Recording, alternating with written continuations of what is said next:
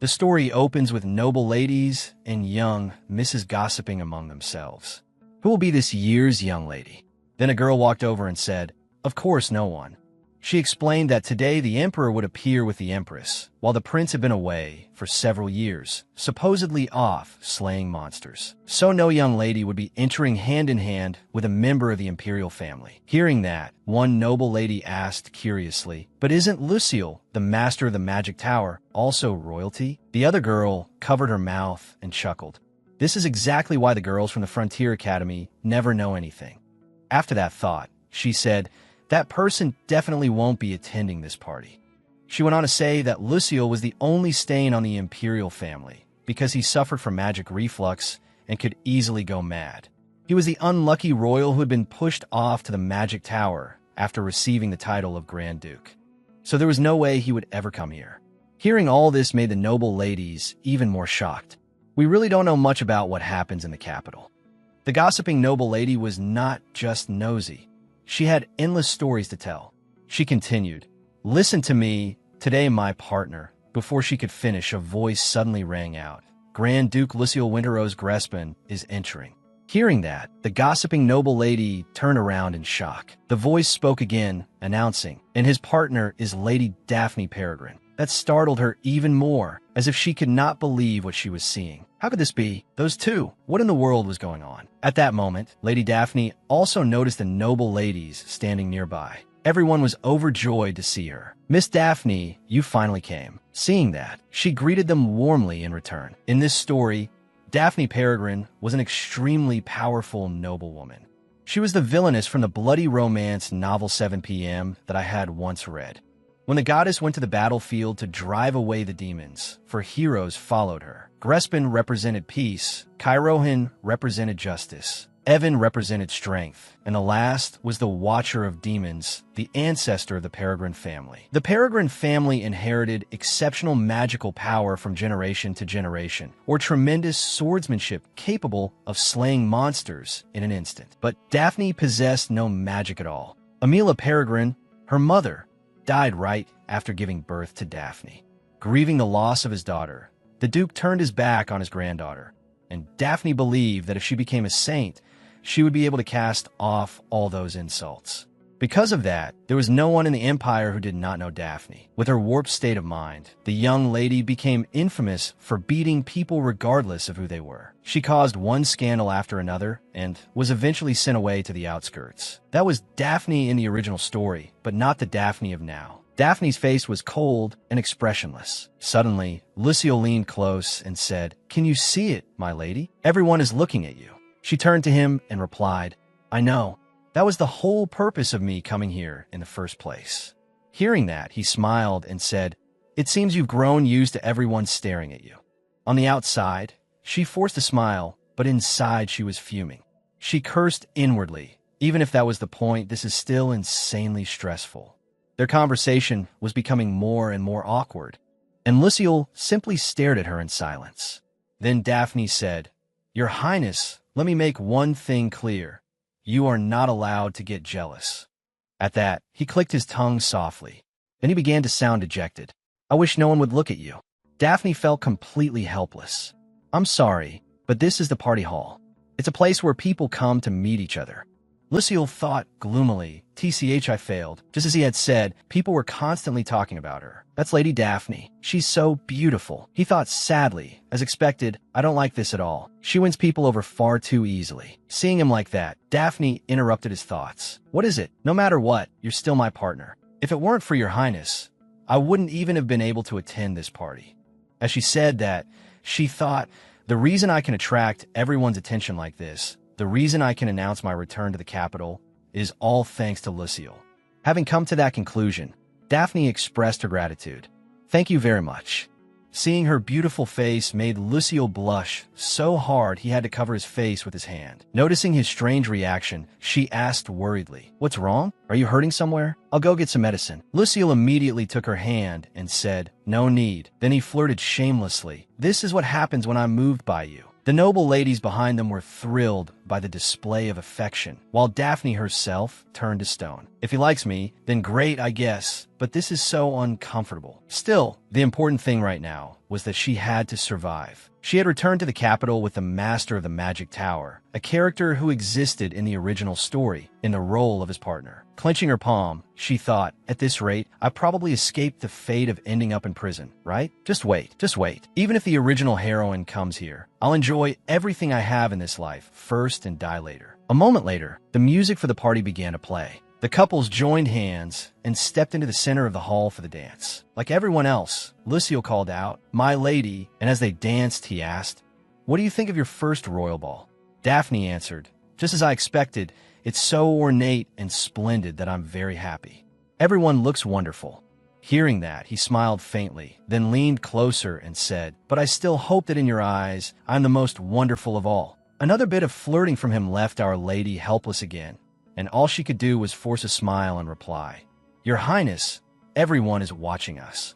Lucille enjoyed the dance as he said, "That's fine." His love-struck face made it clear, "I don't care about other people's eyes." Hearing that, Daphne was slightly moved and thought, he really is a rather unusual character. The pair seemed to melt into the music, but they were the center of attention tonight. Daphne was now sinking into her thoughts. Actually, in my previous life, I was just an ordinary citizen of the Republic of Korea. But when I was born, my grandmother was strict. She used to say, if we send her to college, what about the twins? It's not like she's valedictorian, so she won't even get a scholarship. My father also sided with her and said, "You're the older sister, so you should yield to your younger siblings." Neither my father nor my stepmother cared about Daphne. At the time, she was furious, but she could only vent by herself. Why is it always older sister? Yield what exactly? Once I find a job, I'll cut ties with that house and never go back. Those thoughts had always lingered in her mind. I managed to get into a good university and graduated with fairly high marks. Thanks to that, I passed a trainee exam at a major company. Back then, Daphne kept calculating everything. If I win the company competition, I'll become a full-time employee. I just need to work a little harder. But I made a mistake when I submitted the competition materials to Manager Kim. That day, her whole body trembled as the manager sitting across from her kept pressing her. "Do you have any proof that these materials are your idea?" Unable to hold back any longer, she struggled with him. "No, manager, I have to become a full-time employee." But in the end, all she received was a message. Internship contract terminated. The intern's performance does not meet our company's hiring standards. Therefore, the company will not be employing you. In the end, no one cared about the truth behind it. Every day, Daphne wandered around with a bottle of alcohol in hand. From the company's point of view, it was easier to fire an intern than to selfishly discipline a full-time employee. She kept receiving messages from those twin boys, but the messages were hardly pleasant. "Why aren't you coming home? It's Grandma's birthday today. The atmosphere at home is pretty bad right now. Do you have any money? Ask the adults or something. Give me money so I can go to the internet cafe." Seeing that, Daphne was furious. How old are these brats? And they still misspell words like this. And what, do they think I'm an idiot? Because she was so focused on her phone, she failed to notice the dazzling light suddenly shining straight into her face. The very next second, she was hit by a truck, and everything seemed to end just like that. But unexpectedly, Daphne did not die. She suddenly opened her eyes. A completely luxurious scene spread out before her. But when I opened my eyes, I was in a new world. At the time, she kept asking herself, "What is this? This doesn't look like a hospital. Why is the mirror so huge?" Looking at her hands, she wondered, no, more importantly, am I alive or dead? Daphne moved her hand and nearly cried with relief. "I am alive. Thank goodness." Then she slowly sat up. "So this place it's covered in gold on all sides." Suddenly, a maid came in and asked, "My lady, you're awake?" Just as she was about to speak, she suddenly covered her mouth. Daphne thought in discomfort, "What is this? My throat feels like it's burning." Seeing that, the maid grew very worried. "Oh my lady, you still can't speak?" She stepped forward and said, "The poison still hasn't been completely neutralized." Hearing that, Daphne was utterly shocked. "Poison? Poison? But I died after being hit by a car." Then she turned to look at a mirror. She was startled by how much she had changed. "Pink hair? I need to take a good look at this body." She immediately got out of bed and went to the mirror, making the maid panic. "My lady, please be careful. Standing in front of the mirror, she was even more astonished by the strange transformation. "This isn't me at all." She lifted her gaze and looked around. Daphne grew even more confused. "Where's this? Who am I?" The maid beside her kept asking, "Lady Daphne, are you all right?" Hearing this unfamiliar title, she turned around and thought, "Lady Daphne?" Suddenly her head began to ache so badly that she had to crouch down and clutch it. At that moment, a voice echoed non-stop in her mind. "I heard the youngest daughter of the Peregrine family died after giving birth. If she hadn't given birth to that child, she would have lived. Lady Daphne Peregrine really is the seed of a villainess. I heard she has no powers and an unhealthy obsession with her fiancé. Everyone should be careful around her. Daphne, we like the saint, not someone like you." The accusations kept pouring toward Daphne. "You dared poison the saint. Lock up this criminal. We have to kill the villainous Daphne." At the same time, the image of the original owner appeared, angrily protesting. "I did nothing wrong. She was the one trying to seduce Roderick. I don't want to die like this." Back in the present, Daphne clutched her head and kept wondering, these are Daphne Peregrine's memories? Is this that novel? Daphne from the Saint's Charm, the one I once read? Unease flooded her. Don't tell me I've transmigrated into a book, but did I really have to end up as the villainess? The lonely woman who would eventually die from blind jealousy after poisoning the saint? In my last life, there was no hope, and in this life, there's only despair. Seeing her sitting there in silence with her head in her hands, the maid beside her became extremely worried. Suddenly, footsteps rang out. When she looked up, she saw a man standing before her. "You're awake now?" he said. He was a middle-aged man with a deeply irritated expression. "After disgracing the family, you even try to kill yourself. Do you feel no guilt toward the family that raised you all this time?" Seeing him, Daphne froze for a moment, but then she recognized him. According to her memories, this man was Daphne's uncle, the little Duke Vrios Pellegrin. Daphne sank into thought. Vrios Pellegrin. The man was both a prosecutor and an outstanding scholar, and on top of that, someone with authority at the academy. He was a character who looked down on Daphne because she had caused his younger sister's death. Thinking that, she suddenly realized, but right now I am Daphne. Her anxiety instantly soared. Vrios began mocking her. "I was a fool to think that someday you would come to your senses after all your vile behavior. Harming yourself over Duke Roderick. How pathetic." Hearing those words, she thought with a hint of sadness. So this is the point where her fiancé cheated on her, and Daphne nearly died after drinking poison. That's right, it really is pathetic. Love is only a temporary emotion, so why would she sacrifice her life for it? Even if this is a novel, I still can't understand it. Daphne had everything.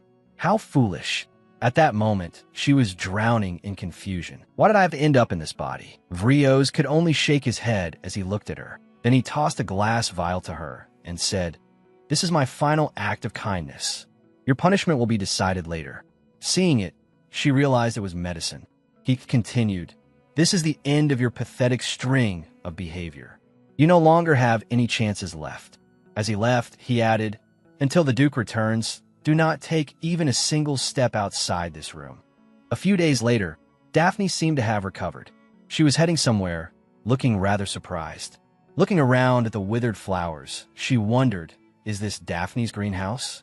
Daphne had tried to study herbs in order to become a saint, so she had a greenhouse built on the estate and filled it with all sorts of medicinal plants. As she looked around, she said, "Even so, I don't know if she ever really studied any of this. It's even worse than I imagined. How is poison even made in an environment like this?" Suddenly, she said happily, "There's a lamp." Just like that, Daphne began inspecting the place step by step. She was still somewhat uncomfortable.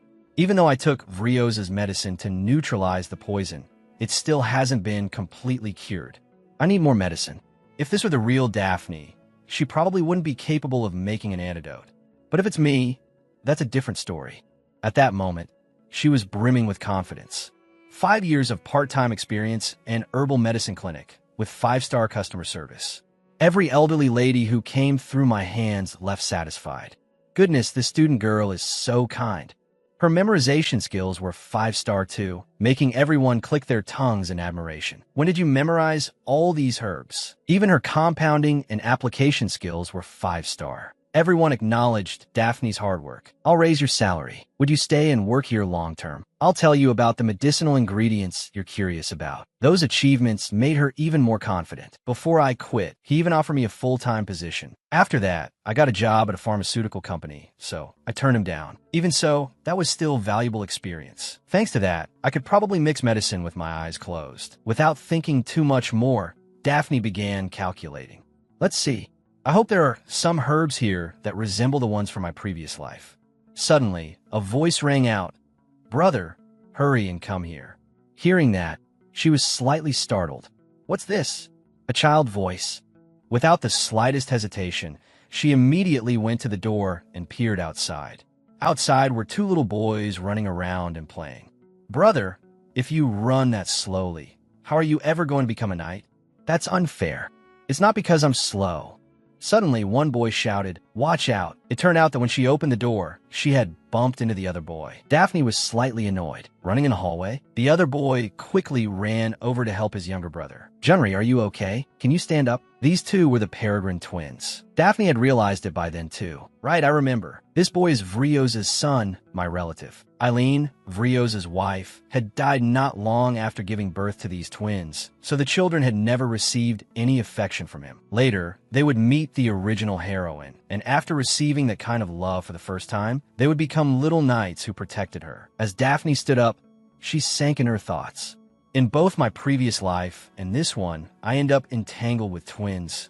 The boys on the other side also recognized her. Isn't that the witch? Being suddenly labeled a witch left her stunned. Come to think of it, these brats are nasty enough that the nickname Little Devils suits them perfectly. The two children clearly disliked her and spoke in a reproachful tone. "You should watch where you're going. Don't you have eyes, witch?" Daphne began to get angry, her brows drawing tightly together. The daughter of a teacher's spirit inside her flared up, and she glared at them murderously. These little brats, don't they know how to speak properly to an older sister? The boy seemed to sense the killing intent from her and instinctively stepped back. Did I say something wrong? That's right. Junri didn't say anything wrong at all. But Daphne said nothing at all and only stared fixedly at the two boys. She kept thinking if he didn't stammer, he'd actually sound pretty convincing. He's scared to death, but acting like nothing's wrong. That's hilarious. He really reminds me of the twins from my previous life. Cutting off that thought, she raised her hand as if preparing to slap them. Seeing that, the twins shut their eyes tightly in fear. But unexpectedly, she gently patted their heads instead. Daphne rubbed their heads vigorously. These kids are way too cute. I'm only letting it slide this once, got it? Don't go messing around again. Being patted on the head so suddenly, the twins' faces turned bright red. Junri snapped irritably, "What do you mean, letting it slide, you witch?" Then he shoved her hand away, turned sharply, and said, "Let's go, Hyung. We might get poisoned by that witch." Daphne only smirked. She thought to herself, still grumbling, Compared to the twin brats from my previous life, these two are younger, so they really look like puppies. Seeing them in person, they're seriously adorable. Just then, several maids came running up, calling loudly, "Young Master Junri, Young Master Romano." Daphne turned and pointed coldly. "Over there." Then she felt a little sympathetic.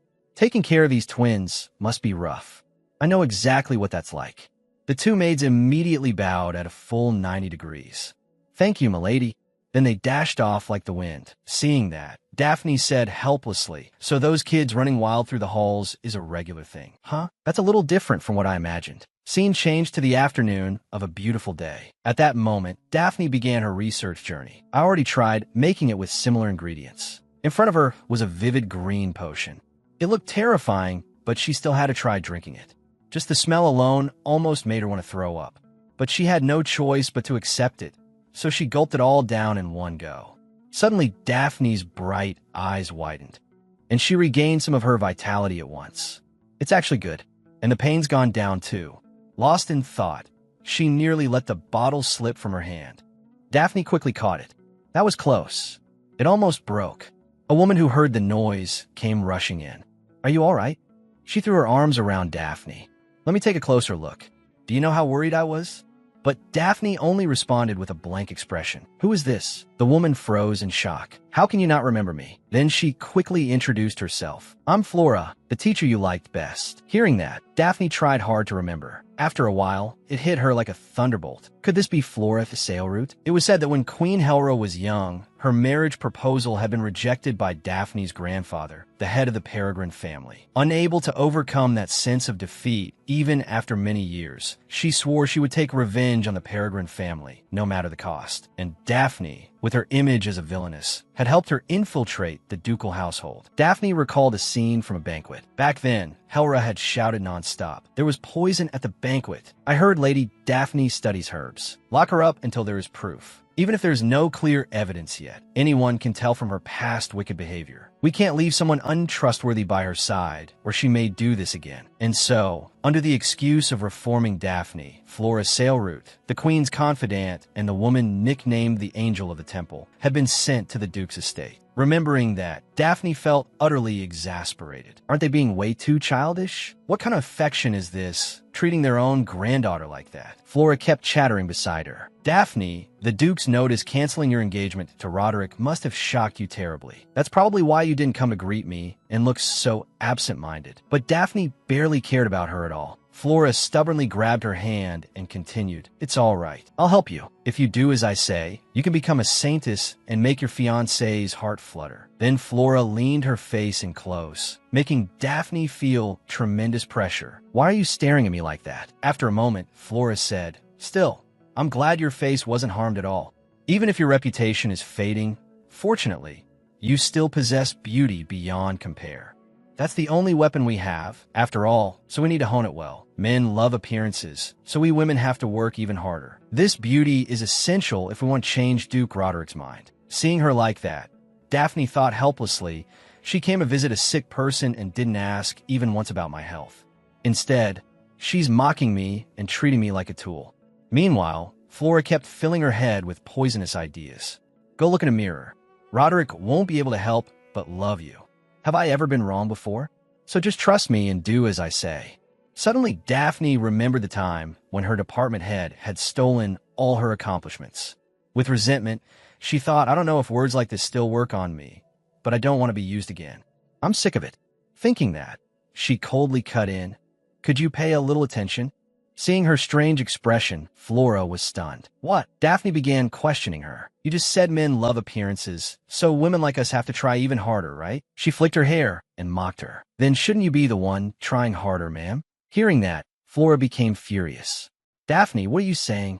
Resting her chin on her hand, Daphne put on an innocent expression. Oh dear, sorry. I just woke up, so my memories are still a bit mixed up. You gave me so much advice that I mistook you for my grandmother. At the same time, the image of her grandmother from her previous life, nagging endlessly flashed through her mind. Stop fooling around and hurry up and get married before you turn into an old maid.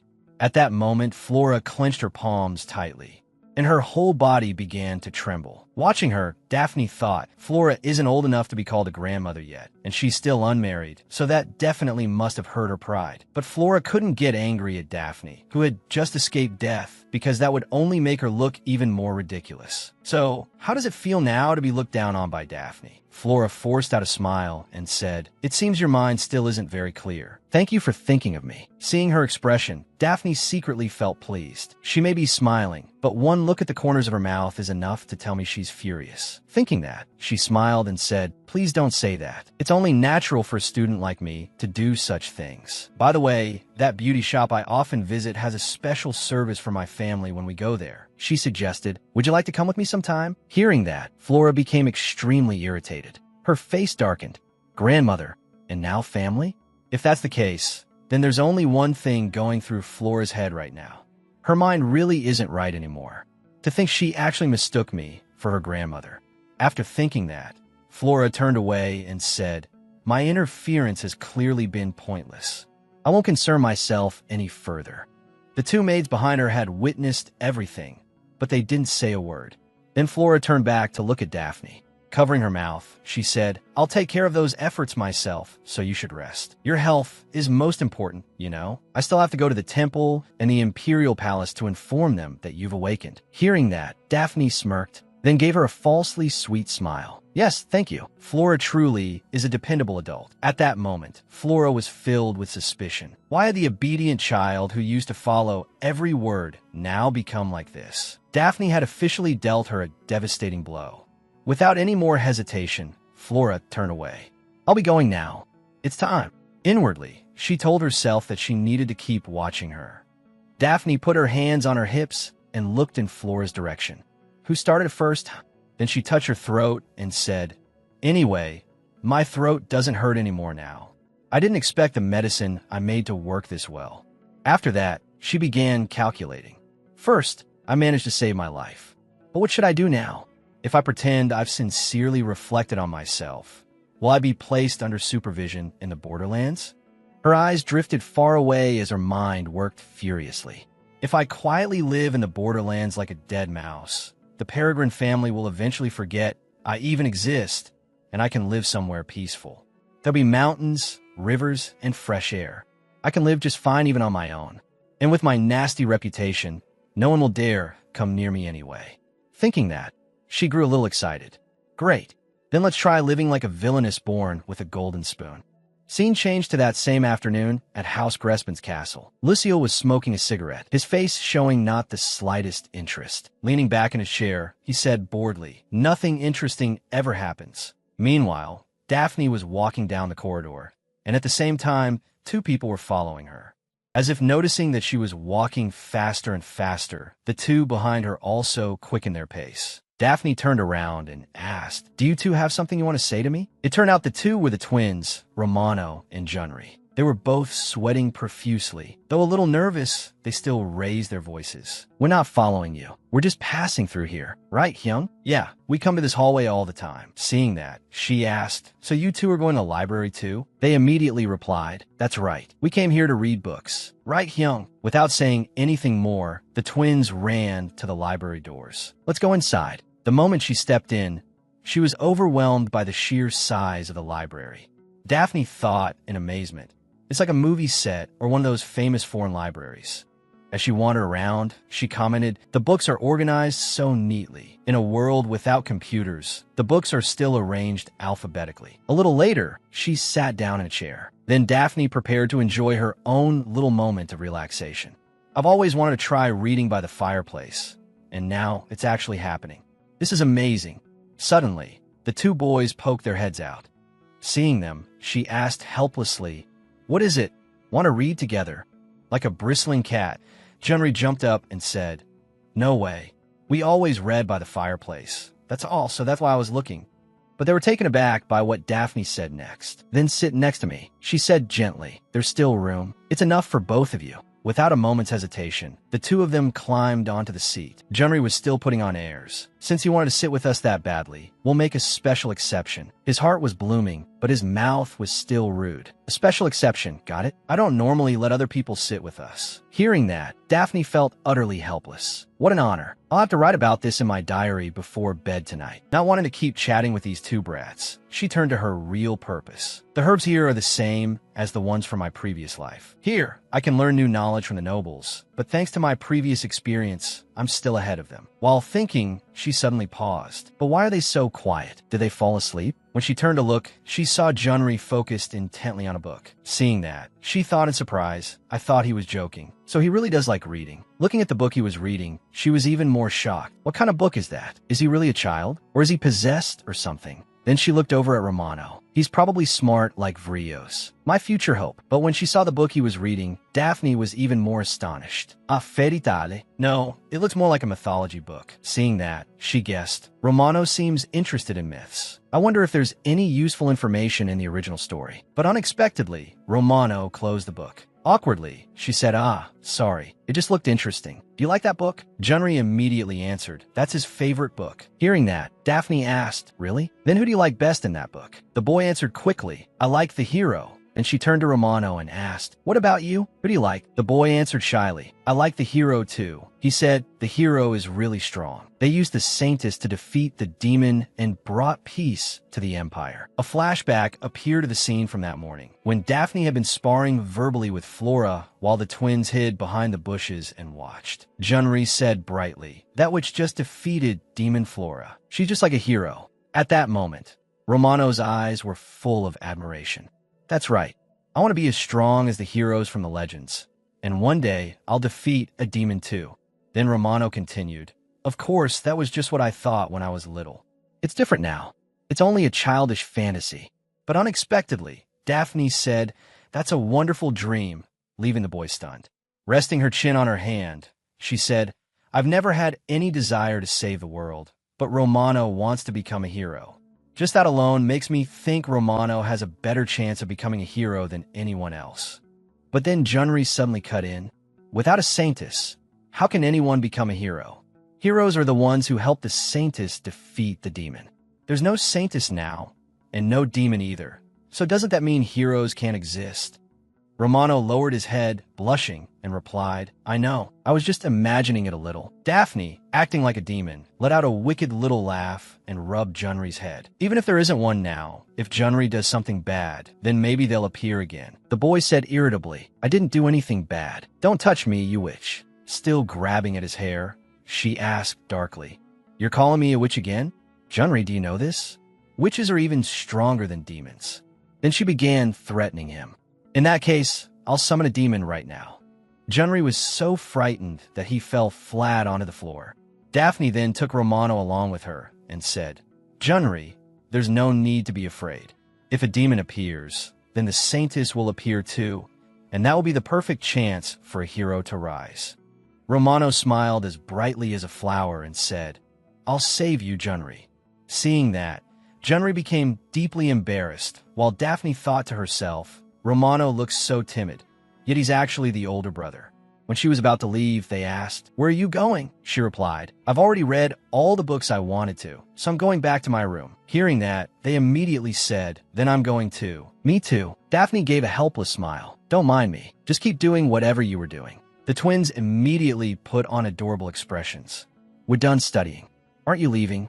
Daphne sank into thought. In the original story, it seems like Daphne didn't treat these twins very well, right? I don't know what I'd think if they were my younger brothers, but these kids are more innocent and cuter than I expected. A little later, the three of them returned their books. Then Romano turned to her and asked, "There's something I want to ask. Will you come to the library again?" She replied, "Let's see. I don't come very often." Hearing that, his face fell. "So you won't come anymore?" Suddenly, an idea came to Daphne. "Do they want to come here with me again? Then maybe I should tease them a little."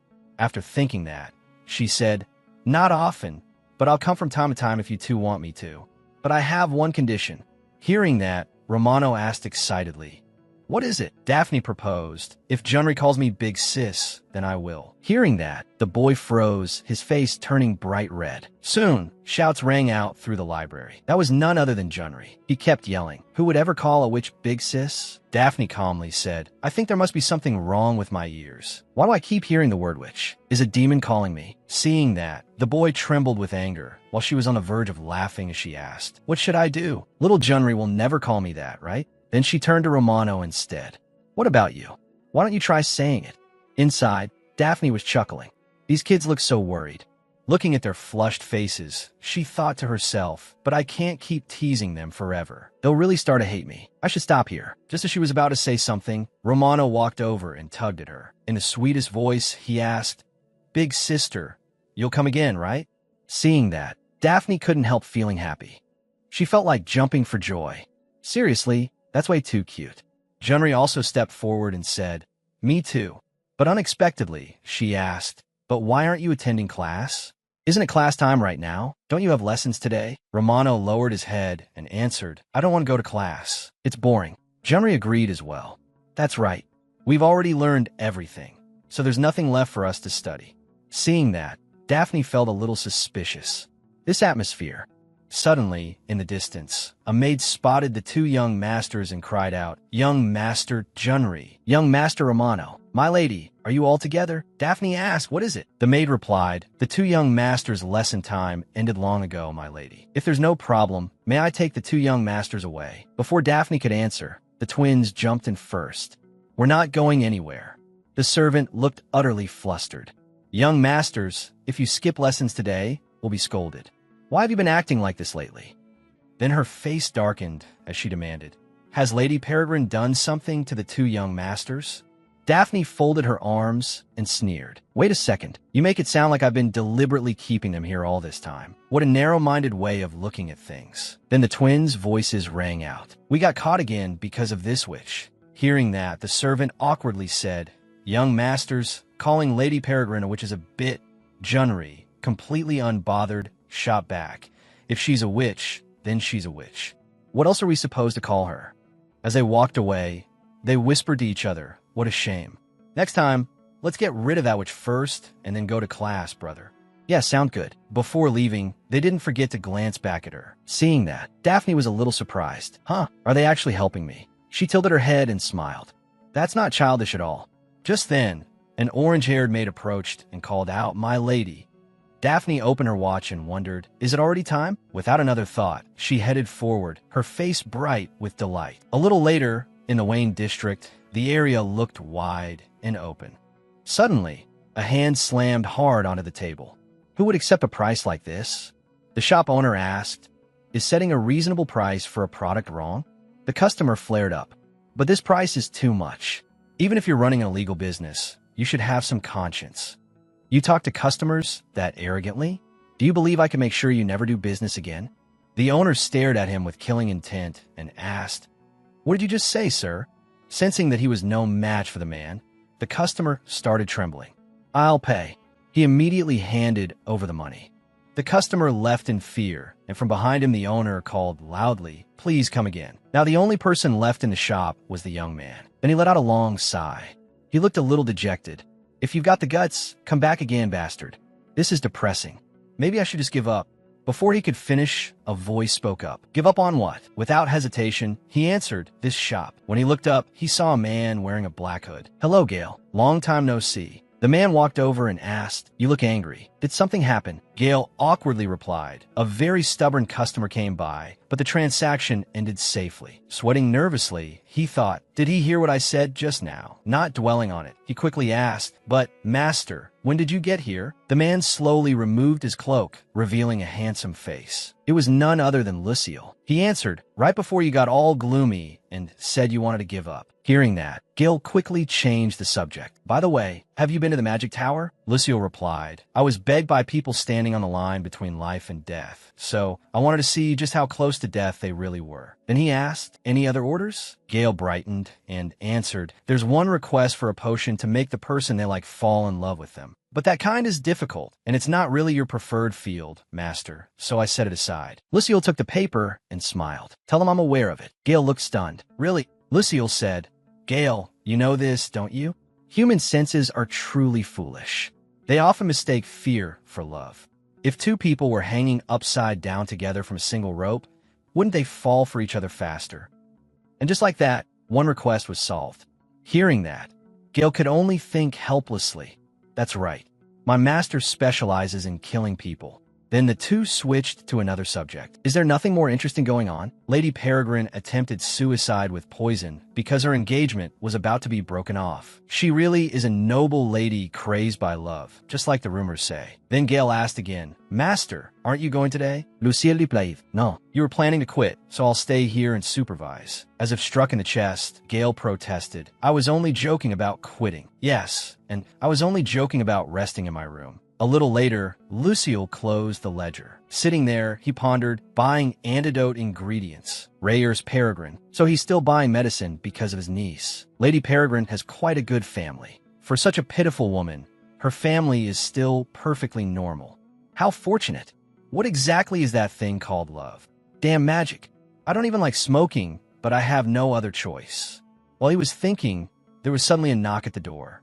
It was Gale, his face deathly pale. Seeing that, Lucille asked, "What is it? Are you really here to hand in your resignation?" Gale hurriedly said, "No. Daphne Peregrine has requested to see you for a transaction, Master." Lucille asked, "That crazy young lady?" Then he flatly said, "Turn her away. Tell her I'm out and can't see her." Gale continued, "She told me to relay this exactly. What you're trying to buy at the black market this time is fake, so it would be best if you didn't buy it. She said I absolutely had to deliver those words to you." Hearing that, Lucille set down his cigarette, his face full of shock. "What?" A moment later, at the tea table, "You were looking for me?" Lucille kept pressing her with questions.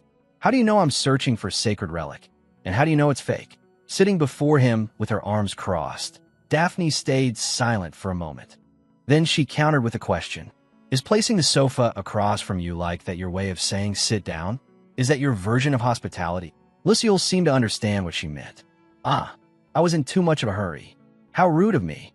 He then offered her tea. "Please have some. It was prepared for you." But unexpectedly, Daphne said, "You drink first." "How could I dare drink before the shop owner does?" At that, the corner of his lips curled into a smile. "It seems you've investigated our shop quite thoroughly."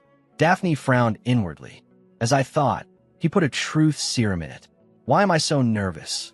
"Because he's the final boss of the original story, the one who stands against the male lead prince and wants to destroy this world. A villain for exactly that reason. Even so, there wasn't much information about him in the original. I only remember the basics. He owns this shop, and he's trying to destroy the world by destroying sacred relics. Come on, don't be scared. Don't be scared. Compared to a corporate interview where you sell yourself to capitalism, this is nothing. I've already lived through a capitalist society more terrifying than a villain." While she was lost in thought, Lucille suddenly spoke. "Relax. There's nothing in the tea." Right after that, he lifted the teacup and drank it all. Her attention was drawn to his Adam's apple in his hand. The original hardly ever described his appearance, so I never really knew. His body is more solid than I expected. After a moment, Lucille set the cup down and asked, "Do you believe me now?" Daphne silently scolded herself. "My dignity is lying on the floor." Lucille got straight to the point. "So what brought you here?" She took out a vial and asked, "It seems this potion was made here. Can you confirm that?" As she spoke, she thought, "There are two reasons I secretly came here while I'm under restriction. First, the origin of the poison Daphne drank. Even after digging through all of Daphne's memories, I can't remember making that vial of poison. If that's the case, then someone else most likely gave it to Daphne. And the villain I know isn't the type to accept troublesome requests like that." As if he understood what she meant, Lucille answered without hesitation, "I'm sorry, but we have never made this. Even though we can make almost anything, we are always careful when accepting assassination-related requests." Looking at him, Daphne thought, "So that's how it is. Still, now that I've come all the way here, what should I do?" Then Lucille said, "But I have seen this vial before." Daphne asked in surprise, "You mean you know the seller?" Lucille explained, "This vial is mainly designed and used by the Assassin's Guild. I've heard they identify clients by the color of the bottle and stopper. The price of an assassination commission is so high that even nobles can rarely afford it. So this noble must hold a very high rank." Hearing that, Daphne felt her karmic retribution about to explode. A high-ranking noble who held a grudge against Daphne. She thought, "There's no way an assassination commission ends that simply. This is the second life I was given. No matter what, I have to find the one behind it." After that, Daphne said, "I need to find the person who commissioned this vial." But Lucille replied, "Sorry, but that will be difficult. The Assassin's Guild has nothing to do with us, and I have no desire to involve myself in this matter." But Daphne was not the type to back down so easily. "But I did stop you from wasting your time on that fake item, didn't I?" As if trying to sway him, she added, "Time is money. Transactions ought to be fair." Even as she said it, she was still anxious inside. "I absolutely have to get help from this place. If I go to the Assassin's Guild myself." As she spoke, she imagined a crowd of noble scoundrels all turning toward her, ready to kill her. "And if Daphne sends a servant instead, my peaceful country life will disappear, and Vrios will scold me too." "Daphne, did you cause trouble again? Why would you go to the Assassin's Guild? No matter how I think about it, there's only one path left. So this is the only way. I have to find a death flag through the villain." In the original story, he was described as being close to the leader of the underworld, so saying he has nothing to do with it is obviously a lie. I've already come this far. I can't back down now. I'm going all the way. Then Luciel smiled strangely. Unexpectedly, he gave his answer. Very well. He picked up the vial and said, I don't know whether your claim about the fake item is true, but I'll look into it. Seizing the moment, Daphne continued, this is an antidote I made. I only put it together on a whim, so the effectiveness and ingredients are a bit uncertain. I'd like you to examine it. Luciel asked, did you make this yourself, Lady Peregrine? Did the previous antidote not work?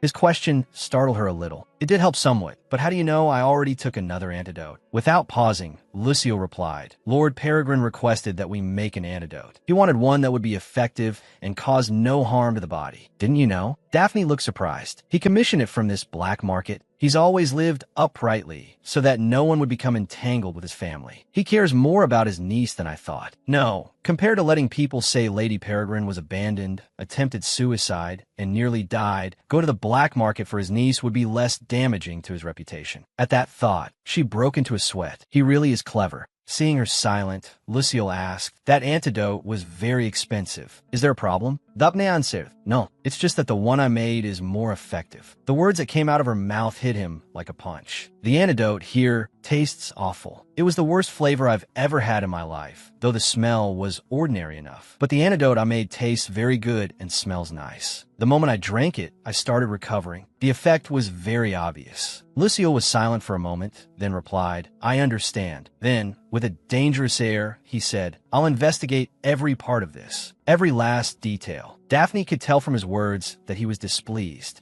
Luciel continued, now it's your turn, Lady Peregrine. I want to know why you recognize that sacred relic as a fake. Daphne grew anxious. I have to answer this well. If I say I transmigrated here, he'll treat me like a lunatic. I need an answer he can accept. After thinking it over, she said, if one is to become a saintess, one can recognize such things. As you know, I've done everything I can to become the saintess. Luciel immediately asked, so you investigated everything being auctioned at the black market beforehand to become the saintess? But what if that relic is real, and this is Lady Peregrine's scheme? There's no proof that it's fake. Daphne began to explain, right now, I'm violating my uncle's restrictions and sneaking outside. What do you think will happen if people find out I came to meet you at the black market? I'll either spend the rest of my life in some outlying district in the countryside or marry whatever man my uncle chooses. If that happens, my dream of becoming a saintess will disappear too. So coming here was simply a gamble. Luciel replied without the slightest suspicion, I understand. Give me about a week. Once I've finished checking everything, I'll contact you, Lady Peregrine. Inside, Daphne was leaping with joy, but on the outside she maintained a cool, expressionless face. A little later, the door opened. You came by carriage? Yes. My family's carriage is waiting outside. After saying that, Luciel held out his hand. Seeing it, Daphne wondered, does he want to escort me? As she walked, she thought, in this world, is this sort of behavior natural, even for villains? I'm not sure. The only men I've really met are the twins and Vrios. So I'm supposed to take his hand. Then their hands clasped together.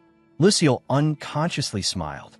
That caught Daphne's attention. The distance between them kept shrinking, and they looked unexpectedly intimate. They ended up face to face, and both of them grew awkward. Then Luciel said, the stairs slope downward here, so please be careful. As she walked, Daphne thought, high heels really are inconvenient. This place is impressively attentive. Meanwhile, he had not taken his eyes off her the entire time. A little later, outside, Luciel was still standing there with his arms crossed, while Gale lingered timidly behind him. Watching him, Gale thought, Master absolutely hates physical contact, so why did he escort her personally? And what's with that promise about the future? He was deeply suspicious. Lady Peregrine really is beautiful. Suddenly, Gale seemed to realize something. He began imagining a scene of the two of them showing affection. Lady Peregrine, what do you think about us going on a date next time? I'm not mentally prepared for that yet. Immediately, Gale grabbed at Luciel and called, Master. Luciel abruptly turned and used magic to cover his mouth. I know exactly what you're thinking. You just had to ruin that brief, pleasant mood. Don't read so many weird books. Still, Gale forced himself to keep asking, but I really have to say this. Why the Assassin's Guild? What benefit is there for us in taking that commission? Hearing those questions, Luciel looked mildly annoyed. So noisy. Then he threatened, "Are you making me use magic again?" Suddenly Lucille said, "Gale, what you said is true, but isn't it interesting? The woman who lost her love did not try to kill herself. She was almost killed by someone else." Gale frowned. "You believe that?" As he shut the door, he continued, "You know just how terrible the rumors about Lady Peregrine are. That poison was obviously made by her. She's just trying to shift the blame onto us. And someone who dreams of becoming a saintess tries to kill herself? She must have regretted it only after waking up." All this while, Lucille's attention remained fixed on the antidote Daphne had left behind. Seeing that, Gale asked, "What is that?" Lucille answered, "It's an antidote made by Lady Peregrine." Suddenly, Gale remembered the moment the two had held hands. A thought struck him. Master can turn other people's mana into his own through physical contact, and in the process, he can read their emotions. At that, Gale began to sneer. The young lady really is suspicious in many ways. What on earth is Lady Peregrine thinking?" Then he took out a bright pink handkerchief and fell silent for a moment. Suddenly, Lucille spoke. No, Gale looked utterly confused. Lucille said, "There was nothing. I couldn't sense anything at all." His face was grave. At those words, the handkerchief in Gale's hand dropped to the floor as well. He could hardly believe what he had heard. No way. If she has no mana, how is she even alive? Can someone like that really exist? Lucille began recalling Daphne's beautiful face. He sank into thought. Unlike the rumors, she doesn't seem to care about love at all. Her eyes remained calm the whole time. She dared to set conditions and propose a transaction to my face. She even criticized my antidote. I should be in a terrible mood. Lucille himself found his own reaction confusing. What is this feeling? He stayed silent for a while. Then he turned and asked, "Gale, is it possible this antidote is truly better than mine?" Gale was even more shocked. A potion made by Lady Peregrine is better than one made by the master of the magic tower? If he said it was more poisonous, I believe that. After that, Lucille decided to open the vial. Without hesitation, he drank it himself. I want to find out directly what exactly she's thinking. As he drank, he thought, even if this is poison, it won't matter. The mana I cannot control will just save me again. So I'll test it on this body. After drinking it, Lucille's face became even more astonished. Gale, standing behind him, was extremely anxious. "Master, are you all right? You're not going to lose your mind like before, are you? That was a sedative after all." But Lucille, still perfectly calm, simply replied, "I'm fine." Lucille began sinking into his thoughts. "I can't control this damned magic power. The only way to control it is with divine power, the force that stands opposite to magic."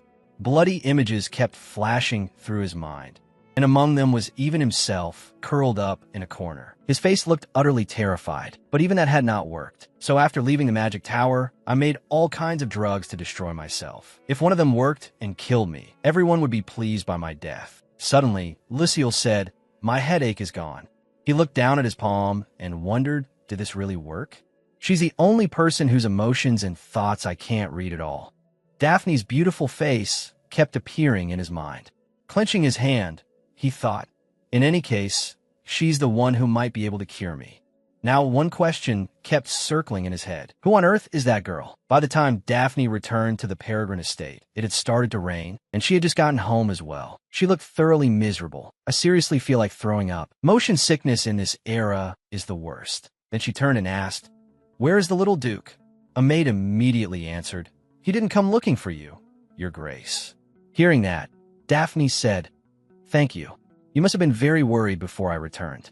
Then she thought to herself, "Thank goodness he doesn't know I went out." Even though they lived in the same estate, not caring about each other was the most natural thing in the world. Outside, the rain still had not stopped. After a while, Daphne held out a pouch of coins and said, "Here, take it." The two attendants immediately waved their hands. "No, it's fine. We only did what we were supposed to do." In a gentle voice, she said, "I understand your sincerity, but sometimes helping someone should be repaid as well. So it's only right that you accept this." After saying that, she pressed the pouch into the maid's hand, leaving both of them stunned. "Thank you, Your Grace." Then Daphne added, "Also, I'll hold the umbrella myself." The maid immediately protested, "No, please let me hold it for you." Unexpectedly, Daphne said, "Your shoulder is getting wet, and that bothers me. You should use the umbrella too." Those words moved the maid a little. "Thank you, Your Grace." Daphne thought to herself, "I need to bribe them thoroughly so no problems crop up later." Then the maid suggested, Your dinner has been ready for some time now. Shall I bring it up to your room? Daphne looked surprised and thought, wait, dinner's already ready? She opened her watch, then turned and asked, it's already pretty late. Those kids have probably eaten by now, right? The maid walking beside her answered, I don't think so. Earlier, I saw that the lights in the young master's study were still on. Hearing that, Daphne frowned. What, they still haven't eaten? The maid replied, the young masters are very diligent in their studies. Daphne challenged that at once. Do you really think it makes sense for them to put off dinner just because they're studying? Won't that only make them lose focus? The maid explained, their tutor, Count Mentes, said so on their behalf. At those words, Daphne's expression darkened. She began thinking, right, I remember now. He comes from the Belden family, a minor branch of the Peregrines, and he's the same sort as Flora in this estate, Mentes Belden. Then it suddenly came back to her. The twins' attitude earlier had been strange. What child would want to go to a teacher like that? Of course, whether the boys ate or not wasn't really her business. But then she remembered the scene in the library that afternoon with the three of them. She tightened her grip on the umbrella. Her face was full of anger as she asked, where is that study? At that moment, the twins looked terrified. The man standing in front of them slammed a book shut and continued scolding them. Even those bearing the Peregrine name can't solve a question this easy. That man was none other than Mentes. His mockery rang out nonstop. I thought the two of you had grown up a little, daring to skip class like that. But you don't even have basic swordsmanship skills, and your academic level and theoretical understanding are only this much? How strange. Junrius immediately snapped back. That question was wrong from the start. How are we supposed to write a summary and argument for advanced magic theory like that? Mentes wore an utterly indifferent expression. The little duke was able to do all of that at your age. So why can't you too? In the end, you young masters will only turn out like the late Lady Eileen. Those words cut straight into the hearts of the two boys. Now the two boys had gone silent, unable to say another word. Seeing that he had achieved his aim, Mentes curled his lips in satisfaction. Their faces are exactly alike, but their expressions are like this. Quite entertaining, really. Damn Peregrines. Since childhood, I was an outstanding genius in both swordsmanship and academics. Even though I came from a minor branch of the Peregrines, I was always certain I would earn my place among them. And yet every time he stood against Vrios, the one who lost was always Mentes. He was always met with Vrios' contempt. The hand holding his sword would tremble because of it. Even the valedictorian's speech at the academy had been given by Vrios Pellegrin. All of that had nurtured a hatred inside Mentes. But not once was I ever able to defeat Vrios. If it weren't for him, I'd be the one most suited to the Peregrines. Mentes' face twisted with ridicule. He continued brooding. That was in the past. I can't go back and take revenge on Vrios, the man who trampled my pride. But destroying two creatures who look just like him? That's amusing enough. I should thank Flora Sailroot for giving me this opportunity. After thinking that, he turned away and did not forget to say, Lady Eileen is probably blaming herself from heaven right now. His cruel words kept pouring out, making the twins tremble with rage. For giving birth to two useless things like you, she must have died of shame. That's why Vrios hates you too. The monsters who devoured the woman he loved are nothing but trash. That's what you are. That's why he has never once faced you properly. At that, Junrius finally exploded in fury. But Romano, standing behind him, grabbed his hand. Junrius turned angrily and demanded, why are you stopping me? In a low voice, Romano said, Father will be disappointed. Junrius froze in place. Tears streamed endlessly down Romano's face as he said pitifully, Father will sigh, and he won't want to see us anymore. After saying that, he bit down hard, as if trying to control his emotions. Junrius also went rigid at those words. Then he lowered his hand, no longer wanting to argue with Mentes. Outside, the rain still fell without stopping. Inside, silence filled the room for several seconds. As if fully satisfied, Mentes said, That's enough for today's lesson. Tomorrow, I'll increase the intensity. Before he could finish speaking, the door was suddenly shoved open with force. Startled, he turned and angrily demanded, Who dares barge into a lesson with such no manners? And it was none other than Daphne. With killing intent radiating from her, she said, When I hear utter nonsense, my body simply can't stay still. The rain still poured outside. Mintess's face darkened as he asked, "Did you just say everything I said was nonsense?" Walking toward him, Daphne replied, "Oh, but I never said it was you." Did that hit a sore spot? At that moment, her whole body radiated overwhelming pressure. Mintess's face reddened with fury. Her relationship with those brats isn't even good, so why is she interfering? That hit him. Maybe she's like this because she heard me insulting Eileen. That's right. If she reports me, Vrios will start paying attention to me for a while. The Duchess under restriction would gain some freedom. But if that happens, I'll be dead. Or, at the very least, cast out from the family. At once, Vrios' murderous face rose in his mind. Back then and now, you were never worth saving. Thinking of that, Mintess seethed. I can't let that happen. Then Mintess spoke up. What exactly are you doing in the middle of a serious lesson? Daphne immediately mocked him. Doing? Doesn't that word suit you better? The man over 20 years older than these children who brought up their dead mother. Her gaze was terrifying. How shameless. Hearing that, Mintess began to grow uneasy. As I thought, she heard everything. Is she planning to use this to threaten me? But unexpectedly, a sinister smile spread across his face. So that gives me justification. Daphne is a disgrace and a nuisance to the Peregrine family. Vrios would never believe the words of someone like her. The twins were the only witnesses here, but they feared their father too much. They would never reveal their own humiliation or the insults thrown at their mother. If this came down to the end, victory would be mine. Thinking that, he began to feign innocence. What strange thing are you talking about? What do you mean? Daphne smirked and asked back. Pretending you don't know? With a smug face, he said, pretending not to know? Right now, all I see is the Duchess behaving extremely rudely. Daphne slowly walked over to the teacup and said, Fine then. I suppose I have no choice. Mintess still sounded full of himself. I don't have much choice either. He turned to the twins and started threatening them. As I oversee education in the Peregrine household, I'll be reporting this incident in detail to the little Duke. Before he could finish, Daphne flung the teacup's contents into his face. His face went red with rage. What the hell was that? Holding the teacup in her hand, Daphne asked calmly, What do you mean? Seeing her innocent expression, Mintess screamed, You just threw tea in my face. She looked at him blandly and said, What are you saying? That's absurd. I have no idea what you mean. Before him now stood Daphne, her face full of grace and authority. In his mind, Vrios' lofty face overlapped with hers. At that point, Mintess ground his teeth in anger and shouted, I'll report every detail of this incident. The Duke certainly won't let this pass so easily. Daphne showed not the slightest fear. Instead, she challenged him back. Oh, is that so? Then, without the slightest hesitation, she let the teacup in her hand drop and shatter on the floor like a warning. Seeing that, Mintess started to feel uneasy. What is this? As Daphne stepped toward him, she said, Then let me make something clear. She emphasized each word. I will cut out your tongue. Her face darkened as she went on. Let's see. How interesting. If you lose your tongue, how exactly will you keep speaking properly? At this point, Mintess had truly begun to panic. Daphne's eyes, they're exactly like Duke Peregrine's. This is genuinely dangerous.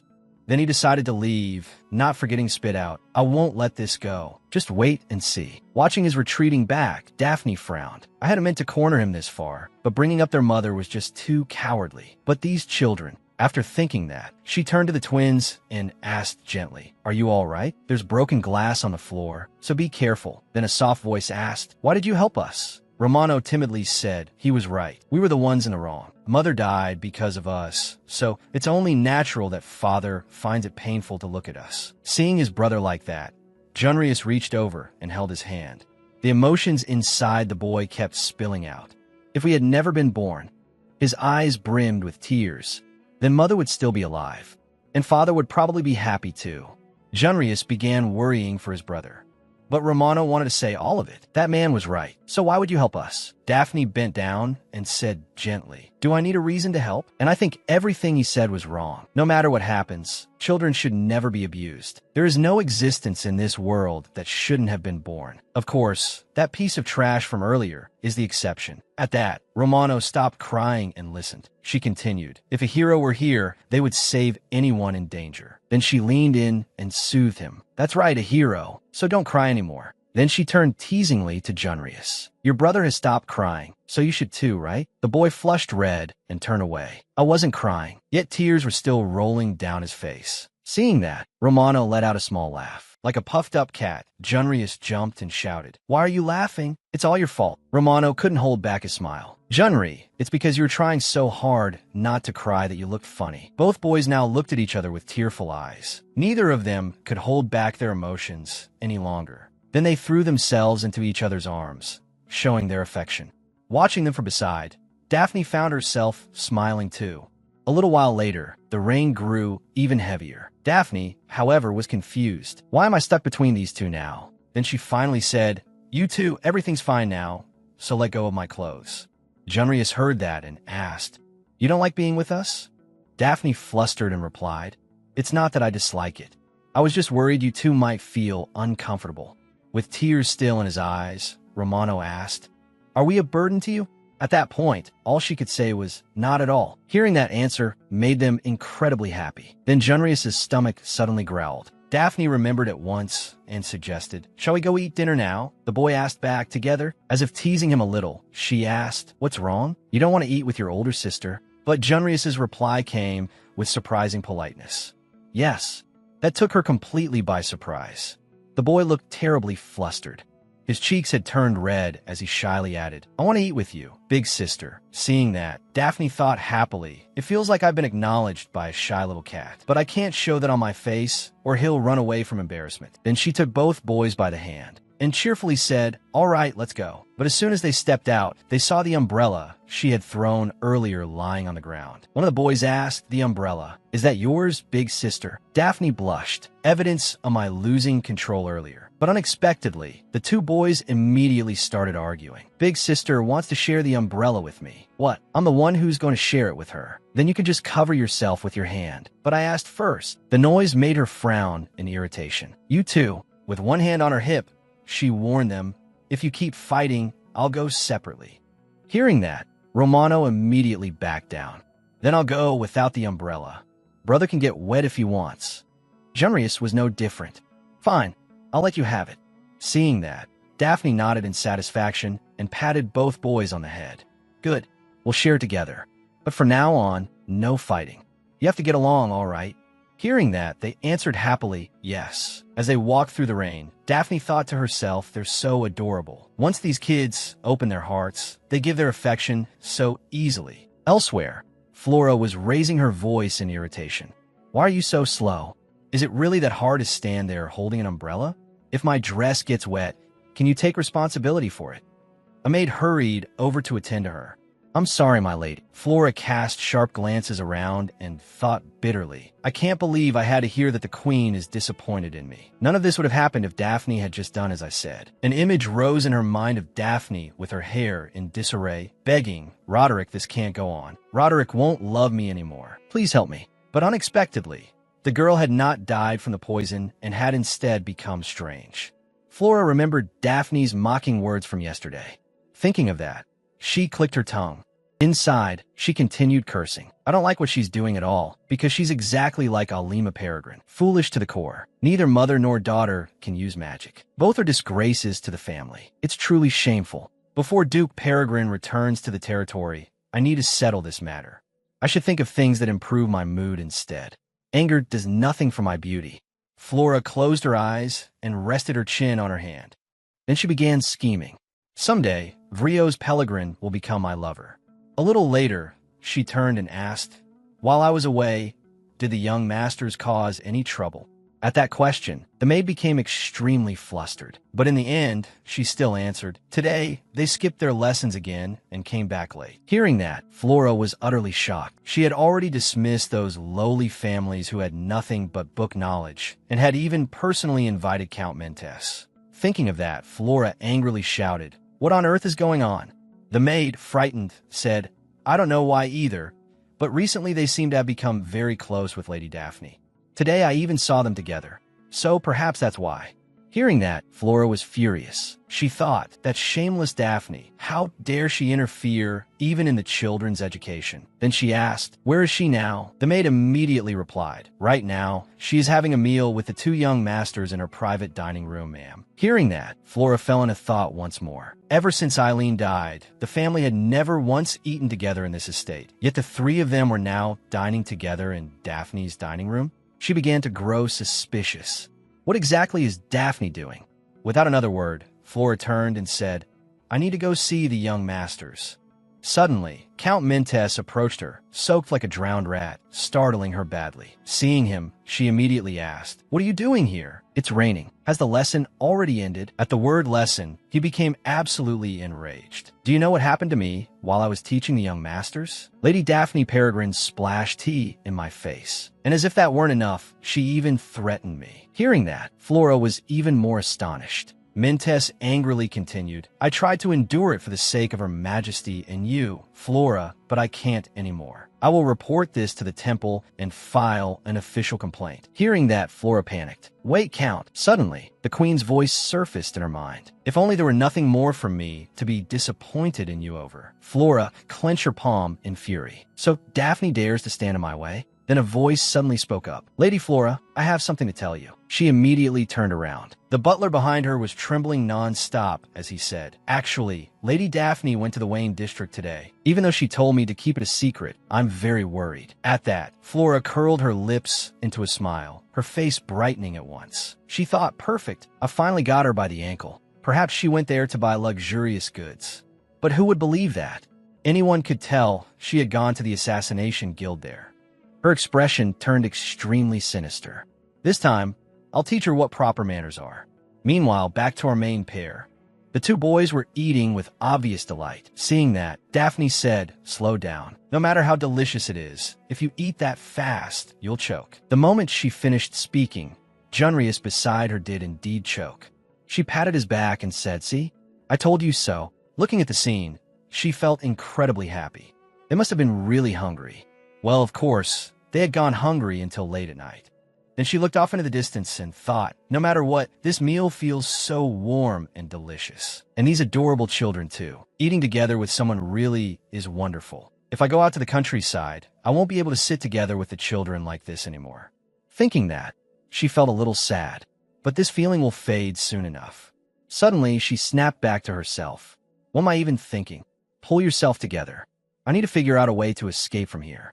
Seeing her suddenly go quiet, Junrius beside her asked, Sister, is something making you uncomfortable? His words startled her a little. HM? No, not at all. Junrius really was sharp.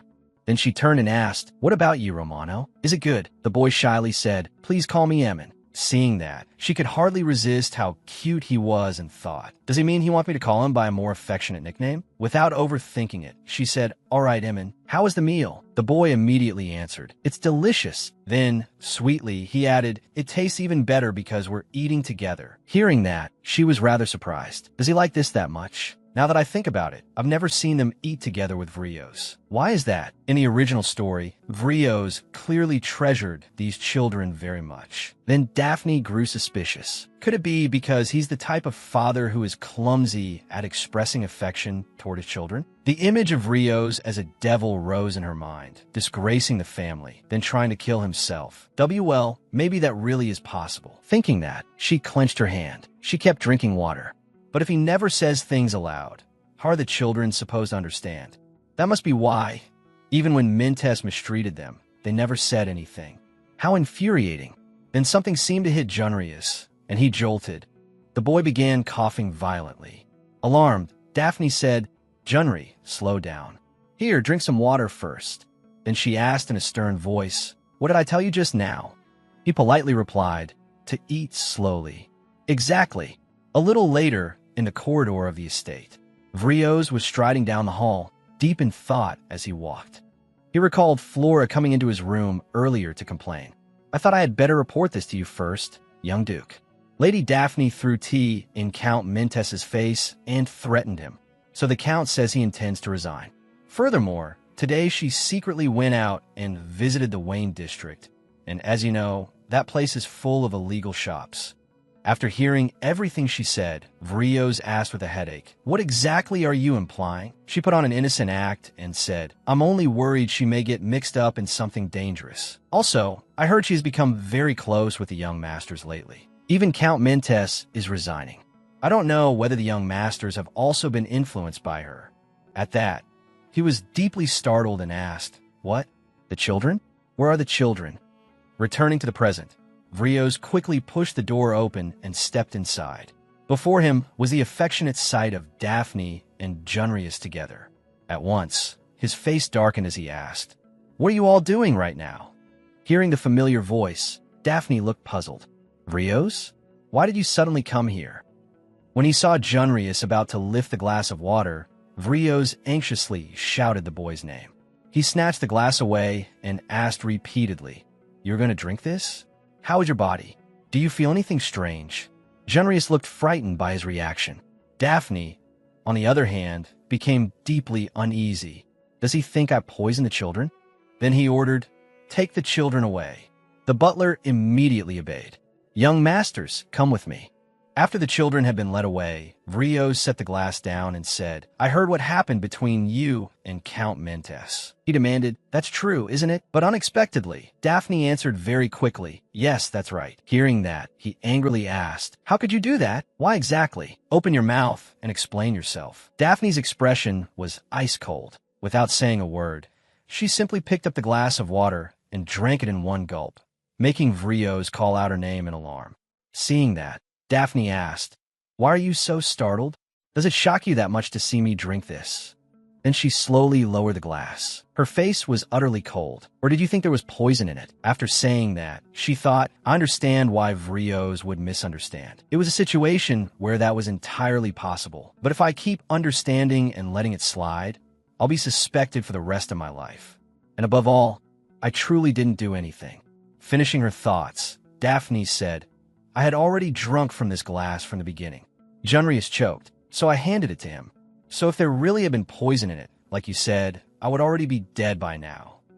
Hearing those words, Vrios also fell silent. When he gave no response, she stood up and said, "Vrios, I have a question." Without the slightest hesitation, Daphne went straight to the point. "If I stepped in to protect the children, would you believe me?" Her face was completely serious. That only made Vrios more shocked.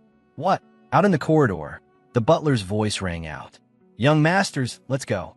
But the twins hesitated slightly and looked at each other. Seeing that, the butler sighed helplessly. "You heard what the young duke said. He is already troubled enough because of Lady Daphne. If the young masters also act like this, how saddened he will be." He continued, trying to persuade the boys. "Let's go back to your room now. Hurry along." Hearing that, Romano could only give in. "Okay." At the same time, two maids passing by were talking. "The young duke's complexion didn't look very good today.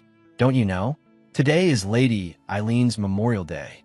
As he heard those words, the boy thought, "I hate making father sigh. It's better for us to endure things rather than show our sadness. That's why we endured Count Mentes, and even now it's still the same. But what about sister?" At that thought, both boys turned back at once, their eyes, filled with worry, fixed on the dining room door. She didn't do anything wrong. At that moment, the two boys remembered something Daphne had once said. "No matter what happens, children must never be abused. There is no existence in this world that should never have been born." Whenever they thought of her, an indescribable emotion swelled inside them. This is the first time we've ever received love from someone else. Such warm comfort, and she was the one who showed us all of that. Are we really doing the right thing by turning our backs on her just because father might be troubled? If heroes were here, wouldn't they save anyone in danger? At that thought, the boys suddenly caught on the word heroes. They both turned and looked at each other at the same time. Their faces were filled with determination. In their hearts, there was only one resolve: to save their sister. Without another word, the two of them threw the door wide open. Hearing the noise, Vrios turned around in confusion. "Emin, Junri?" They immediately stood in front of Daphne and bravely said, "Father, please don't. Sister isn't a bad person. She helped us." Now, there was not a trace of fear left in them. Both Junrius and Romano were filled with one determination only: to protect their sister. The atmosphere froze for a moment. Vrios looked as if he couldn't believe what he was seeing. You children. Daphne, too, was utterly bewildered. Why are these twins protecting me? In the original story, they had never gone against their father, at least not until they met the heroine. So what had changed? Suddenly, Romano gathered all his courage and said, Sister didn't do anything wrong. Count Mentes kept bringing up mother from time to time. The boy's face was filled with sorrow. That's why he bullied us. His clenched hands trembled nonstop. Hearing that, Vrios was deeply confused. Romano, what are you saying? But the boy did not stop there. And we are useless children. Junrius felt exactly the same as his brother and tried hard to hold back his emotions. Romano continued in a trembling voice, children like us shouldn't have been born in this world. Hearing those words, Daphne could not bear it any longer. She called out loudly, Emin. Then she walked over, soothing him. That's enough. It's okay. Don't say things like that. Without letting him continue, she asked, You wanted to help me, didn't you? Your feelings alone are enough. Then she wiped away the tears rolling down his cheeks. After that, she pulled him into a comforting embrace. Junrius had already been teary-eyed for some time now. He immediately rushed in and hugged both of them. And just like that, the three of them embraced while Vrios stood there stunned. What are you all talking about? Suspiciously, he asked, Daphne, it wasn't you, but Count Mentes? His expression darkened. Did that man really harm the children? Seeing his expression, Daphne was rather surprised. She thought, I thought he was very angry before, but this is what Vrios really looks like when he's angry. Without another word, he immediately turned and left. But Daphne kept her eyes on him. If that's the case, then up until now, Vrios had never truly been angry at Daphne. A little later in the prison cell, Mentes kept shouting, What day is it now? Why did they suddenly lock me up in here? I never threatened the young masters. And even if I had, I'm a count. The young duke can't just seize and imprison me like this. His title hasn't even been formally recognized for territorial war by the imperial family yet. Suddenly, the cell door slowly opened. Seeing that, he asked suspiciously, Who are you? Someone from the imperial family? Without a word, the person handed him a glass of water. Oh, you brought water? Hurry and give it here. I'll reward you later. Without a second thought, he drained in one gulp. Not a single drop was left in the cup. After drinking, Mentes turned and asked, Could you bring me a little more water? I've been starving for days, so I'm terribly thirsty. The person coldly replied, Still not enough? How strange. I prepared the biggest cup there was. Suddenly, his face began to change. The person standing before him was none other than Daphne. Hello, learned teacher. At her appearance, Mentes began to panic. Lady Daphne, why are you here? Daphne smiled and said, Naturally, I came because I was worried about my teacher. Hearing that, he cursed inwardly. Worried? As if. What's she really here for? Then his eyes fell to the empty cup in his hand. Could it be? She spoke meaningfully. You figured it out already? Her face looked incredibly sinister. In any case, you're going to die sooner or later. So, I wanted to test my medicine a little. This pain is surely nothing compared to the psychological wound you carved so deeply into those children. Isn't that right? The moment she finished speaking, the cup fell from his hand. Before leaving, she did not forget to add one last sentence. Her face was cold as she glanced at him. Try feeling it too. Feel what it is you've done. By then, Mentes was clutching his throat and crying out, Help, help me. Drool had already begun to run from his mouth. After that, Daphne put her cloak back on. Looking at him coldly, she thought, how pathetic. What I gave Mentes was only ordinary water. Deep down, I didn't want to put poison in it. Lady Daphne poisoned someone, but if I really did that, my ending would become that of a criminal with a record. He was only so easy to threaten because he'd been cornered and was weak, but even so, my anger still isn't gone. As she walked, she muttered to herself, trying to vent her irritation. I ought to castrate that bastard so he can never recover. Suddenly, she lifted her head, and her face froze stiff. Standing in front of her was Vrios. Anxiously, she wondered, why is Vrios here? Don't tell me he heard everything I just said? Surely my image isn't about to go from poison maker to body part cutter, right? She imagined a gossip sheet with her face on it and the rumor. Is she a noble lady or a thug? Lady Daphne Peregrine, the cruel mutilator. She cut off Count Mentes' manhood. Along with that came the image of Vrios' dark, menacing face. She screamed inwardly, absolutely not. Thinking that, Daphne hurriedly spoke. Why you about that? I can explain. Before she could say anything more, he had already turned to leave, but she still called after him. "You're not even going to investigate?" His steps stopped. Instead of answering, he asked back, "What are you talking about?" She answered frankly, "I just came out of the place where Count Mintes is being held. Of course he deserves to die, but you don't know what I may have done." Hearing that, Vrios turned back and stayed silent for a moment. Then he said, "Come see me for a moment." With that, he walked off first, leaving her standing there in confusion. A little later, the two of them enter the office.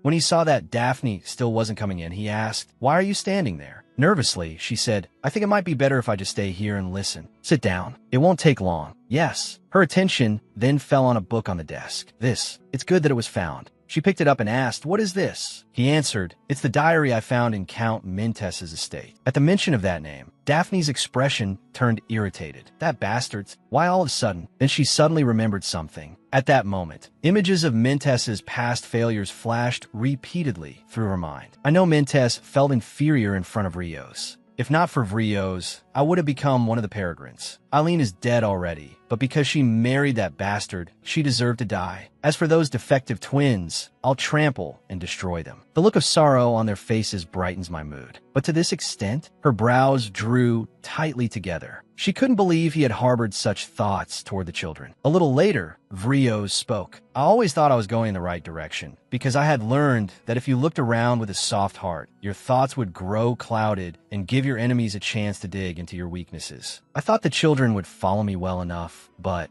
by not looking around, he had failed to realize that his children were suffering. He had never imagined the children would say such things." Romano's earlier words kept echoing in his mind. "We're useless children. Kids like us shouldn't have been born into this world." Holding his head, Vrios said with difficulty, "I'm sorry. It's my fault for not doubting you, and for not being able to answer right away when asked whether I trusted you." But what surprised Daphne even more was what he said next. "And thank you too, not as your uncle." His face was utterly sincere. "I truly thank you." Daphne fell silent for a moment, lost in thought. Vrios had never acted like this in her memories, but the voice she had heard did not sound like a lie. A smile unconsciously touched her lips. She had never expected Vrios to speak to her so sincerely. Then she asked, "In that case, could you give me something meaningful as compensation for your apology?" At that, Vrios agreed at once. "If it's compensation, fine. Whatever it is, I'll hear you out. But if you want to marry Roderick, then I absolutely..." Before he could finish, Daphne cut him off. "Then at least 3 times a week, please have meals with the children." Her words froze Vrios in place. "What?" "Yes," she answered firmly. Hearing him say that left even her stunned. The worst character in the novel. Why was that man's name coming up here? Just hearing the name Roderick made her break out in a cold sweat. The room fell silent for a few seconds. Then Vrios asked in confusion, "Didn't you still want to be engaged to Roderick?" Daphne answered inwardly, "Absolutely not." Then she said honestly, "Uncle, I don't love Roderick anymore. It was only when I stood on the threshold of death that I realized it. That wasn't love. It was just a foolish obsession. I truly regret everything I've done during this time." She was completely serious now. "I've also given up my ambition of becoming a saintess, and now I want to live for myself, a bright, shining life if possible." Hearing that, Vrios also went still for a few seconds. Seeing his expression, Daphne thought, as expected, he still can't fully believe me. The silence is suffocating.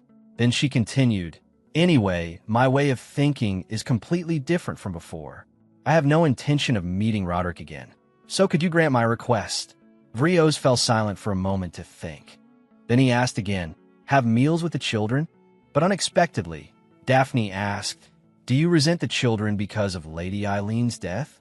He looked utterly shocked. "What? How could I? Why would I think something so absurd? Losing Eileen was heartbreaking for me, but it was never their fault." Daphne then said something that left him speechless. "But the children don't understand that's how you really feel." She stepped closer to him. "The children feel the same way you do. I don't think what Count Mintes did was your fault. So please, don't keep avoiding them. Because of a misunderstanding, you and the twins drifted apart. If you want to mend things." Then Daphne added a piece of advice. "One side has to step forward first." She did her best to voice all the thoughts she had carried for so long. "I hope that person will be you, Uncle." The tension in Vrios's face eased, the grimace disappearing. He remembered the adorable faces of his 2 children. Then he clenched his fist. "Yes, everything you said is right. I'll do as you ask." Just as she had hoped, Daphne smiled and replied, "Thank you, uncle." But then Vrios said, "However, I also have one request. You must join us as well." Daphne was taken aback. "Me?" Embarrassed, Daphne said, "Wouldn't it be a bit strange for me to intrude on someone else's family meal?" Seeing her reaction, he answered, "What are you talking about? You're part of the Peregrine family too." At last, the present Daphne felt the love of family. She sank into thought. In the original story, Daphne had never been acknowledged by the family and had never been loved, always believing she had been abandoned. Maybe Daphne had simply never noticed it. At that thought, she pressed her lips together. Meanwhile, Vrios received a call. "In that case, I'll have the servants notify you once a date has been decided." After ending the call, he turned and said, "Now go back and rest." Suddenly, Daphne remembered something. She asked curiously, "But uncle, how did you know I went to the Wayne district?" Without hesitation, Vrios replied, Lady Flora informed me. She said she heard it from servant. She was very worried about you." Hearing that, Daphne's face darkened. "Flora again? And that person dared to snitch after taking my money?" She knew it had been that butler who told on her. She felt deeply irritated. No one could be trusted. Then Vrios asked, "But why did you go there?" Daphne immediately made up an answer. "I went to look for more medicine. I'm feeling a little better, but I'm not completely recovered yet." As soon as she said it, she thought he still doesn't trust me 100%, so there's no need to be fully honest either. Then she continued, "Also, I only recently found out. You went to the underworld to get medicine for me, didn't you?" Caught off guard, Vrios gave a small cough. He said, "Several days passed, and you still didn't wake up. Neither the purification from the priestesses nor ordinary medicine had any effect." Hearing that, Daphne was shocked. He even called priestesses? For the Peregrine family, a family that used magic, relations with the temple were supposed to be poor. She said at once, "Thank you, uncle. I really mean it." Vrios did not forget to warn her. "If that's the case, then stop treating your body like trash. Never do this again." Obediently, she answered, "Yes, I understand." Seeing that, he unconsciously let a faint smile appear on his lips. Daphne felt overjoyed as well. Then Vrios said, "I'll make things clear with Lady Flora, so there won't be any more misunderstandings. Now go back." Just as he was about to leave, Daphne said, "Wait, uncle, just a moment more." She held out Count Mintes's book. Then she said seriously, "Earlier, when I looked through Count Mintes's diary, it said that he frequently visited the temple. In addition, he tried to overcome his obsession with you through prayer. And Lady Flora is the one who listens to the prayers of nobles at the temple." With this new information, Vrios was once again shocked. He was very sharp, so he understood her meaning at once. "You mean Lady Flora personally brought Mintes here under the guise of a tutor? In that case, there's no way she didn't know the truth." Daphne answered firmly, "Yes, that's right." Vrios's expression darkened. Then he said coldly, "I'll handle this. You don't need to worry." Seeing that, Daphne felt somewhat reassured. "Yes." She curled her lips into a smile. "Actually, I don't know whether Flora is an accomplice or not. But so what? Have you found out yet? She struck first, so I'm only paying her back. Even if I die, I refuse to endure this injustice." The scene shifted to Flora. Resting her chin on one hand, she asked, "How was the atmosphere between the two of them?" A maid came to report. The little duke didn't look very pleased, and neither did the young lady. Hearing that, Flora looked somewhat satisfied. "I see. You may go." When the conversation ended, she leaned back in her chair. Fortunately, Daphne had just caused trouble. Her face began to twist. Inwardly, she calculated, Mintes is such an idiot. I told him to teach the children properly. So what kind of nonsense was he playing at? Luckily, Vrios didn't discover the connection between me and Mintes. Otherwise, I'd have been misunderstood. Now, if I just clean up that little brat Daphne properly, my plan will be perfect. As she was lost in thought, a maid timidly called from outside the door. "Lady Flora." Her mood ruined, Flora snapped, "What is it?" "Didn't you hear I said I wanted to rest?" The maid immediately replied, "The little duke is looking for you, my lady." At that, Flora's eyes lit up. The little duke? But only a short while later, her face was no longer cheerful. Flora asked in shock, "What do you mean, my lord? You're saying I'm no longer needed to educate the young masters?" Without a hint of hesitation, Vrios answered, "That's right. Recent events have forced me to reconsider the children's education." Flora refused to accept it. "Little Duke, I've done my utmost to serve the young lady and the young masters. So why are you dismissing me?" Now, throwing caution aside, she shouted, "Besides, the royal family will surely object. Have you forgotten? I am the person the queen personally sent here. Vrios slammed the desk and said, I understand the royal family's reasons. That is precisely why I am not dismissing you. You may remain here, but you are not to interfere with the children's education. Do you have a problem with that? Hearing that, Flora's expression darkened. If she was not allowed to act as their teacher, then it was no different from being dismissed. Having nothing more to say, Vrios immediately told her, this conversation is over. Leave. But Flora still refused. Little Duke, please reconsider. Seeing this, Vrios let out a helpless sigh. A murderous aura spread from him. I do not wish to repeat myself. If you cannot leave on your own, I will call in the guards. Even then, will you continue standing there? Faced with his demeanor, Flora began to tremble. In the end, she had no choice but to leave. As soon as she stepped out of the room, she clutched her head in distress. What is going on? Why is he suddenly treating me like this? If this continues, it won't just interfere with my goal. Even the queen won't let me off. Her heart was full of hatred. Daphne, if not for that little wretch. Biting her nails, Flora began to scheme. I need to do something to win back Vrios' trust. Something involving someone's life, for example. No, make that two people. The scene shifted to Daphne's garden. Looking over the results of her work, Daphne thought they're growing so fast. Even though I'm a beginner, they're really easy to cultivate. If Daphne is bad at one thing, then she must be good at another. For days had passed since she faced Vrios. Meanwhile, Count Mentes had stopped yelling at Vrios and had become little more than a fool. Once the children's bully disappeared, they regained their smiles. She smugly thought, although I'm a little uneasy about Flora suddenly becoming so obedient, for now, everything is fine. Then she suddenly paused. Looking at her plants, she thought, I've only just sown the seeds, but the variety looks impressive and they're growing very well. Maybe I really can create a new kind of medicine. Suddenly, something on the other side caught Daphne's eye. But what is that? The plant looked incredibly wet, with white sticky fluid oozing from its leaves. Then a voice sounded. That's portapose sap, my lady. Daphne looked quite surprised. The maid continued. Yes, it's very sour and delicious. It's especially good for children's health. My parents gave me a lot of it when I was young to keep me from catching colds. But Daphne still found it disgusting. But doesn't it look a bit like snot? The maid answered helplessly. Yes, so I used to cry my eyes out because I didn't want to eat it. The maid added, but it tastes really good once you eat it. My older sister used to ask for it all the time, and the effects were very obvious. Daphne nodded. I see, but you don't have to eat it plain, right? Just looking at it makes me not want to touch it. Then she began thinking. Let's see, it's very good for preventing colds. It's sour, but even little children can eat it. Suddenly an idea struck her. Sukiya, could you help me with something? A few days later, in the library, as Daphne sat reading, the twin boys came and sat down with her. Smiling, she asked, Junrius, did you come here because you wanted to play with your sister? Blushing, the boy said, no. No matter what the situation is, I can't slack off on my studies.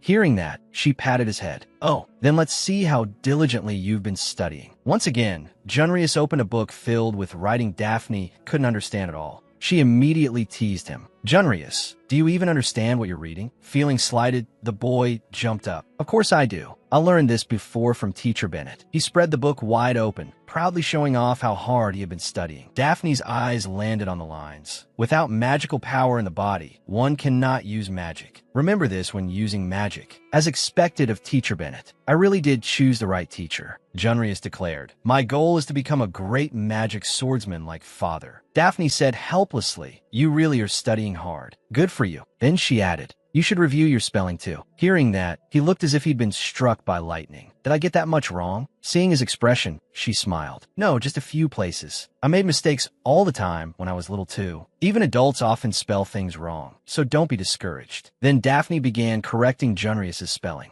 This caught Romano's attention as he sat beside them. Sister, when did you start getting smarter?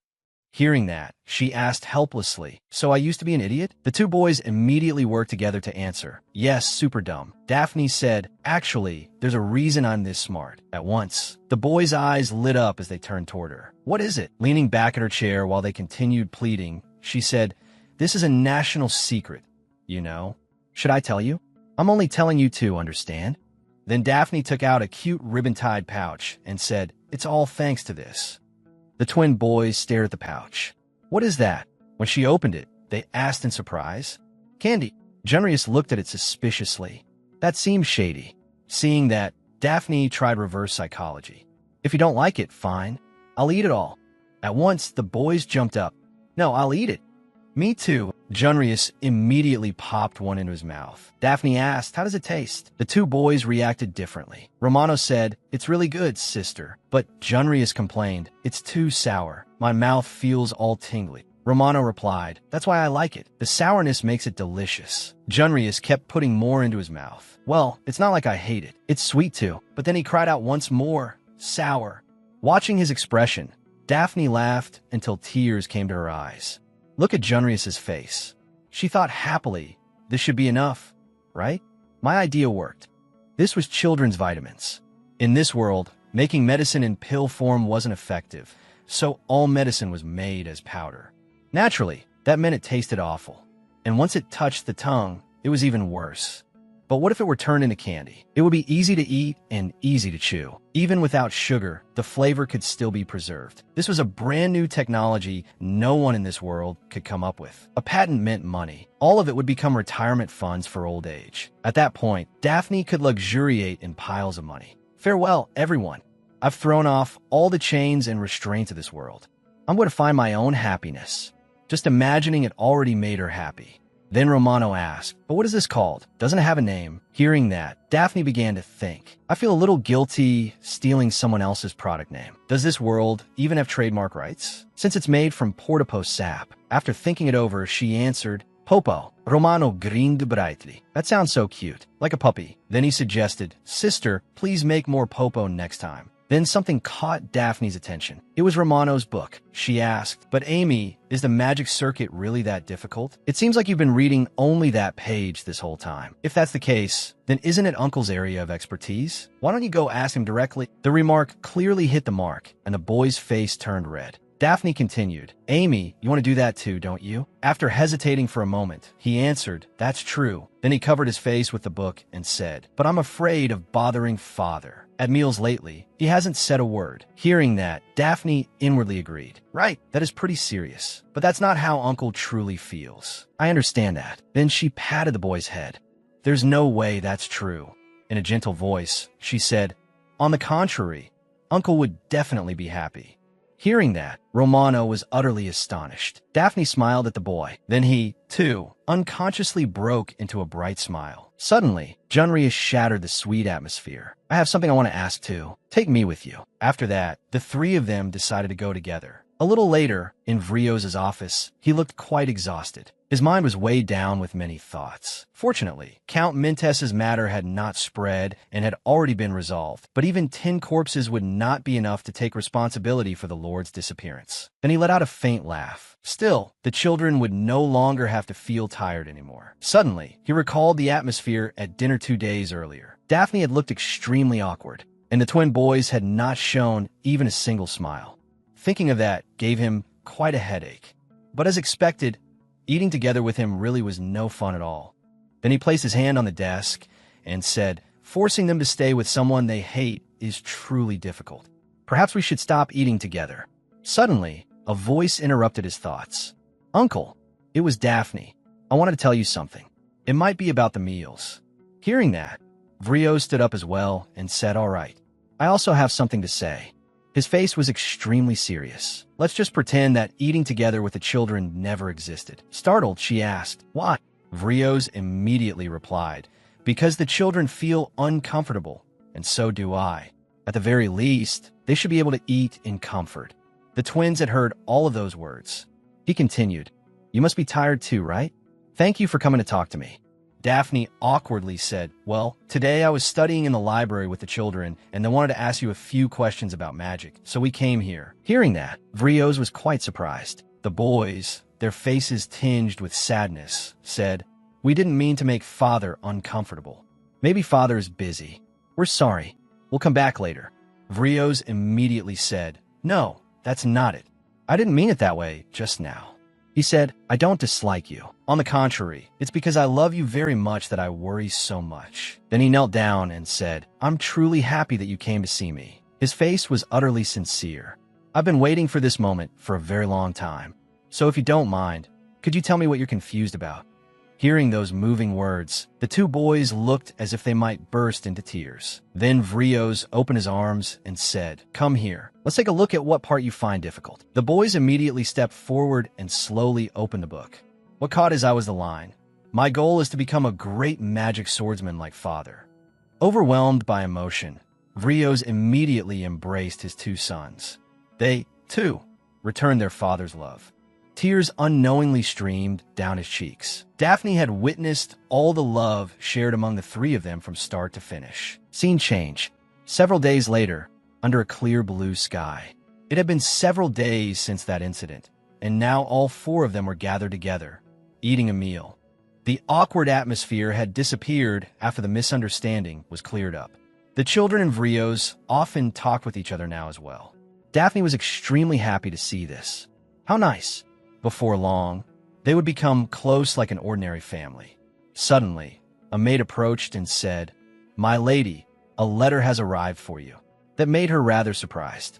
For me, the letter read, "The cake you requested has been completed. Rose Bakery." Seeing it, she frowned and thought, "What is this? When did I ever order a cake? Could this be a letter from the villain?" The boy beside her asked, "Sister, did you order dessert?" She replied, "Yes, I wanted to eat some." Then she asked, "Uncle, may I go out for a while later? I have some personal business to take care of. I won't cause any trouble." Hearing that, Vrios frowned and said, "Are you dissatisfied with the pastry chef there? If so, I'll replace them with a new one." She quickly waved her hands and said, "No, that's not it. I just suddenly wanted dessert, that's all. I also have something else I need to do." Suddenly, the two boys looked at each other, then unexpectedly asked, "Sister, don't tell me you're going to meet that Roderick guy?" Hearing that, Daphne's face twisted. What? Why do they keep bringing him up? Maybe I should just explain it from the start. Vrios sternly said, "Romano, Junrius, you mustn't call an adult that guy." Then he turned to her and added, "Anyway, I understand. But you must return before sunset." At that, Daphne's eyes lit up and she replied, "Yes, I understand. Thank you, uncle." Scene change. A little later, at Lucille's shop, she entered and sat down, thinking to herself, "That maid named Sukia is actually pretty considerate, huh? She even prepared a cloak for me. Full marks for attentiveness. My lady, you must take this with you." After a while, Lucille stepped forward and greeted her. "Princess, I'm very glad you made it here safely." There was even a smile on his lips. Daphne smirked and asked, "You make it sound like you thought I wouldn't be able to find it." Seeing her like that, he thought, "One look at the letter and I could tell. She really is quite different from the rumors." Then he sat down and said, "Nothing like that. Let's not beat around the bush." Daphne got straight to the point. "What about my request?" Lucille said, "After checking, I found that it really was poison commissioned through the Assassin's Guild, but the client is already dead." Looking at the paper in her hand, she thought, "I expected that would happen." Then she said, "It seems the one truly giving the orders was a high-ranking noble." Seeing her reaction, Lucille asked, "You're not surprised?" She answered frankly, "Because I already expected it." "Have you checked whether the antidote is safe?" Lucille took out an empty medicine bottle and said, "Of course. To be honest, I was very surprised. This kind of antidote cannot be made easily, even in the temple. If sold, it would be very valuable." But Daphne crossed her arms, her face cold, and said, "I know. If it's sold under my name, no one would buy it anyway." Seeing her like that, he smiled faintly and asked, "I didn't mean anything else by it. Medicine and trust have to go hand in hand, after all. So where are you planning to sell it?" He fell silent, as if waiting for her answer. There was no way the temple would accept magical medicine from the Peregrine family, and private pharmacists who did not want to be disliked by the temple would refuse as well. In that case, the only card left for the princess was this place, an underground pharmacy. "I absolutely have to sign this contract because I need her medicine, but to gain the upper hand in the negotiations." After thinking it over, Lucille decided to make an offer. "Our side will think about it a bit more, but if you want..." Unexpectedly, Daphne said, "I haven't said I was going to entrust it to you." He was quite surprised by her attitude. "Pardon? What?" She said, "The underground market may be less troublesome, but I want to make money legally. If I get caught and thrown in prison, you won't take responsibility, will you? I'll look for a private pharmacist. If they're blinded by rumors and doubt the value of the medicine, then I'll refuse them. But I believe there must be someone out there willing to join me." Lucille was silent for a moment. He was deep in thought. After a while, he said, "If you'd like, I can find you a suitable candidate." Hearing that, Daphne asked in surprise, "A candidate?" He replied, There are pharmacists who are not on good terms with the temple. It won't be hard to find such a person. Daphne glanced away and said, "If that's the case, then I should thank you." Then he stood up, held out his hand, and said, "Then I'll contact you when I find someone suitable." Daphne reached out and took his hand. "You're very kind, aren't you?" "It's nothing," he said. Then Lucille asked, "Are you going straight back to the estate?" Daphne replied, "No, I'm thinking of walking around the square for a bit. It would be better if I checked how the market around here is doing. Maybe I'll even find someone to work with myself." "Ah, it's not that I don't trust you. It's just that there are things I don't know." Lucille replied, "Yes, I understand." He looked at her for a moment. A few thoughts rose in his heart. This girl kept drawing a line every time I suggested something, and I can't even read her emotions anymore. No wonder I keep feeling irritated. Is this displeasure or some other emotion? Everything is still so chaotic. Seriously, there were too many things about this girl that displeased him. A moment later, the door closed. At that moment, Gale stepped in front of him. Lucille's face darkened for a moment. He recalled Daphne from earlier. "You're very kind, aren't you?" His eyes narrowed. Then he turned and asked, "Gale, do you think there's anyone more suitable for the princess than me?" Gale immediately replied, "Yes, let me think." Inwardly, however, he wondered what's gotten into him now. Lucille, looking deeply attached, said, "I don't want her going with someone else." As soon as he said that, he started walking away. As expected, this won't do. I'm going to find a princess. Hearing that, Gale was utterly shocked. "Wait, you're going there yourself?" Lucille replied with grave sincerity, "Of course. I'll approach her as my true self. Naturally, I'll hide it from everyone else." Then he pushed the door open. Lucille was brimming with confidence. What kind of expression will she show? Isn't that something to look forward to? Scene change. A little later, out on the street, Daphne let out a sigh of relief. "I survived. I was so worried that if I made a mistake, that guy would beat me up. I was only pretending to be strong, but by the end, I was trembling."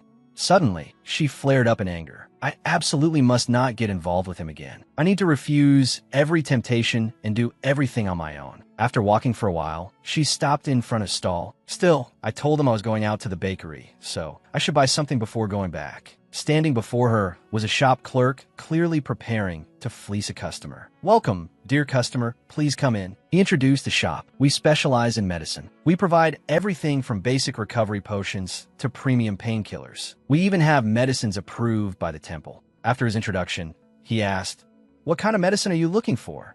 Her attention landed on a red bottle. Seeing that, the clerk quickly said, "You have a very sharp eye. You recognized valuable medicine at a glance. This is a premium medicine from the temple. It costs 20 gold. It's rather expensive, but it's a rare medicine, so there are only a few bottles left. You should hurry." Hearing that, Daphne was quite surprised. One bottle for 20 gold? That's expensive. But judging from this shop's location and scale, this was probably the best-selling shop in the center of the square. But if the shop owner kept emphasizing his connection with the temple, then there was no way he would accept the risk of signing a contract with her. Daphne put the bottle back down. "All right, let's put this matter aside for now." Suddenly, someone bumped into her. She thought, "He's built that big, and yet I didn't even notice him approaching." That person asked, "How much is this?" The shop owner immediately replied, 50 gold, sir. This is a limited edition from the temple. What do you think? Shall I wrap it up for you?" Daphne was stunned. 50 gold? It was the same bottle she had just considered buying. That made her even more shocked. Just now, he told me it was 20 gold. Seeing the shop owner's hypocrisy, she grew irritated. Is he really that desperate for money? But then Daphne calmed down. Forget it, don't bother. Attracting other people's attention isn't good. 50 gold was more money than ordinary working people could earn in a year. Only a fool would believe that price. But unexpectedly, the young man agreed. "Fine, do that." Yet Daphne couldn't accept it. Is that guy really an idiot? Why would he buy that? I don't intend to interfere, but if there's a swindler doing business here, that won't do. Thinking that, she spread her arms, then stepped forward and raised her voice. "You're being far too blatant with your fraud." She coldly questioned him. "Just now you said you'd sell it to me for 20 gold. Did the price go up already?" Hearing that, the shop owner went pale, but still tried to argue. "What would you know? You don't even know what kind of medicine this is." Then he shouted right in her face, "Do you even know how pricing works?" Daphne smirked and said, "That's a fair point." Then she continued, "But I do know that you can't arbitrarily change the price of products supplied by somewhere else. And if it's an item from an upright place like the temple, then that's even more illegal. Is this really medicine from the temple?" But he refused to back down and warned her, "Of course it is.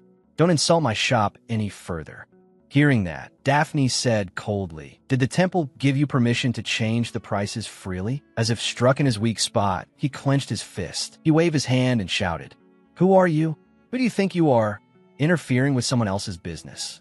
But Daphne only gently pushed his hand aside, and he flew back several meters. "You were the one swindling customers first." With killing intent in her voice, she asked, "How dare you try to cheat me?" Once he saw her face clearly, the shop owner finally recognized her. "Princess Peregrine, I'm sorry, please forgive me. I didn't recognize you." Daphne cast him a threatening glance. "Watch your tongue," she turned and said, "but first, you should deal with the anger of those people over there." As soon as she finished speaking, the customers present erupted in fury. "You dare to cheat me? How much money have I spent buying medicine here? Give me my money back, you swindler." Ignoring the commotion, Daphne walked away, thinking, this should be enough. I should get out of here so I don't get dragged into it. Suddenly, her eyes caught on someone elsewhere. It was the man she had bumped into earlier. He's built so big, so why does he look so helpless? Daphne sighed helplessly, then walked over and asked, "You don't want to get swept into that crowd, do you? Follow me." The man agreed without hesitation. The next moment, the two of them ran off as fast as the wind. After running for a while, Daphne was panting heavily. Her face went pale as she thought, "Why are we both running? But I'm the only one gasping like I'm dying." At that moment, the man said, "Thank you very much." She replied, "It was nothing." Then Daphne looked up and said, "You should be more careful. You seem rather innocent. The more money you have, the more cautious you should be." The man thanked her again, but she bluntly replied, "I'm not doing this to be thanked." At that moment, the man slowly removed his cloak. Faced with that handsome appearance, she froze on the spot. In that instant, not a single word could escape her lips. That person was none other than Lucille. Standing before him, Daphne suddenly stiffened and thought, wait a second. In this novel, there is only one person with silver white hair and red eyes. Originally, the symbol of the royal family was brilliant golden hair and deep blue eyes, as though they contained the entire sky. But the second prince was different. He had dazzling platinum hair and red eyes that seemed capable of burning everything. However, he was the crown prince's half-brother, who had been exiled to the magic tower after receiving the title of Grand Duke. And that person was none other than the supporting character Lucille. But in the original story, I remember that Lucille died of a rare illness and was barely even mentioned. So why is he appearing here now? Seeing that she remained silent, Lucille asked, "Are you all right? Don't tell me you were hurt somewhere." Daphne, her mind in chaos, replied, "I'm fine. The light was just too dazzling. It's because of your radiance." Hearing that, he smiled and replied, "That's a relief." Seeing that expression on his face, she couldn't help but think, he's just a supporting character. So does he really have to be this ridiculously handsome? I need to get a grip. I can't let myself be charmed. At that moment, he decided to introduce himself. Though this introduction is a little late, my name is Lucille Winterrose Grespin. Daphne also replied politely, "It's an honor to meet you, Grand Duke. I am Daphne Peregrine." He then seemed to realize something. "Ah, so you're Princess Peregrine." Seeing his reaction, she was rather surprised.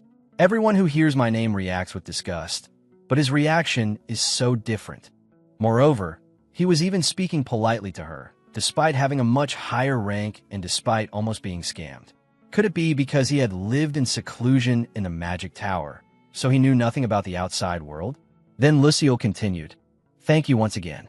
Thanks to you, Princess, I wasn't swindled." Daphne replied, "Not at all. Meeting your grace is my honor." After saying that, she fell into thought. In any case, I should return now. Even if he's a dying supporting character, he's still the crown prince's half-brother. If I get too involved with him, I might get dragged into the original plot. Finishing that thought, she lifted her skirt and bowed. "Then please excuse me, your highness." Suddenly, Lucille called out to her wait. Somewhat shyly, he said, "I want to repay your kindness." Hearing that, she froze as if turned to stone. If I really belonged in this world, I probably would have already been dazzled by that beauty and asked to get acquainted with him on the spot. He really was absurdly handsome, but I'm someone who transmigrated into a novel. Since I already know everything, I absolutely have to avoid him. Without a moment's hesitation, Daphne turned on her heel. "Thank you, my lord, but there's no need." She smiled and explained, "I didn't help you to be repaid. Just forgetting me would be more than enough repayment." Then she fell into thought. Anyway, he was the most beautiful man she had ever seen, but he was far too innocent. He really was the perfect person to take advantage of. Seeing her refuse him so bluntly, Lucille forced a smile and asked, "I don't know whether you know who I am, but I'm the master of the magic tower. Is there really nothing at all I can help you with, my lady?" Daphne answered quickly, "Yes, there isn't. There's really nothing at all." Suddenly, Lucille fell silent. His eyes narrowed sharply. Seeing that, she was puzzled. What is it? When he isn't speaking, he looks so cold. Then Lucille suddenly said, "An uninvited guest has arrived." At those words, she immediately turned around. Yes, an uninvited guest. Behind her, a man was walking toward them. "Daphne, is that you?" Her eyes narrowed at once. The man was none other than Roderick Evan, the second male lead who loved the saint, and Daphne's former fiancé, the one who haunted her the most. Her hands began to tremble. What is this tension? Had Daphne's memories really been engraved that deeply into this body? He looked extremely irritated as he approached her and said, "I clearly heard you were in critical condition, yet the moment you recovered, you chased me all the way here? How boring. Doing this won't change anything." Hearing those mocking words, Daphne could only sigh inwardly. He had never been interested in Daphne, but she had followed him around constantly. Flora Solerti's malicious words kept echoing in her head. Because she was hurt by Duke Roderick, she had ended up harming herself. This appearance is absolutely necessary if you want Duke Roderick to change his mind. Try looking in a mirror. Lord Roderick won't have any choice but to fall in love with you. She stayed silent for a moment.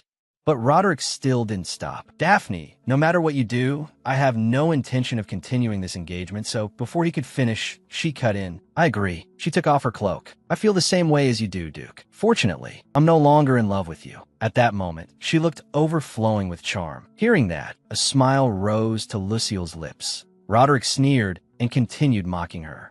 "This is the first time I've seen you try something like this. You don't love me? So this is the excuse you came up with?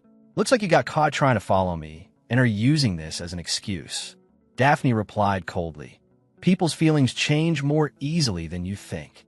Just like the way your grace was being affectionate with Miss Regika Perrowan while I was still your fiancé, my feelings disappeared like smoke." At that, he shouted, "That was clearly a misunderstanding." Daphne folded her arms, perfectly calm. "Listen, Duke. You insist that my change of heart is nothing but an excuse, and yet you dismiss what I saw with my own eyes as a misunderstanding. Don't you think that's rather strange of you?" At that point, Roderick had nothing left to say. He could only press his lips together in silence. Lucille, standing beside her, burst out laughing as well. Saw thee. I just couldn't hold it in." Then Roderick came up with another jeer. "But who is this man, anyway?" I see. I was wondering why the lady was saying such strange things. So it turns out there's another man. You're planning to pin all the blame on me because you're afraid people will find out the truth, aren't you?" But even hearing that did not make Daphne waver. She wondered, is this really the second male lead? How am I supposed to get away from this guy? At that moment, Lucille whispered into her ear, "My lady, if you don't mind, shall I repay you now?" She turned to look at him, clearly in agreement. "Right? There's no problem with letting him repay me. I have no idea how he plans to do it, but if he can get that man to leave, then please do." As if understanding her, he said, "Then excuse my boldness. In truth, I've been looking forward to meeting you today." The very next second, Lucille bent down and kissed the back of her hand. The two of them suddenly looked incredibly intimate. Seeing that, both Roderick and Daphne were completely bewildered. Lucille then spoke. "My lady, you've kept me waiting a long time. Don't you understand my feelings?" At those words, she froze stiff. Lucille's line made both of them turn rigid as statues. He then removed his cloak. Seeing that, Roderick was utterly shocked. "Grand Duke." Lucille took Daphne's hand. Looking at Roderick, he said, "A pleasure to meet you, Lord Roderick." Roderick immediately bowed respectfully. "I deeply apologize, Your Highness. I didn't realize it was you, so I spoke too rashly." Then Lucille turned his eyes to Daphne and said, "It's fine. Lord Roderick wasn't exactly wrong either." That left Roderick stunned. Lucille continued, "The feelings I hold for my lady, Without beating around the bush, Lucille asked directly. Lord Roderick only just realized it as well, didn't he? His eyes were filled with love-struck affection as he asked, My lady, I would like a word with you in private. Shall we? Hearing that, Daphne felt as if she had been struck by lightning. Is this his strategy for getting rid of Roderick? Get a hold of yourself. Then she turned to look at him. She began to think. The girl named Daphne had spent her whole life chasing after Roderick, and now she was showing affection toward a man even more handsome than him. Lucille, the master of the magic tower. That would definitely wound his pride. And he wouldn't tell anyone about what happened today. The exiled Grand Duke meeting the villainous Daphne? No one would believe that anyway. This was actually quite a good strategy. Finishing that train of thought, she said, Yes, let's go, Your Highness. But she did not forget to turn back and add, Then I hope there won't be any reason for me to see the Duke again. After saying that, the two of them linked arms and left, leaving Roderick behind, still unable to understand what had just happened. He clenched his palm tightly and frowned. I can't believe it. Was that really Daphne? Suddenly, a man ran up and asked, Lord Roderick, what happened? He looked very worried. You suddenly ran off and startled me. Nothing serious happened, did it? Roderick roughly shook the man's hand off. He shouted, Where do you think you're putting your hand? Grinding his teeth in irritation, he thought back to the first time he met Daphne. It was a day considered historic, when the temple had developed an unprecedentedly powerful painkiller. At the time, Roderick had still been young. During a party, something suddenly caught his attention. Outside the window, the temple was suddenly emitting a strange source of power. Curious, Roderick walked over and opened the door to see. When he stepped inside, he murmured in amazement, So this is the goddess's spring. Looking down at the ground, he wondered, But why is there water on the floor? Back then, he'd been so naive that he understood nothing. Then, right in front of him, he saw a woman sprawled on the ground. Seeing that, Roderick frowned and thought, What is this? Is she dead? Why did I have to be the one to find her? Slightly alarmed, he was about to turn around and leave. I need to get back quickly. Then the girl moved. Seeing that, Roderick thought, She's alive? In that case, before anything happens, I need to make sure it's clear I had nothing to do with this. With that in mind, he immediately went over and helped her up. Are you all right? That person was none other than Daphne. She looked utterly exhausted at the time. Is that you? He said. Miss Peregrine, you need to stand up first. By then, everyone had rushed over as well. Roderick, what in the world happened? Before he could say anything, his father grabbed his arm and pulled him away. We need to return at once. The event has been canceled. They say the demon that had been confined for purification has disappeared. It could be dangerous, so we need to leave immediately. Even so, Roderick looked back at that little girl with lingering reluctance. But in the end, he had no choice but to obey his father. A few days later, Daphne had recovered quite a bit by then. Hello, young Master Roderick. She smiled and introduced herself. I'm Daphne Peregrine. And she did not forget to ask, You were the one who saved me that day when I fell into the water, weren't you? Roderick hesitated slightly. Inside, he was shyly thinking, up close, she's really beautiful. If only her blood weren't mixed with that of lowly commoners. In a sweet voice, Daphne said, Thank you so much. Young Master Roderick is my hero. At the word hero, his face began to redden. The innocent girl repeated, Yes, my hero. Roderick's thoughts kept surfacing one after another. In light of the Peregrine family's prestige, something money could never buy, and through my efforts to grow close to Daphne, we became engaged. But unlike the timid rumors about her, Daphne's obsession with me was utterly insane. At the time, Daphne had looked vicious. There was nothing she couldn't have, so no matter what happened, she would never let me go. That was what I believed. Even now, he still couldn't believe it. But when did she and the Grand Duke get acquainted? No, this really made no sense. Without another word, he turned and strode away. Then he suddenly shot forward like the wind and called out, Daphne, wait. But Lucille unexpectedly caught him by the hand. Roderick, showing no restraint, said, Please step aside, Your Highness.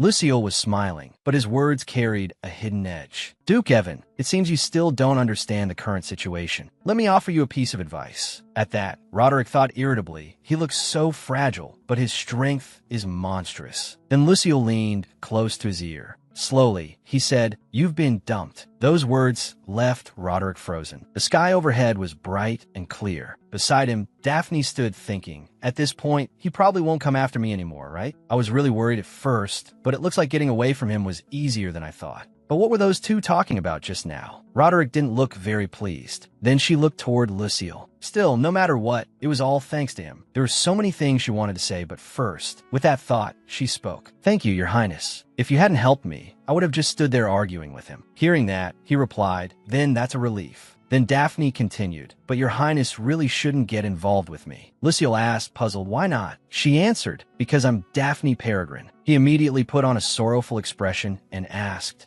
"Is that the reason? Or is it because I did something wrong?" That was the best method in that situation. "You seem very troubled, my lady." But, seeing that, Daphne felt a little troubled herself. How should I explain this? He probably doesn't know the rumors about me. In truth, he had helped her a great deal. If it hadn't been for Lucille, she would have become the sort of woman who bought slaves and sank into a life of debauchery because of her obsession with her fiancé. Then she began calculating again, and yet he's innocently asking if he did something wrong. But getting close to me brings Lucille no benefit at all.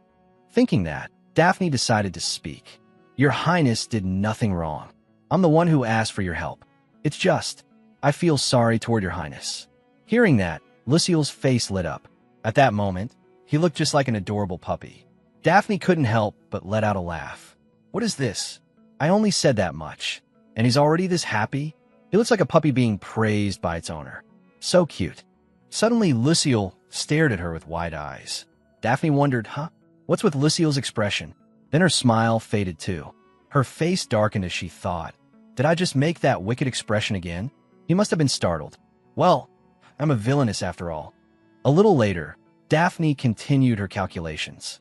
Now the only thing left is to submit the annulment papers to the imperial family. Stamp it, annul the engagement, and then my relationship with Roderick will finally be over. Good. Let's end this quickly. Lucille had been unusually quiet this whole time. After a while, he took her hand and called softly, "My lady." He pressed a kiss to her hand and began to flirt. "You have such a sweet scent. How should I put it? It feels like I've smelled it somewhere before." Hearing that, Daphne was so startled she nearly jumped. What is this? Why does his face suddenly look so dangerous?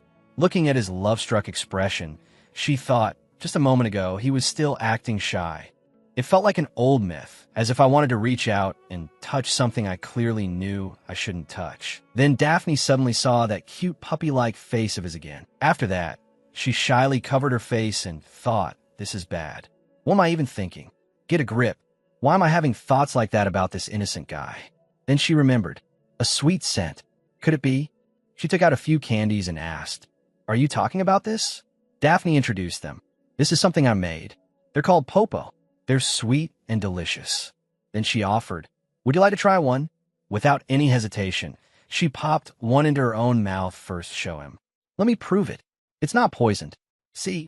Lucille smiled and muttered under his breath, "And here I thought she was giving me candy. Could it be that my beauty trap failed?" Daphne didn't hear him clearly and asked again, "Pardon, Your Highness? What did you say?" He answered, "Nothing. It looks delicious. I'll enjoy it." So he likes sweets. That's a relief. Then Daphne opened her watch again.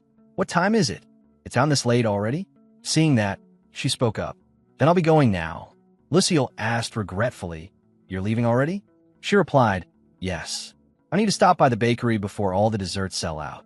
As she was about to leave, she suddenly paused. Daphne turned back and said, "If you're worried there may be rumors about us, I'll make it absolutely clear that there's no relationship between us at all. So please don't worry." Lucille answered at once, "That won't be necessary." Then a moment later, he asked, "You said you were looking for a bakery, right?" "There's a bakery up ahead near the fountain. I've heard their baking skills are exceptional." Hearing that, she was rather surprised.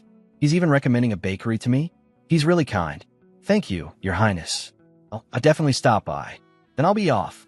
As soon as she finished speaking, she left, leaving Lucille standing there alone. Gail, who had witnessed everything from the beginning, had also been noticed by Lucille. "You were laughing awfully loudly, loud enough to make my ears hurt." Startled at being caught, Gail said, "I'm sorry. It's just that this is the first time I've ever seen someone not be enchanted by your beauty, my lord." Lucille paid no attention, still lost in thought. She doesn't have feelings for Roderick anymore, so why doesn't she like me? Has my appearance really stopped working? No, that can't possibly be it. He recalled all the praise everyone always showered on him with.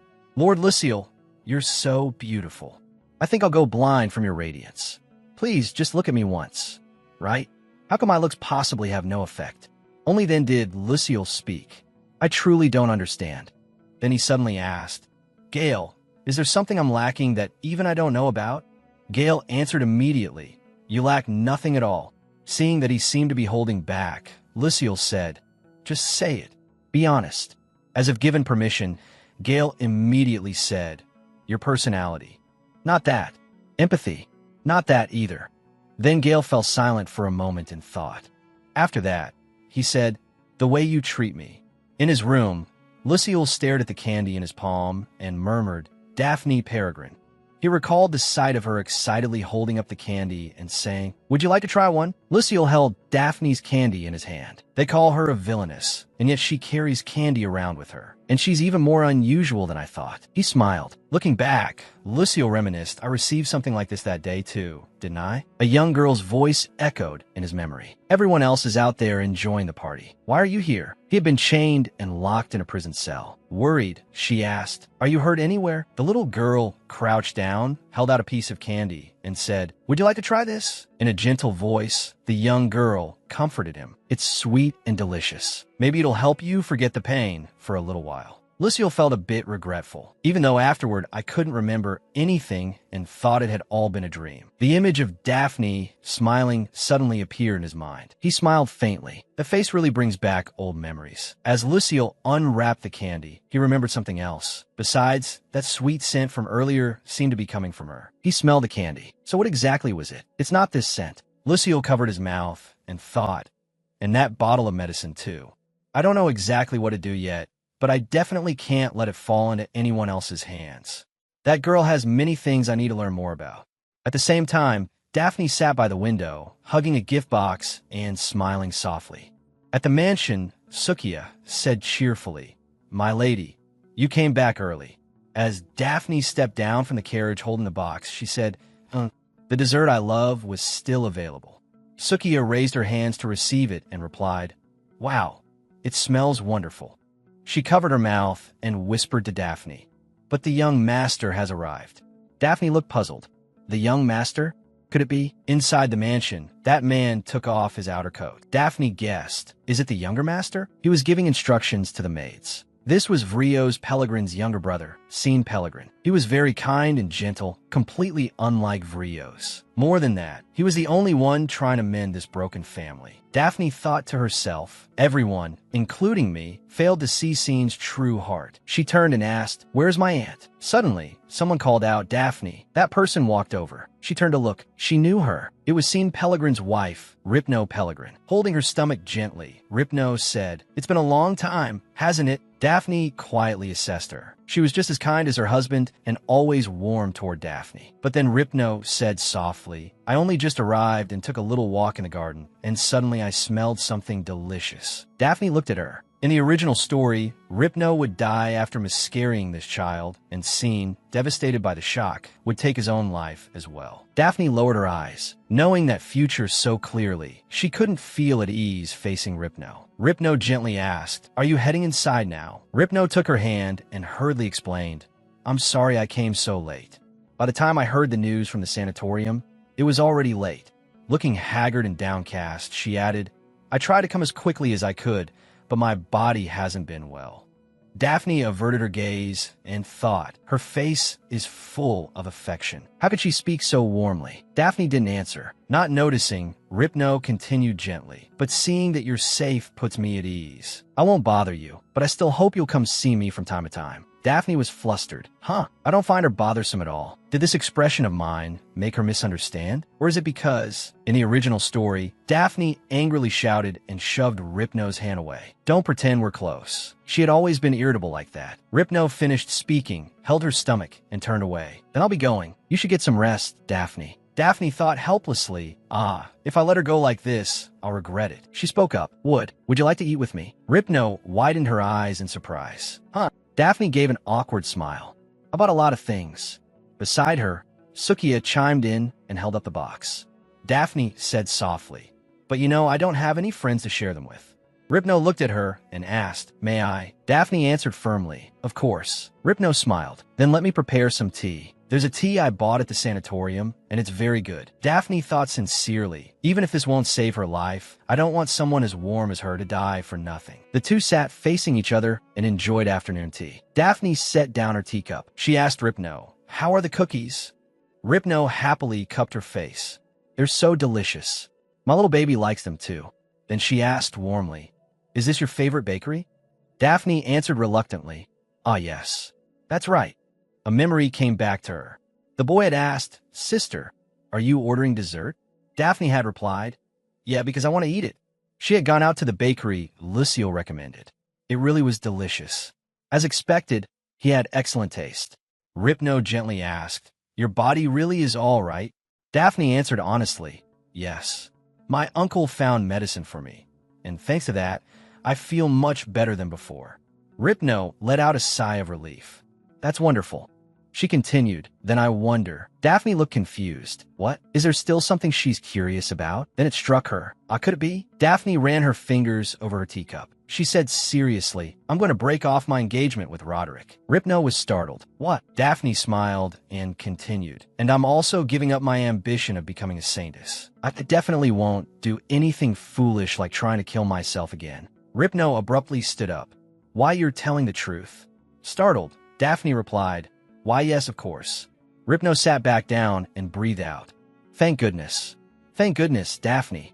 Daphne thought seriously, "Come to think of it, it really is strange. Roderick was always cold toward me. He was so good at wearing a mask that even if he had a secret affair, no one would suspect him. Then why did Ripno and Scene hate him?" Daphne said softly, "Anne, I'm sorry. When I woke up, I had forgotten a lot of my memories." Ripno looked confused.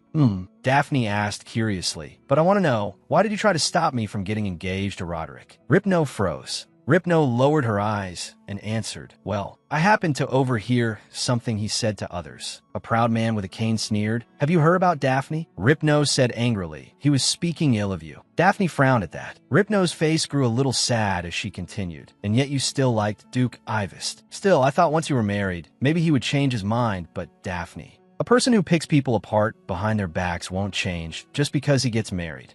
That's why I tried to stop you. Someone who has cheated once may very well do it again." Hearing that, Daphne frowned and thought, well, people can change.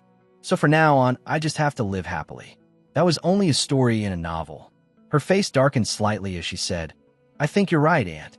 Just the fact that he gossiped about an unmarried woman in front of others tells me he's beyond hope. If a couple can't respect each other, how can they build a happy family? Even though I only learned the truth now, I still feel relieved." A strong resolve now radiated from her as she added, "Thank you, Aunt. My mind feels much clearer now." Seeing her niece like this, Ripno felt deeply satisfied. She repeated, "Your mind feels much clearer now, Daphne. I was truly so worried about you." Resting her chin on her hand, Daphne studied her and thought, how should I put it? Light brown hair, gentle eyes. She really does look like a squirrel. Then she suddenly paused. But why was someone so well cared for this then? And why had she died after miscarrying? Just then, a maid came over and said, "It's time for your medicinal tea." Daphne asked, puzzled, "Medicinal tea?" Ripno replied, "Yes, this tea is very good for women in general, especially pregnant women. My personal doctor prescribed it for me. Would you like to try some?" Daphne answered brightly, "Yes, that would be great." The tea was poured at once. Looking into the cup, Daphne thought, "It smells nice. This scent feels familiar." As she took a sip, she wondered, what is this? Then she suddenly sensed something. "This is..." Daphne set the cup down and asked, "Aunt, was this tea recommended by your personal doctor?" Ripno answered cheerfully, "Yes. The doctor worked very hard to find it abroad, just for me. I drink it whenever I have free time. He's very attentive, isn't he?" Then Daphne asked, "How long have you been drinking it?" Ripno thought for a moment and answered, Since I left the main house. It's already been more than 2 months, hasn't it?" Daphne frowned. She began to think deeply. In Daphne's memory, Ripno's health had started to worsen around a month ago, which was why Scene took her to the sanatorium. But the reason she never recovered might have been because she kept drinking this tea. And could this be the reason she miscarried? After thinking it through, Daphne asked, "Aunt, may I meet the doctor in charge of your treatment? I haven't been feeling very well lately." "What?" Hearing that, Ripno became deeply worried. "You haven't been feeling well?" Daphne replied, "It's not serious enough to worry about. I just wanted to ask about a few simple treatments." Without hesitation, Ripno told her, "Then try the third annex." He decided to stay there as a resident doctor to monitor my condition. "I see. Thank you, Aunt." Her eyes turned icy as she thought, "Let's see. He has enough nerve to stay here as a resident doctor too." A little later, in a doctor's office, someone was humming happily. A man stood there with his hands on his hips and said, "Wow, rich people really are different." That man was none other than Ripno Pellegrin's personal doctor, Spencer. He looked delighted. "What a woman. This pays several times my yearly salary." Then he pursed his lips and thought besides. As he thought, he touched his doctor's coat. "Someday, this robe will belong to the temple." Just as he was savoring the moment, a loud noise suddenly rang out. Furious, Spencer shouted, "Who is it? Who do you think you are, banging on the door like that with no manners at all?" Suddenly, his face turned pale.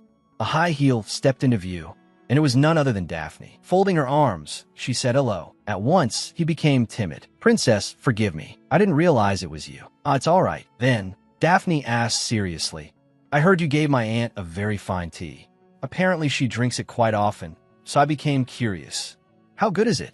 Could you give me some as well?" Hearing that, his face went green. "That might be a little difficult." Seeing his reaction, she pressed him further. "What? Am I not allowed to drink that tea?"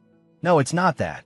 Spencer thought to himself, if the princess learns about this tea's side effects, there'll be trouble. But if I ignore her, with her temper, she'll definitely explode. That won't be good for my current position. That's right. What would a foolish princess know anyway? Having decided to take the risk, he said, "Then please wait a moment." A little later, he handed her a small pouch. Spencer did not forget to add, "It tastes better mixed with water or milk. The rest of the tea belongs to Lady Ripno, so I hope you understand." "Very well. Thank you. Please return safely, my lady." Once outside, Daphne opened the pouch to inspect it.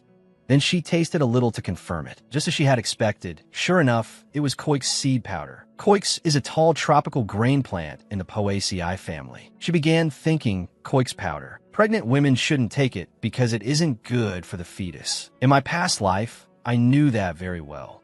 Of course, if you don't consume it in large amounts, the risk is small. But the fact that he used his position as the attending physician to harm a pregnant woman is a major issue. He has enough influence to obtain valuable koix powder from another country. I don't have concrete proof, but I already have a vague idea who's helping him. Thinking as she walked, Daphne eventually arrived where she needed to be. She flung the door open. "Then let's investigate a little further." The maids burst in through the door and shouted, "Hey, why are you here instead of working?" Sukiya stuffed pastry into her mouth. Chewing. She looked at them and said, "Teach that." Panicking, Sukiya added, "The princess gave me quite a lot of dessert, so." Would you like to eat with me? There's still plenty."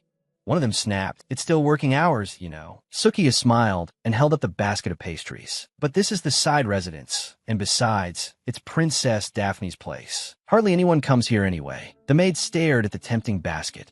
One of them came closer, grabbed a pastry, and said irritably, "In exchange, I'll keep this a secret. But don't let this happen again." Having gotten what she wanted, Sukiya said, "Wow, thank you. Come on, sit down." Sukiya smiled and said, "By the way, you're from the main house, right? This is the first time I've properly talked with all of you. My aunt mostly stays in the side residence." The others replied, "That's true. Servants from the side residence rarely get to go to the main house." She asked curiously, "I thought so. So only servants like Madame Flora can come and go freely?" The two maids exchanged glances. "Madame Flora?" One maid explained, "She's the one responsible for Princess Daphne's education, but she's not actually allowed to enter and leave the main house freely." Sukiya looked confused. But she comes here often, and she always seems really busy." The maid replied, There's probably some other reason." The maid sitting beside her covered her mouth and whispered, "Actually, about Madame Flora." Sitting with her arms folded, Daphne asked seriously, "Flora is secretly in love with Uncle Zaire?" Sukiya bowed her head and answered, "This rumor might not be 100% true." Daphne guessed, "Still, it's very possible. Otherwise, the rumor wouldn't have spread. And it's not just based on hearsay." Daphne raised her hand as if listing the points. Her actions, her tone, her gaze.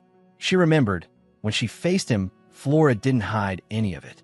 Resting her chin on her hand, Sukiya said sympathetically, yes. If it's been a long, unrequited love, then I guess that kind of heartbreak makes sense. Daphne replied flatly, yes. Enough to make her harm anyone just to get what she wants. Piecing everything together, she thought, I was poisoned. Aunt Ripno was given a prescription harmful to pregnant women, and Flora has long loved him without being loved back. Isn't that too much of a coincidence? Daphne stood up. Alarmed, Sukiya quickly tried to stop her. Princess, don't tell me. Because of the princess's usual behavior, Daphne beating someone half to death wouldn't be surprising. But Daphne replied angrily, I'm not going to do what you're thinking. We need to wait for the right moment. Then, with a teasing smile, Daphne said, Sukiya, do you know how to catch a rat that's been greedily stuffing itself? She placed a hand on the door. Daphne turned back and said coldly, you take away the thing it has wanted for so long. And to do that, we first need to set a trap. On the other side, he placed a hand on her shoulder and called softly, my dear. Scene bent down and gently asked, how are you feeling today? Ripno smiled. Aside from being a little sleepy, I'm fine. His eyes welled up as he pressed his lips together. Is that so? Ripno looked up at him. I told you I'm fine. Are you crying again? He covered his mouth with his hand.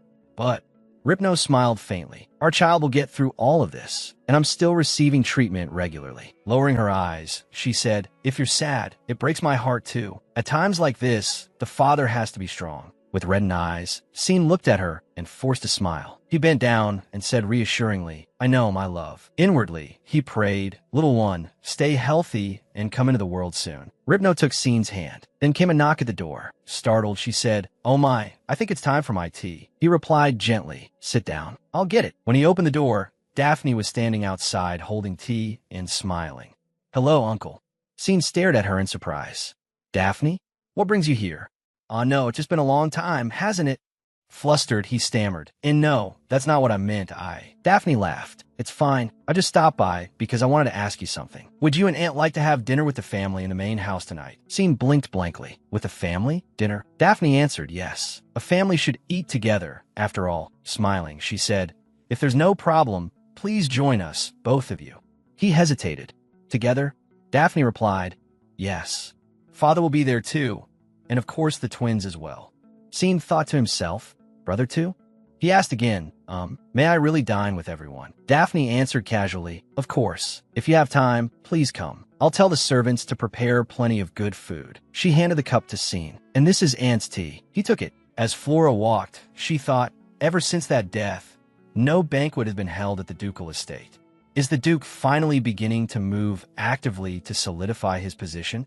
She pondered seriously. Well, that's possible. Besides, Scene and Ripno only just returned from the sanatorium. That means they'll probably announce that her health has fully recovered and put an end to the ugly rumors outside. Flora curled her lip. Of course, Ripno's condition will only worsen in the future. Then a thought struck her. But what if? Flora bit her nail and frowned. What if he intends to bring a new mistress into this house? She hurried forward, absolutely unwilling to allow that. From the window, Daphne pulled back the curtain and watched everything. Hearing the sound, Spencer turned around and greeted her ingratiatingly. Madam Flora. She stepped inside and calmly asked, nothing unusual has happened, I assume? You're carrying out your work properly, aren't you? He answered firmly, of course. I've always followed your orders, Madam Flora. Smiling obsequiously, Spencer asked, everything is going smoothly as you promised, right? He complained, do you know how hard it was for me to put the drug into Princess Daphne's cup and Ripno's as well? Flora raised an eyebrow. So, Spencer got to the point. If this all goes well, I'd like a small guarantee regarding your promise to help me become a temple physician. Flora frowned in annoyance. Then she tossed something into his hand and said, fine, here's the advance. Madame Flora carefully instructed him. Make sure you safely get Ripno and her child out of the way before anything happens. Spencer answered briskly, yes, yes, of course. Naturally, watching him count the money, Flora sneered inwardly. Idiot. How could the Peregrine family's personal physician ever become someone loyal to the temple?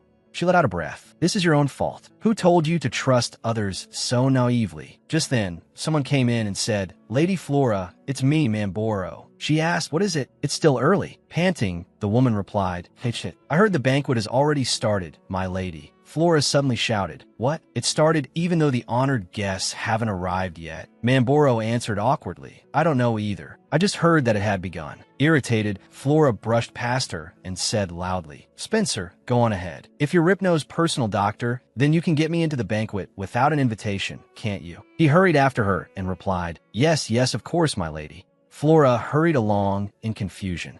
What is this? What on earth is going on? When they arrived, the two guards at the entrance said sternly, "You may not enter this place." Flora stared in bewilderment. What? Spencer is the personal doctor of this estate. There's no way Spencer would be barred from such an important place. The two men paid no attention to what she said, and she continued trying to explain. "Besides, you must know this. My visit to the ducal estate was by order of both the temple and the imperial family." Losing patience, Flora snapped, "Before I charge you with rudeness, move aside at once." Then a voice sounded from behind her. "Teacher Flora." She flinched. Flora turned as if she had found hope. Daphne. Seizing the chance, she put on a pitiful act and complained, "You came at the perfect time. These knights are saying Spencer isn't allowed into the banquet." Daphne answered calmly, "Oh, is that so?" Daphne tilted her head slightly to signal them. The two men placed a hand over their chests and bowed. After the knights stepped away, Flora rejoiced inwardly. Good. I thought Daphne had suddenly changed recently, but in the end, she's still the same. Outwardly, Flora smiled and said, "Thank you, Daphne."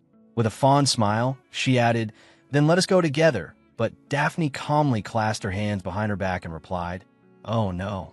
Lady Flora, you cannot enter." Flora froze in confusion. "What?" Daphne stepped closer and said, "The banquet was canceled." She smiled faintly.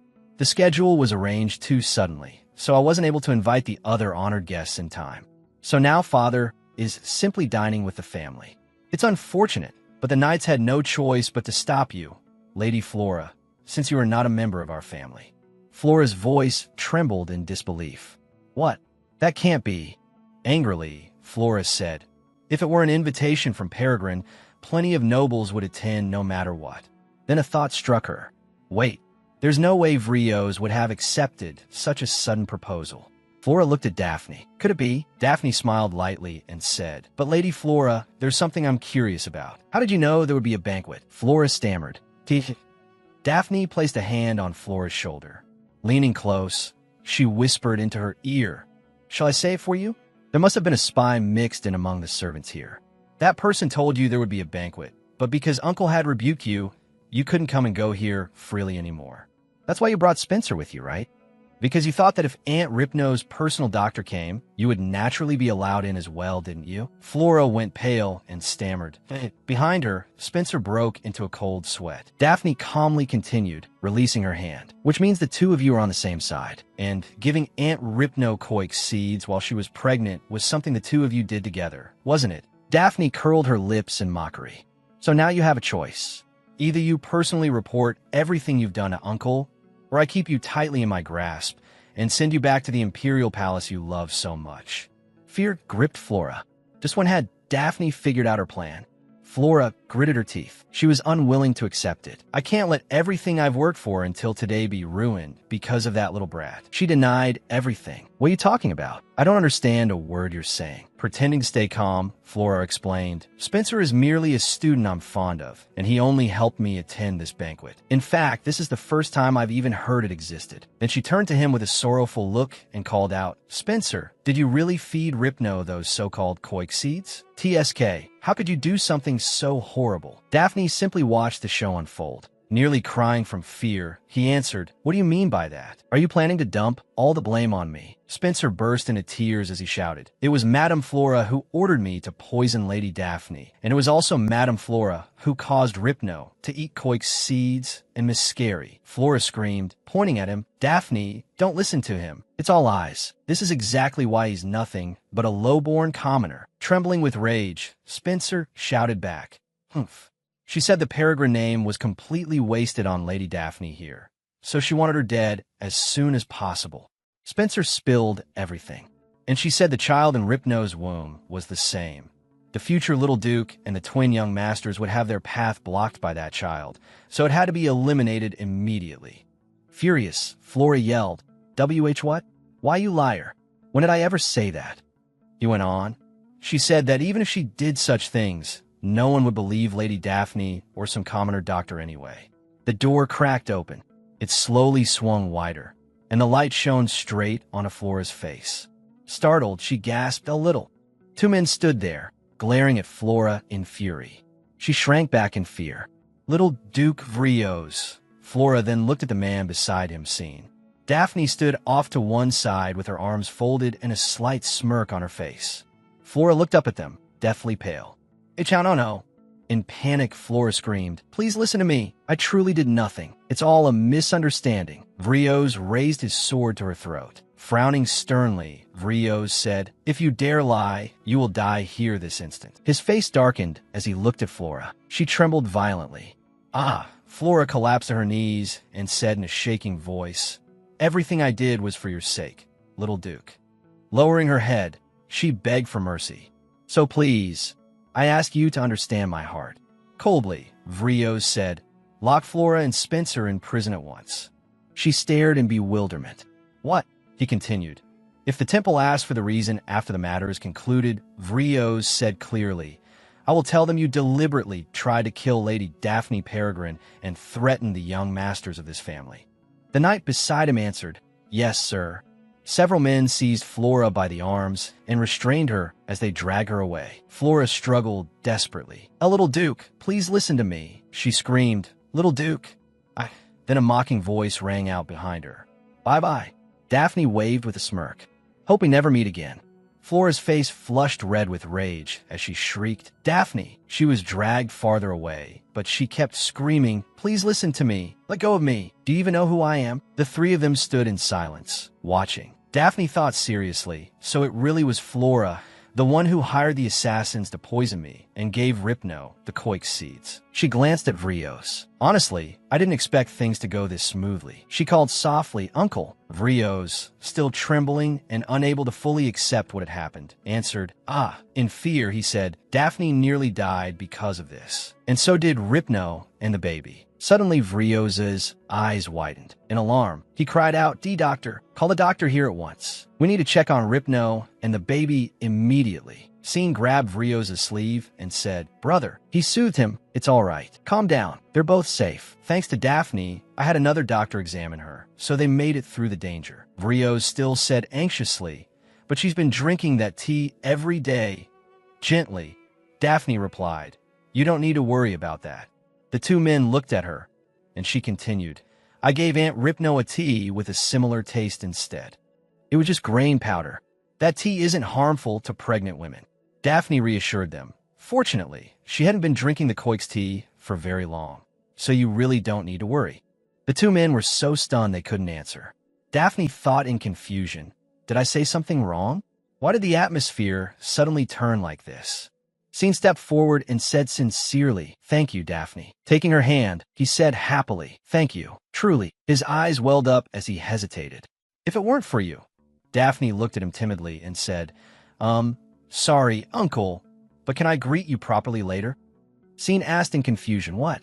Daphne said slowly, while the very next second, her stomach growled. Embarrassed, Daphne coughed lightly and said, "I'm just really hungry."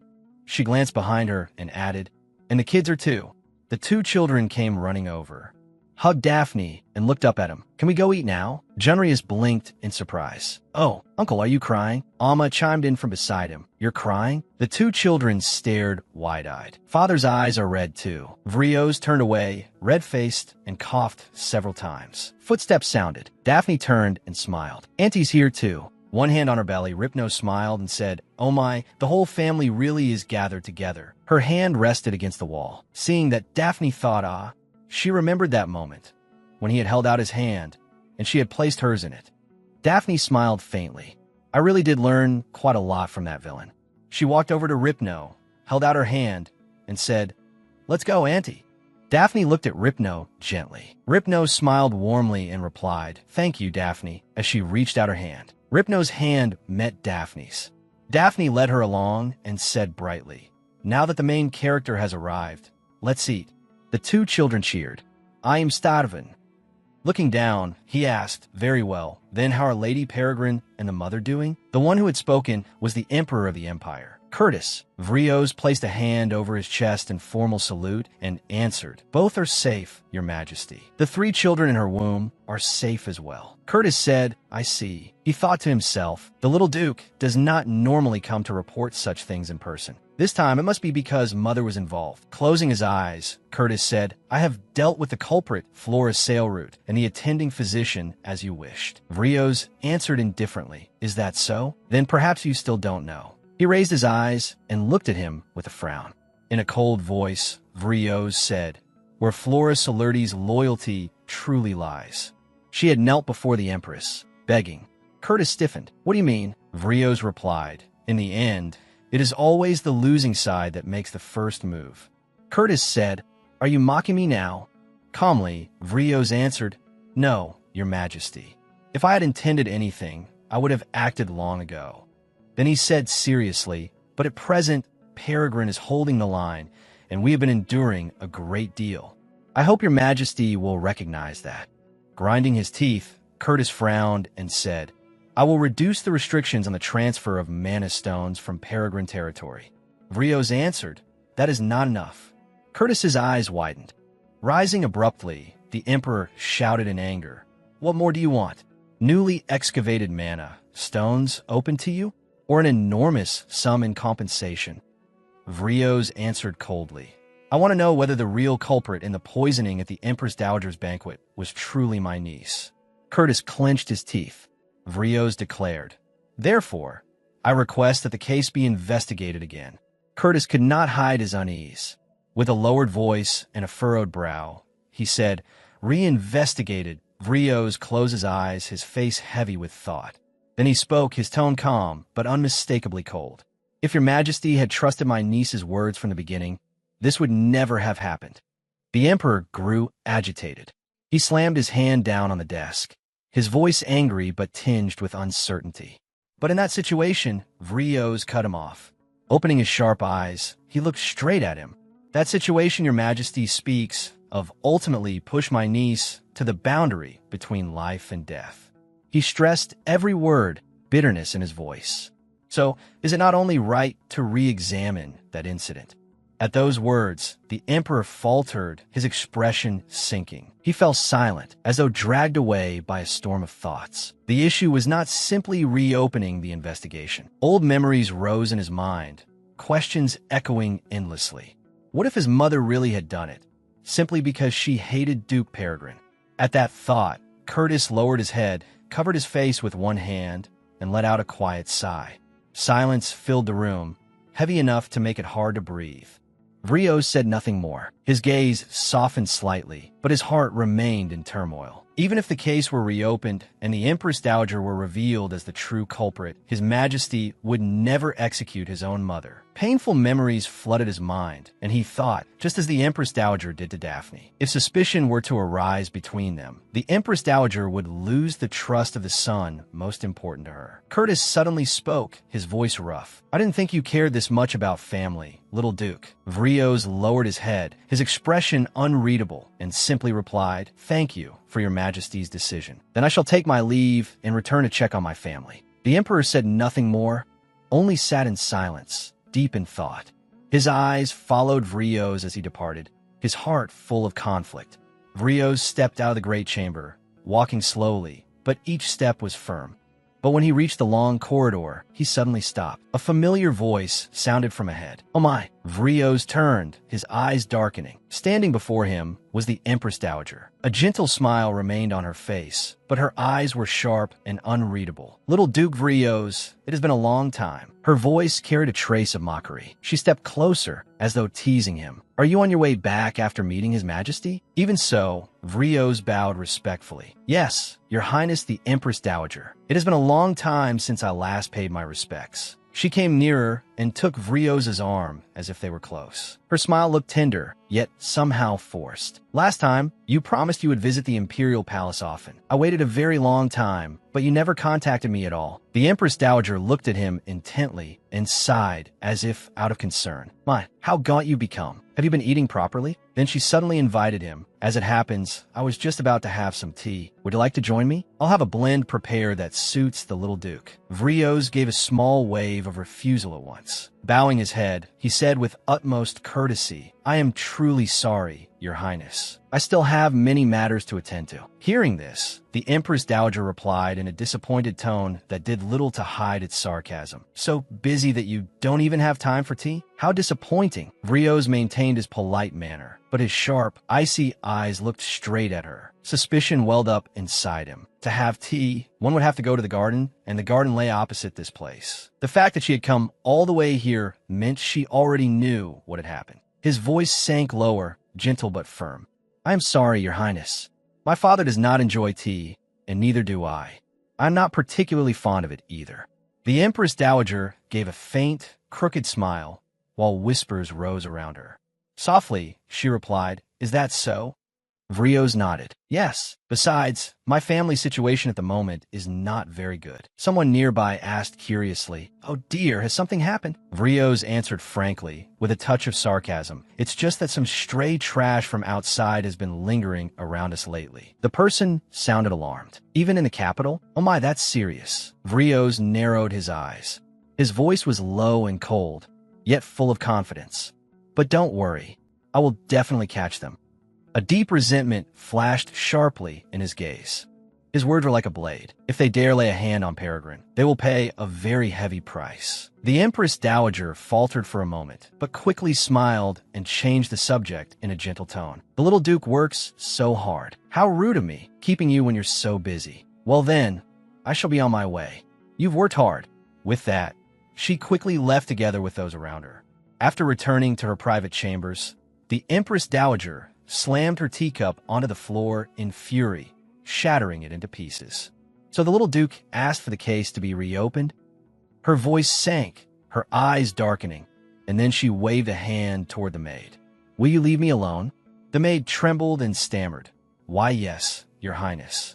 Once the room was empty, the Empress Dowager struck the table hard, her scream erupting in rage. "Damn it, Vrioz Peregrine, that bastard!" She shook with fury, her eyes burning with deep hatred. "How dare he humiliate me with a face that looks exactly like his father's?" Old memories came rushing back in her mind. A man's voice rang out like blades cutting into her heart, as though returning her to that day, the day she had been humiliated. "Elra, I already have someone I love. So from now on, don't send me flowers like these anymore. Zran, I want to pursue you." Helra, the image of Zran and his cold, indifferent smile rose before her, as though an old wound had been torn open again.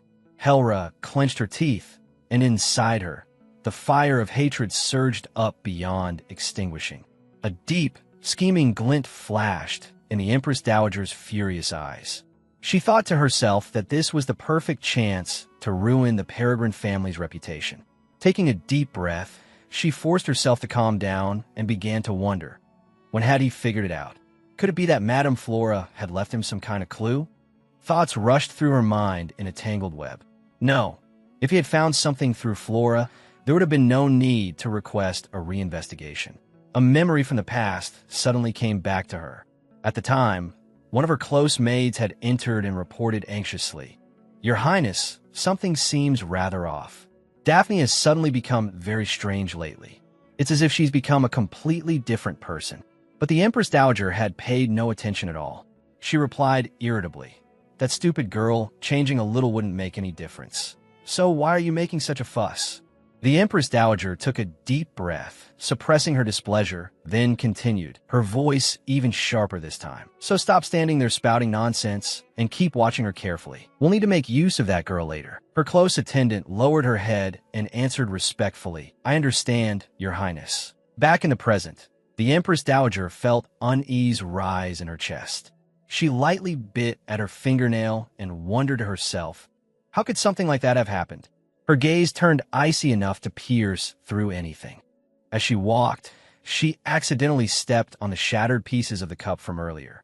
Small clinking sounds rang out, but she paid them no mind. That's right. For now, I have to stay hidden. But if Daphne truly changed the way Flora claimed, then the plan I've painstakingly built up for so long. Yet if I step forward now and try to stop the reinvestigation, even the Emperor will begin to suspect me. She turned and gave an order to the maid. Jenna. The maid answered at once. Yes, Your Majesty. Summon someone here. Her voice lowered, full of intent, carrying the weight of a carefully prepared scheme. It has to be someone who once held a title, but is addicted to gambling, a fallen noble ruined by debt. The Empress Dowager curled her lips into a smirk, her eyes gleaming with satisfaction. A story like that, yes, it would look no different from a lover's quarrel. Her cold smile signaled that a dark plan was about to be set in motion. Lucille held up the newspaper. It read, Reinvestigation into the poisoning case at the Empress Dowager's banquet. Duchess Peregrine falsely accused of murder by poisoning. He said calmly, A reinvestigation? Lucille let out a faint, mocking laugh. So they found a lead on a new culprit? Staring at the paper, he thought, or perhaps the whole case was fabricated from the very beginning. His thoughts returned to a memory. A voice was shouting, Hurry and send this to the temple. Everyone had been in chaos. A woman had screamed, Why won't you believe your mother? Lucille stared with widened eyes. That dark past was gradually swallowed by the light. One corner of his mouth lifted. Lucille tossed the newspaper aside and scoffed inwardly. That's right. If it was her, then it's entirely possible. Resting his chin on his hand, he whistled in anticipation. Well, actually, this is good. If the Duchess is cleared of suspicion, then I can meet her much more openly. Suddenly, the magic mirror fluctuated with energy, and Lucille looked up in surprise. Daphne's image appeared, walking toward the shop. He smiled to himself. It's been a while, hasn't it? Outwardly, he said calmly. Has the young lady arrived? Lucille stood up. Gale jolted in shock. Hesitantly, he called out, Master. Lucille turned to look at him. Gale said helplessly, About what you said earlier. Do I really have to do that? Lucille answered casually, Of course. Gripping the broom handle with trembling hands, Gale asked shakily, How? Gale shouted furiously and snapped the broom handle in half. How am I supposed to pretend to be you and face the young lady? Even if I use magic to disguise my body and voice, the way we speak and our personalities are completely different. She'll definitely notice. Throwing the broom aside, he pleaded and tried to reason with him. Come on, don't do this. How could she possibly think the two of us are the same person? Wouldn't it be better if you just told her the truth? Lucille fell silent in thought, and Gale pressed on, trying to persuade him. If the young lady comes here as a medicine seller, then I'll introduce her to Archduke Lucille, the master of the magic tower. That's what I mean. Resting his chin on his hand, Lucille replied indifferently, I could do that, I suppose. Then, putting on an awkwardly bashful act, he added, but praising myself as capable and incredibly cool. Isn't that a little too narcissistic? Gale froze as though he had been struck by the radiance pouring off him. Lucille continued grandly, I will be terribly embarrassed to hear her first impression of me. Gale wanted to argue, but he couldn't even refute it because the man really was handsome. Lucille then said seriously, So, Gale, I'm counting on you. Today's meeting is for discussing the sales arrangement. Throwing him a coat as he issued the assignment, Lucille added, If you mention me as the master of the magic tower, that's fine. But try not to bring up the temple or the medicine there. Gale was covered in question marks. Trying to gather himself, he said in confusion, No, wait, hold on, Master, I still need time to prepare myself. But Lucille paid no attention and replied casually, I'm leaving it to you, Gale. He smiled faintly, waved a hand, and said softly, Make sure you succeed. Gale collapsed to his knees. In a dead voice, Gale said, then quickly changed his tone, I really am going to quit this shop one day, sir. Ah, yes, I'm going right now, sir. He pulled the coat over himself. Using magic to alter his appearance, Gale sat down in the chair and said calmly, Please come in. Daphne opened her cloak and replied, It's been a while. He laughed. Yes, I suppose it has. Come, have a seat. Daphne looked at Gale thoughtfully. Feeling uneasy, he asked, Is something wrong? She answered calmly, No, it's nothing. But inwardly she thought, Why is he telling me to sit first? Then it dawned on her. I see. Is he treating me like a proper guest now? Gale wasn't doing much better. Inside, he sighed in relief. Phew, at least I haven't been found out. I look pretty natural too, don't I? Daphne set the medicine on the table and said, "These are the 5 samples you requested. These ones here are slightly improved versions." Pointing to one vial, Daphne explained, "And this one is the same as the original sample." Startled back to reality, Gale stammered, Is that so? Very good. I was very curious. Thank you." In a panic, he thought, "This is bad. I don't think that's how Master talks." He sighed inwardly. Phew, this really is exhausting. Daphne looked at Gale seriously. Somewhat reluctantly, she asked, "Are you very hot?" He wiped his face with a handkerchief and answered blankly, "Yes." Daphne said calmly, "You're holding a handkerchief." Startled, he looked at it. "Oh, I really am." Gale stammered, Yes. It's just that it's so cold outside that I put in a bit too much firewood." Aha. She did not respond. Daphne slowly began to frown. Panic flared in him. This is bad. That suspicious expression. Gale steadied himself and thought, "I need to end this before she realizes anything." Outwardly, he slid a hand inside his coat and said, And regarding the suitable seller you mentioned before," she cut him off. "Actually, that's what I came to discuss today. I've already found a suitable person." Gale jumped. Igriagis.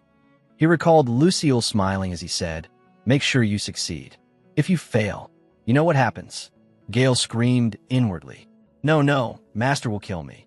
Sweat streamed down his face as he trembled and asked, What kind of person are they?"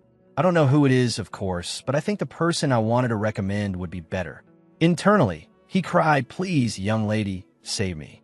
Daphne said vaguely, Before that, there's something I want to ask." Gale nearly lost his soul.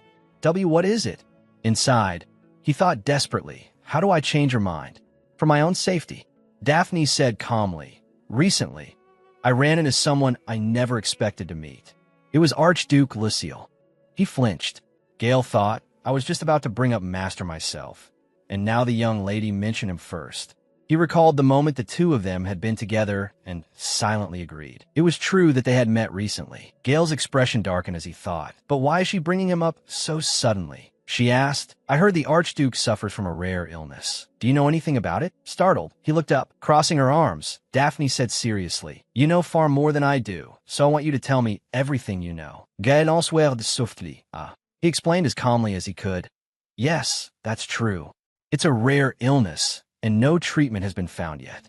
He has gone to the temple for treatment since he was young, but it never worked." With sympathy, she said, "Then it sounds like he must have lived far from his family." Gale hesitated. That. He clenched his hand and screamed inwardly. "This is definitely strange. Why is she asking me this now? What exactly is the intent behind this question?" Daphne's face remained cold and unreadable. Pressing his lips together, he guessed, could it be that she's suspicious of me? She stared fixedly at Gale. He continued thinking, "But if I avoid answering now, that'll only seem strange." He gave a small cough to ease the tension and stammered, "Well, yes. I heard he has been living alone for a very long time. So in that sense, he's a little different from most people." With an expressionless face, Daphne asked, "How so?" He answered hesitantly, "Well." Inwardly he thought, "He's a rotten personality." In his mind appeared a devilish-looking Archduke Lucille with horns on his head and red eyes, saying viciously, "Quit your job? You dare bring that up?" Gale screamed inside, utterly merciless. "Hang him upside down." "But I can't exactly say that." So, forcing himself, he answered, "By ordinary standards, the Archduke is still rather inexperienced." Inwardly, he thought this should be vague enough. He went on, "He doesn't really understand emotional matters or love very well. You know what I mean, right? Surely you understand." Daphne's thoughts began to race. As I thought, so that really is how it is. Even though Lucille knew exactly who I was. She remembered the moment Lucille had spoken to her first.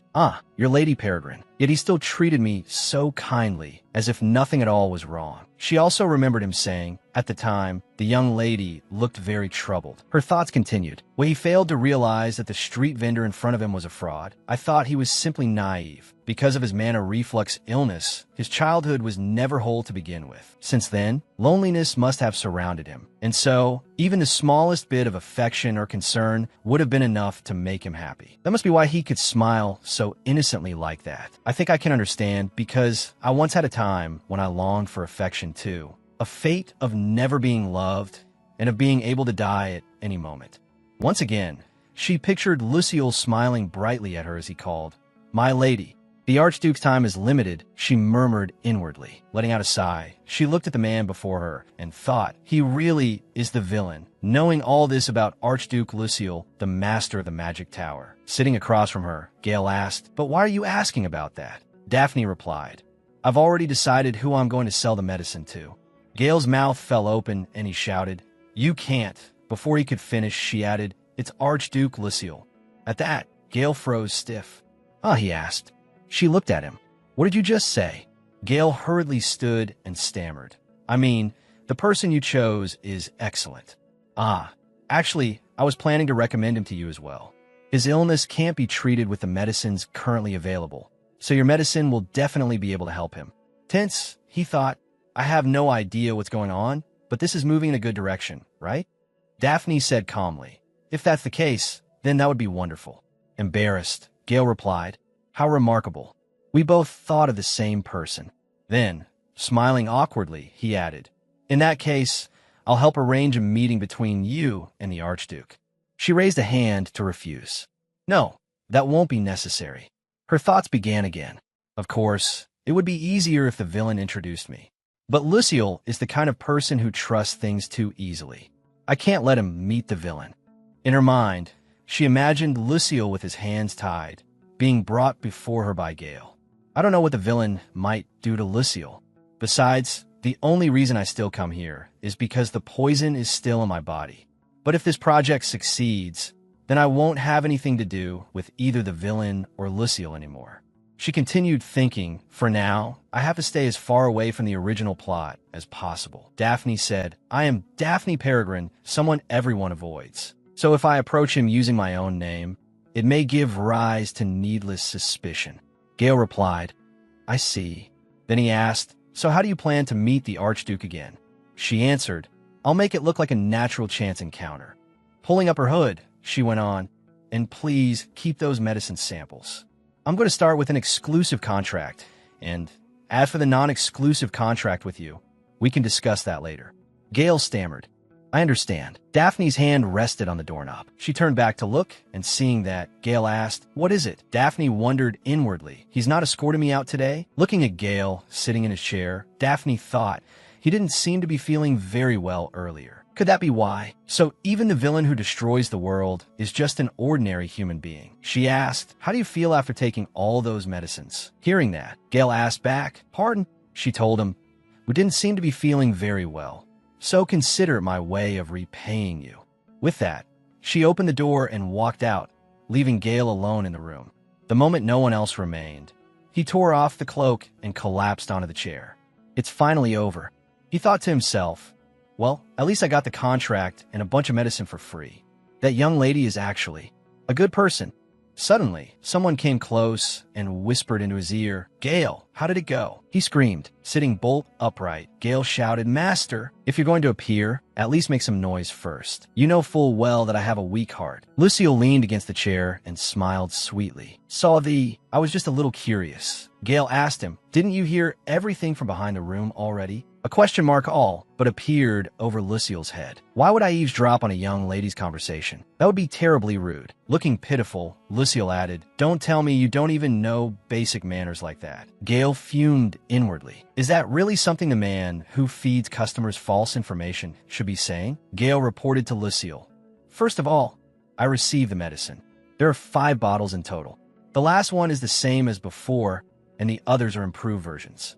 She said that after arranging the exclusive sale, she'll consider whether or not to sign a contract with us. Lucille asked, "Other than that, was there nothing else?"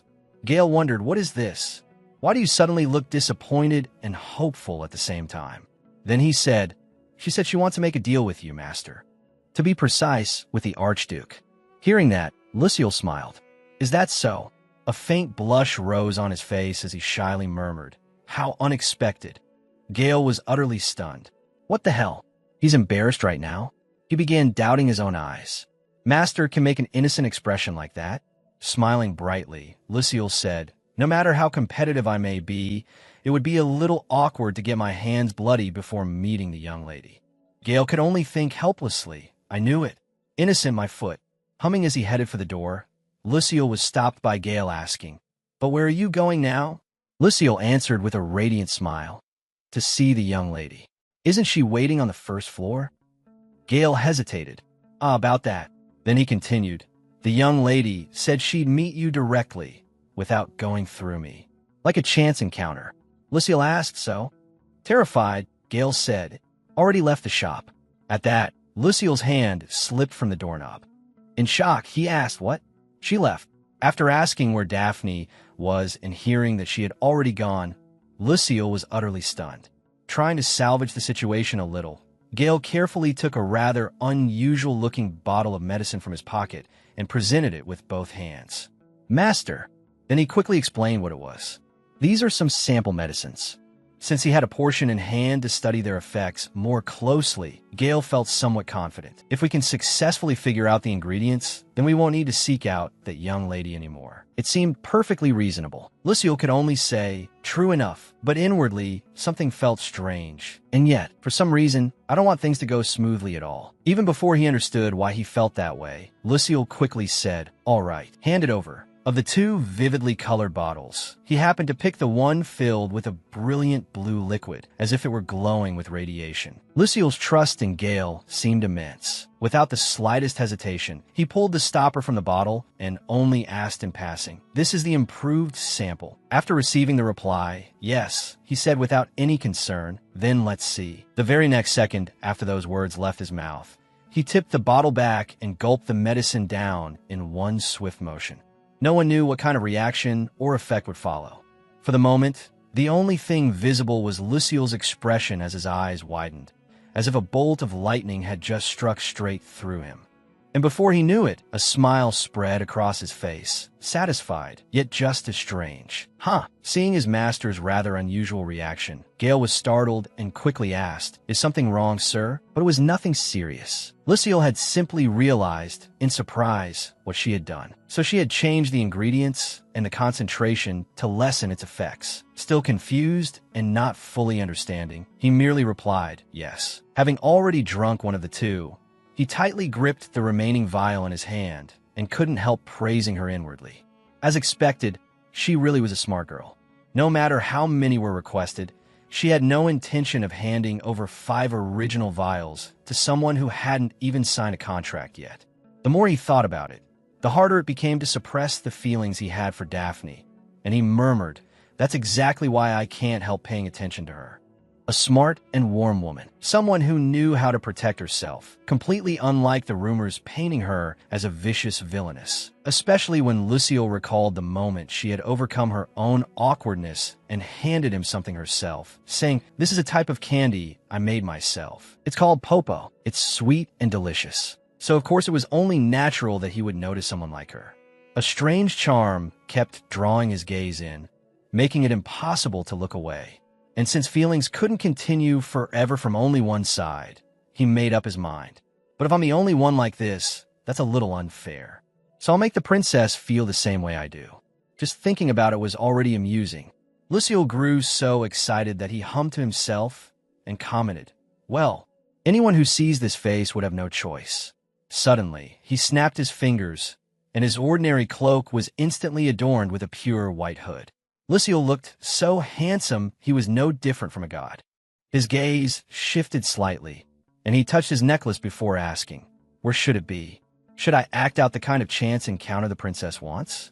The scene then shifted to the rose cake shop, located in a quiet, sparsely populated street.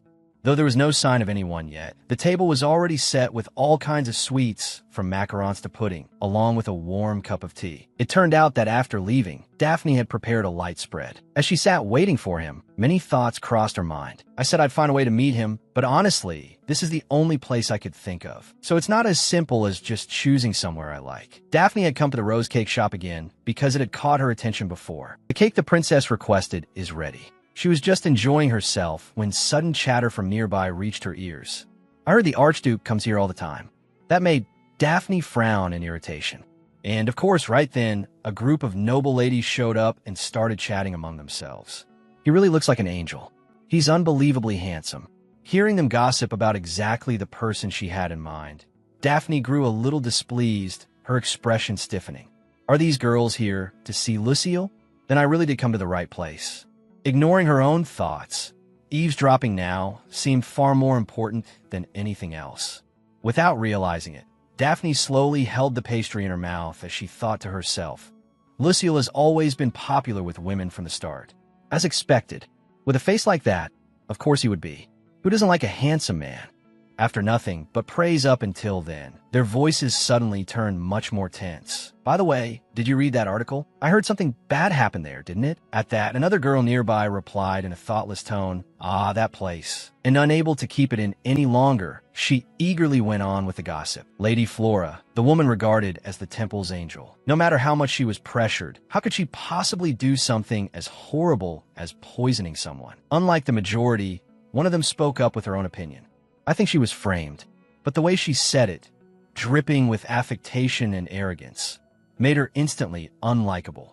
After all, she personally taught that notoriously wicked woman, Princess Peregrine. Maybe as her instructor, she took the blame in her place.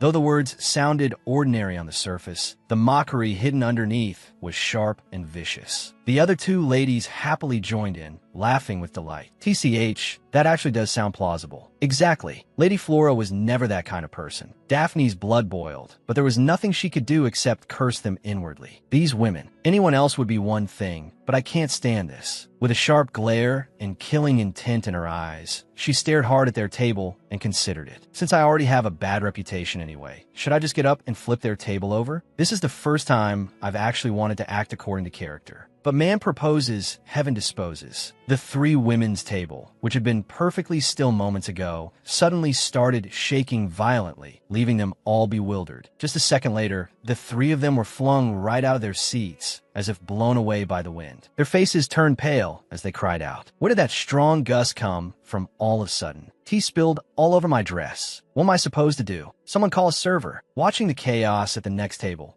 Daphne compared it to her own and wondered, what? There's barely any wind over here at all. But whatever. Who cares? What mattered more now was this sweet fragrance. Then a low, warm voice called out, How do you find the coffee? The unexpected voice made her turn around. The instant she did, her eyes lit up, her face full of surprise and overwhelming delight. Happiness. And it was none other than Lucille. He had only just arrived now. Wearing a hood, just like Daphne's, he smiled gently at her. After all that long, agonizing waiting, Archduke Lucille had finally appeared. Warmly, he said, Hello, Princess. But he looked very different from how she had imagined.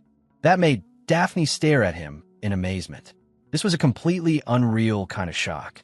Wait, oh my God, I really have been looking forward to this, but we actually met in person. A face this beautiful would make anyone want to keep looking. She was just as smitten, but restrained herself and only smiled as she called him, Your Highness. But before she could finish, he gestured to stop her. Sure, but isn't using someone's middle name usually for close companions or lovers? Can I really call him that too? By ordinary standards, the Archduke was still rather innocent, so Daphne didn't read too deeply into it. She simply simplified things for herself. Since we're acquainted, maybe that's why he's telling me to use his middle name. The sudden change in how she should address him left her unable to adapt right away. That shy thought stayed in her mind. But calling him that is a little embarrassing. It suited Lucille very well, though, and since he had given permission, Daphne followed his lead. Then excuse my boldness. Rose. When a name she had long wanted to say finally left her lips, he widened his eyes in surprise. Inside, he felt as if flowers were blooming in his chest. Overjoyed and full of happiness, he replied, Yes, I'm Rose. Meanwhile, Daphne was completely struck by his visuals. I think he's gotten even more handsome in the time I haven't seen him. Inside, she absolutely loved it. She was thrilled, but outwardly, she had to pretend to be calm. I'm very happy to see you again, Rose. Yes, the weather is lovely today, isn't it? It's been a while since I last came out. She had only enjoyed the moment for a little while before worry crept in. She had heard that his body wasn't very healthy. Was it really so serious that it was hard for him even to go outside? Suddenly, Lucille said somewhat sadly, but the shop is full. At that moment, The Archduke looked no different from a dejected puppy. Looking deeply disappointed, he added regretfully, I suppose I came too late. But then Daphne had an idea. This is a good chance to tell him, isn't it?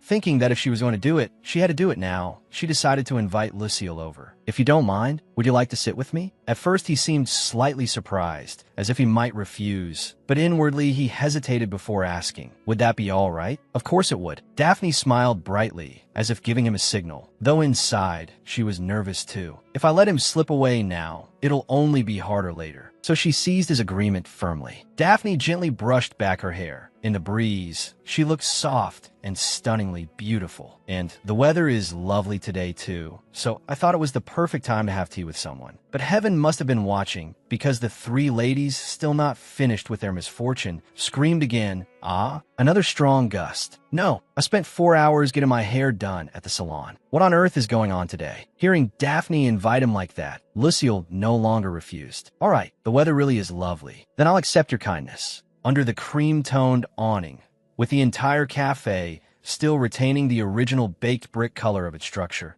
the Archduke drank tea with all the elegance of a proper nobleman, savoring the flavor rather than gulping it down. Although Daphne was delighted that he had stayed to have tea with her, her head was filled with one concern after another. He looks perfectly healthy on the outside, but he suffers from magical reflux. How should I steer the conversation toward medicine? And it wasn't only Daphne. Lucille may have noticed her fixed stare as well, because he tilted his head slightly and smiled. That only made her feel even more awkward. Discussing a business contract with someone who had such an innocent expression made her feel strangely guilty. What should I do? But just as everything had seemed normal, something suddenly went wrong with him. His eyes widened blankly. Then Lucille started coughing repeatedly right in front of Daphne. The signs of trouble only grew worse. He coughed more and more, covering his mouth with his hand. Your Highness. Ah, no, Rose, are you all right? It looked as if there had been poison from some kind of flower in the tea, because he was suddenly in such a state. Daphne panicked and cried out loudly, Rose. Cough, cough. The violent coughing echoed out. Clutching his face, Rose staggered and collapsed to his knees, his expression full of pain. Daphne cried out in alarm, Rose, are you all right? He stopped coughing for a moment, breathing in ragged, painful gasps, drenched in sweat. She sprang to her feet in worry, checking his condition as she said, what should I do? Are you in a lot of pain? Even after making her worry so much, he still calmly comforted her. I am sorry. My illness suddenly flared up. She asked again, what about your medicine? Still worried for him, Daphne said, I have this sedative. But then she suddenly thought in astonishment, huh? What is this? Looking at Rose in his sickened state, the corners of his eyes reddened and wet with tears, his face flushed, his lips parting with unsteady breaths. He looked unbearably alluring. In a panic, she thought, why does he look so seductive like this? On the outside, Daphne seemed calm, but inside, a tiny version of herself was screaming at the top of its lungs. A scream from the very depths of her soul. She wanted to slap herself. Get a grip, me. He's sick, and all I can think about is this kind of nonsense. Seeing the princess frozen in place, Rose softly called, P Princess. Daphne jolted and quickly answered, realizing she had been rude. Yes. Rose looked utterly exhausted as he weakly said, I'm fine. Medicine from the Empire has no effect on me. After saying just a few words, he shyly turned his head away and added pitifully, if only there were medicine that actually worked. As he said that, he looked toward her with pleading, pitiful eyes. Then Rose started coughing again. The violent coughing filled the cafe, and Daphne cried out in panic once more. Rose! She was deeply worried for him, and she reproached herself. I can't believe it. I was really trying to propose business to someone who's enduring this much pain, all for my own benefit. Then she thought, if I put the deal aside, I really do hope this medicine can help Lucille. That is. Rose, it's a little embarrassing to say this to the master of the magic tower, but Daphne said seriously, actually, I know how to make some medicines. Rose asked in surprise, you make medicine, princess? Yes. Smiling, she took out a vial and continued, it may not be easy for you to trust me enough to use this, but it's more effective than you think. She had only just gotten to you when Rose cut her off. In a short, clipped tone, he said, give it to me. Daphne froze stiff, unable to understand what he meant. Looking at her with pitiful eyes, Rose kept coughing as if he truly needed the medicine. Daphne was bewildered. He trusts people too easily. Why is he willing to believe me and drink this so readily. What if it were poisoned? If he ever met a real villain, he'd be done for. Still uneasy, she refused. Ah, thank you for trusting me, but you can't know for certain what might happen, so please hear about the side effects first and decide after that. But before she could finish, Rose coughed again, this time even worse, in relentless succession. He slumped over, gasping as he struggled to control his breathing, and called out hoarsely, "Princess." He reached for the table for support, clutching his throat, no longer able to endure it, and pleaded, "Help me. It hurts so much." Still worried, she repeated, but we need to check carefully first." Like a dying patient, he wouldn't let her refuse. Looking at her weakly, he pleaded again, "Please." Daphne became so flustered she felt dizzy. Seeing him cough so violently, she thought in fear, What do I do? Why is he in so much pain? Her mind went to the worst possibility. Is he going to keep going like this and just collapse dead? She stopped hesitating and decided, fine, saving him comes first.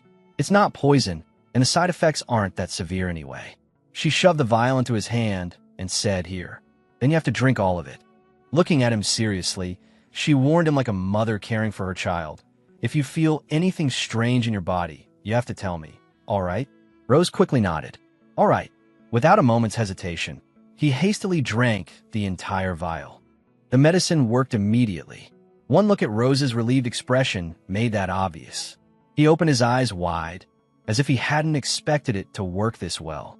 Seeing him act strangely, Daphne hurriedly asked, "What is it? Does something feel very strange?" Rose hesitated before answering, no. It's just that my condition feels a little." Seeing him hesitate like that made her anxious too. My condition? Could it be that even his body can't handle it? She hurriedly said, "Rose, if you'll excuse me." Rose looked confused by her sudden rush and raised his head. Huh, what is it? But before he even finished asking, Daphne had already rushed up close to him and placed her hand on his forehead. Rose froze. She was entirely serious, but he had been ambushed so suddenly that he could only stare blankly, his face turning red. Daphne lowered her hand and murmured suspiciously, "You don't have a fever." Looking down, she saw Rose staring at her blankly, his face flushed bright red, and asked in confusion, "Why is your face so red?" Rose didn't answer, so she continued, "Do you feel dizzy or nauseous at all?" When he still gave no response and just kept staring, she called out loudly, "Rose." Daphne's face went pale. In fear, she thought, has his fever gone up? Is this a side effect? I didn't fully understand his constitution, and I let him drink it anyway. She hurriedly turned away and said, "I'm terribly sorry. First, I'll go find a doctor." Rose grabbed the edge of her clothes and stopped her. "No, there's no need." Daphne turned back to look at him. Embarrassed, he said, I was a little surprised." He continued, "That's why I got a little fever without realizing it." Daphne looked puzzled. "Pardon?" Rose went on, "This is the first medicine I've ever taken that worked immediately like this." Not quite believing him, she asked again, "Really?" Like an obedient little puppy, he replied, "Really?" Daphne let out a laugh and sighed in relief. What relief? I thought something had happened to you, so I completely panicked. Inwardly, she thought fearfully, I thought I was about to get arrested for murdering royalty. She had been so nervous she was sweating, and she wiped herself off a few times before saying, "You know better than I do, Rose, don't you? No matter how good a medicine is, if it doesn't suit the body, it becomes poison. That's not exactly a small matter for you, Rose, right? Still, I'm relieved that the medicine worked." She looked at the overturned tables and chairs nearby, the pastries scattered all over the place, and thought, good, let's just keep the mood going like this. Clasping her hands together, she seriously called his name. "Rose," she said, "actually, I came to this cake shop to see you. There's something I wanted to say to you." As fresh tea and pastries were brought back to their table, he asked with slight surprise, "To me?" She replied, "Yes. I heard the rumor that you suffer from an illness." She continued seriously, "As you can see, my medicine works on you. So if possible, may I continue supplying medicine to you?" Daphne seemed afraid he would refuse, so she hurriedly added, "But if you feel uncomfortable meeting with me, I can give you the formula instead." Rose stared at her, astonished. "You would do that much for me?" Lifting his teacup, he said gratefully, "Thank you." Meanwhile, Daphne was once again captivated by his heavenly face. In a daze, she thought, with a face like that, he could ask me to do anything. As for me, There's no one better than Lucille to prove how effective this medicine is. I'm the one who should be thanking you. Recalling the pile of tabloid articles spreading rumors about her. Hot issue. Can the rogue princess of Peregrine escape the charge of murder by poison? She said helplessly, of course, with the rumors surrounding me, saying this may not sound very convincing. But the medicine's effect will definitely be just like what you experienced just now. Daphne stirred her teacup and continued. Besides, Rose helped me a great deal when I was having a hard time. So I want to help you too, my lord. Rose understood what she meant and answered with a faint smile, I understand. Then he went on, it may be rather shameless of me, but I hope you'll help me, princess. Daphne was overjoyed. She happily thought, it's done, it's done. Despite her bad reputation, she had successfully sold medicine to the master of the magic tower. Turns out I really do have a talent for business. In my previous life, I even tried working in sales. Seeing how happy she was, Rose silently watched her with a smile. He said, but, princess, I'm truly grateful. Is there anything I can do for you in return? Daphne froze on the spot. She hadn't expected her luck to keep coming like this, and couldn't help thinking, things are going this smoothly? She hesitantly asked, really? That would be all right. Rose replied casually, of course. Looking at her, he smiled and couldn't help thinking, she's unbelievably cute. Daphne's face lit up as she calculated her next move. In that case, Lucille wondered, wait, princess? Goo? He recalled that this was a line Gale had once loved from a romance novel. He remembered a character in the novel saying, goodness, you're just too adorable. Lucille silently cursed himself. And here I am thinking about that. What an idiot. Just then, Daphne suddenly said, actually, she continued, I want to open a small salon. Lucille was startled. A salon, he wondered. How did this jump from selling medicine to opening a salon? He thought it over. Even though she had been cleared of the charge of attempted murder, it would still be difficult to find employees willing to work with Princess Peregrine. On top of that, attracting customers would be nearly impossible. What in the world is she thinking? Daphne said, I know there are all kinds of businesses in this empire.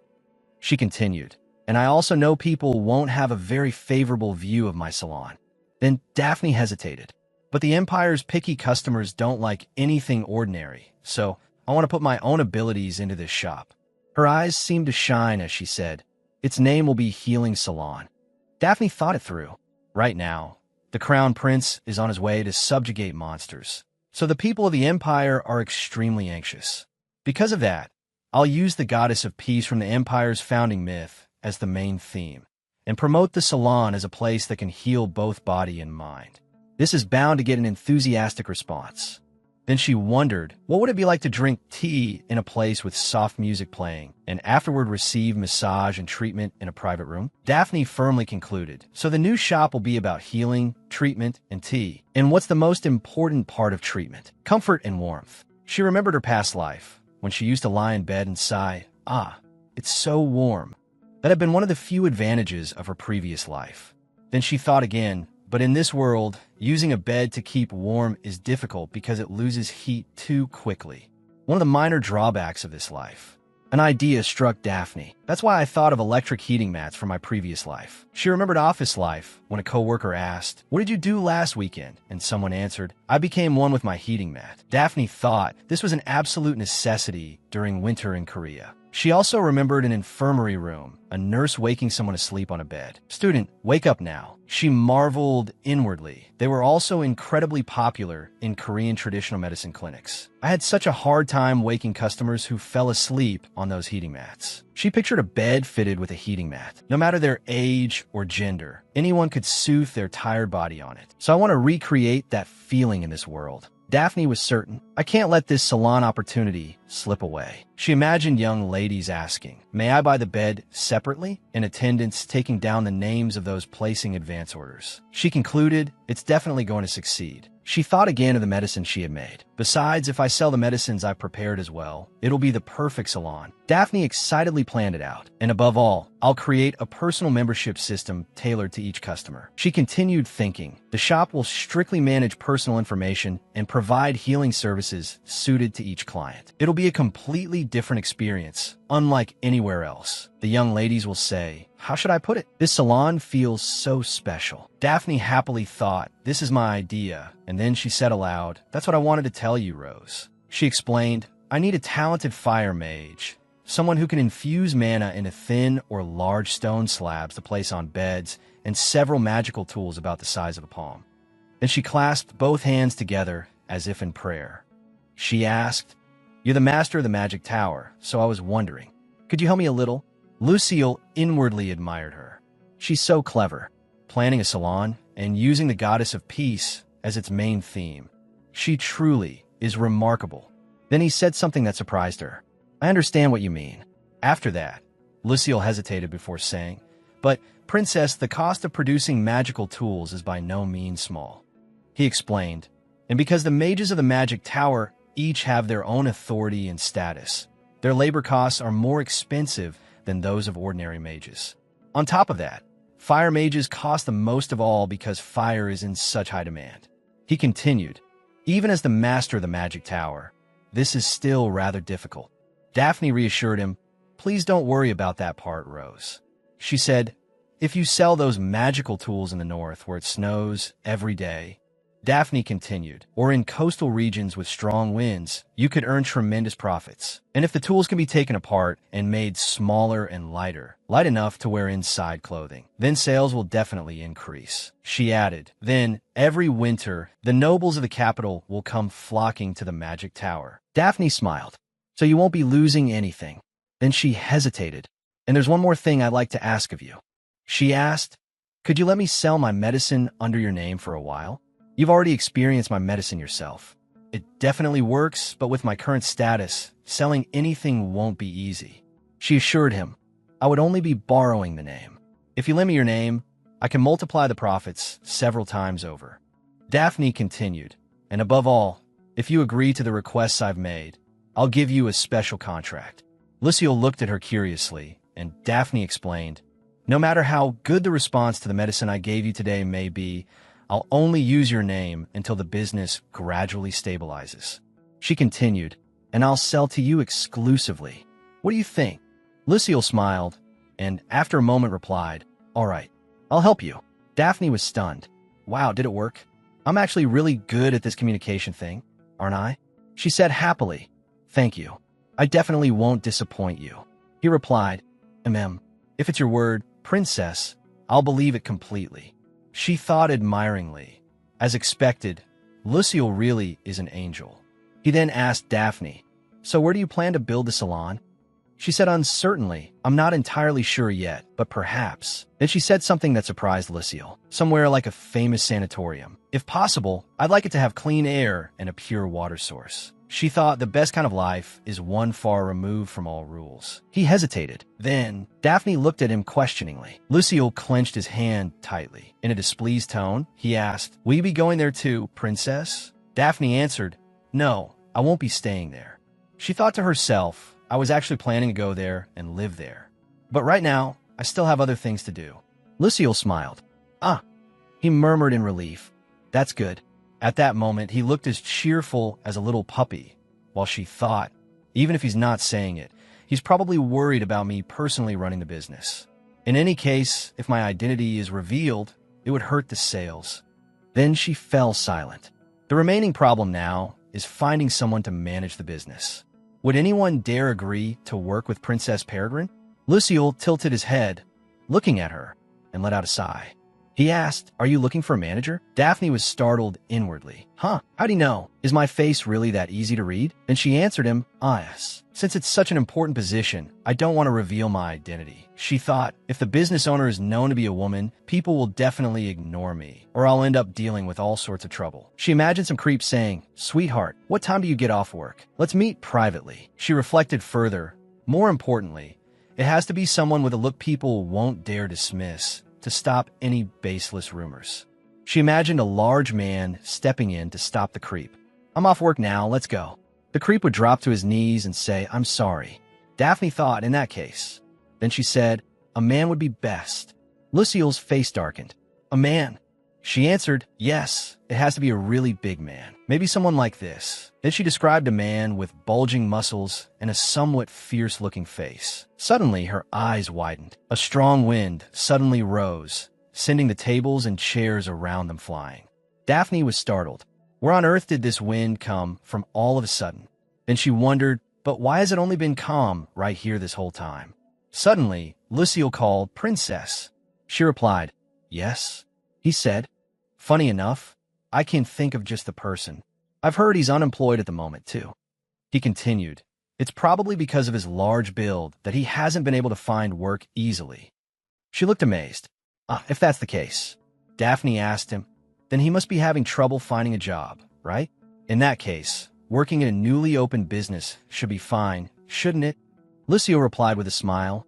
Yes, exactly. Narrowing his eyes, he added, He'll do very well at any task he's given. He's a little shy by nature, but he adapts quickly and was born with excellent stamina. At that moment, Gale, who was being talked about, shivered. Gale wondered, am I catching a cold? Why did a chill suddenly run down my spine? A little later, Lucille asked Daphne, Are you heading straight back to the estate? She looked at the pastries in the shop and thought, I think Aunt Reno really likes the desserts here. She said to him, Since I'm already out, I was thinking of buying a few desserts. Lucille said, The pastries at this shop will probably suit your taste, Princess. He opened the shop door. As Daphne stepped inside, she said, Thank you. She thought to herself, even the villain used to do things like this. People in this world are so polite. At that moment, the employee by the door said, Welcome. If you choose any bread, our staff will pick it up for you directly. So please don't hesitate to ask for help. A shop assistant walked up to Daphne and asked, Welcome. What would you like? She answered, No, I like it packed to go. The employee looked her up and down with a judging gaze. Daphne felt irritated inwardly. What was with that look from head to toe? He suddenly turned his head away and said, Please let me know when you've finished choosing. Daphne was stunned. He really just turned away immediately. I only wore this cloak because I didn't want to attract attention, and now he's blatantly ignoring me? Then she asked, Aren't you going to help me? The employee said, Well, our shop is rather expensive, you see. I just thought you might need quite a while to decide, so I said that. Please don't misunderstand. There's some pre-packaged items over there, so you can take a look at those. The employee continued, Even though they're from yesterday, the taste is still the same. So if you're looking for something cheap, those would be perfect. Daphne ground her teeth in anger. You little. Suddenly she heard someone say, Honestly, I kept saying I was fine, but Roderick just wouldn't stop worrying. Another person exclaimed, Oh my, really? She wondered. That voice. She recognized the woman who had just entered the shop, Raj Caparol. Pulling her hood lower, she thought irritably, TCH. Why did I have to run into her here, of all places? One of the women accompanying her said, Well, of course. You drank poison in Princess Daphne's place. Hearing that, the employee realized he had found wealthy customers. His face lit up at once as he said, I heard Sir Evan even went all the way to the temple to get holy water for you, didn't he? Raj said, That's right. He went looking for medicine for me. He's wonderful. The employee immediately rushed over to her and shouted, Welcome. If you need anything at all, just tell me. She pointed at something and asked, Could you put this and that in first? He replied, Of course. They said, You've been bedridden for several days, so you must really be craving these, right? One of the young ladies beside her fawned over her. Exactly. Whenever you're sick, the first things that come to mind are the foods you love most. Raj agreed. That's true. Then she handed her wallet to the girl next to her. This, she said in a pretended tone. My hands are a little sore. The bullied young lady hesitantly replied, Of course. Then she suddenly asked, But hasn't that woman been awfully quiet lately? One of the ladies answered, Yes, I heard she's under house arrest. Raj added disdainfully, Her own family abandoned her ages ago. Honestly, this should have happened much sooner. Lucille saw Daphne listening to them and called, Princess, but she said nothing. She sighed and thought, if it were the real Daphne, she would have rushed in and grabbed their hair by now. But I'm not Daphne. Drawing attention to myself will only tire me out more. I should just stay quiet, wait for Raj to leave, and buy the bread afterward. Then she called, Rose, let's. But Raj suddenly said something that made her stop. If it were me, I would have had her removed from the family registry rather than merely placing her under house arrest. Someone said, I heard it's indefinite house arrest, so it's basically the same as being kicked out. And besides, don't you think that's a bit much? Angrily, Raj clicked her tongue. What exactly do you mean by that? Because of her, I stood on the boundary between life and death. She continued, I was furious with my father for ending the discussion before I even had the chance to object. One of the young ladies worriedly said, But Ignoring her, Raj continued, "No, this won't do. I have to speak to father again. This matter can't be resolved like that." Daphne clenched her fist in anger. Huh, I only just managed to clear up the misunderstanding with my uncle, and now she dares to stir things up again? Lucille called, "Princess." She fell silent and tilted her head. Picking up a plate, she thought, and who does she think she is, making jokes about removing me from my own family registry? Daphne slammed the glass plate onto the floor, and it shattered loudly. Startled, someone asked, "What was that? Why is it so noisy?" Daphne walked forward and said, My apologies. Everyone seemed to be having such a lively time. I thought I'd join in." She smiled and asked, "Though perhaps it's become a bit too noisy?" Raj flushed red and demanded, "Who are you? How dare you speak so carelessly?" Lucille glanced over, and a red light flashed in his eyes. From outside the door, a gust of wind blew in, and Daphne's cloak billowed dramatically in the air. The people who had been speaking ill of her were left too shocked to say a word. The employee panicked and dropped to his knees. Stammering, he said, "P. Princess Peregrine." Daphne brushed back her hair. She wondered, how did the wind arrive at exactly the perfect moment? It feels like we're filming a movie. She thought, well, it certainly made my entrance more impressive. Daphne said, "It's been a long time, Lady Caparol." Raj lowered her head and said, "I never expected to run into you here, Princess." Daphne replied, "That makes sense. You know, making jokes about someone else's family registry is practically suicidal." Raj clutched her skirt. "I apologize. I was a bit arrogant."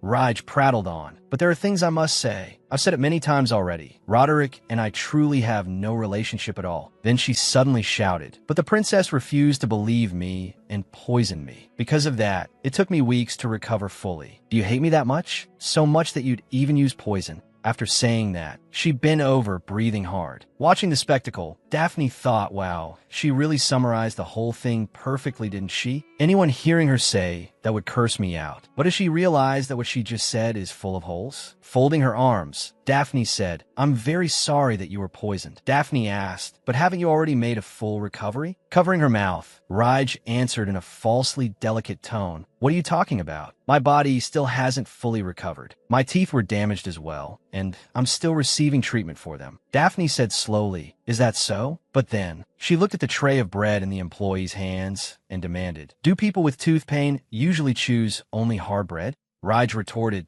"Those are gifts I bought for my family." She shot back, "I never said I was going to eat them myself."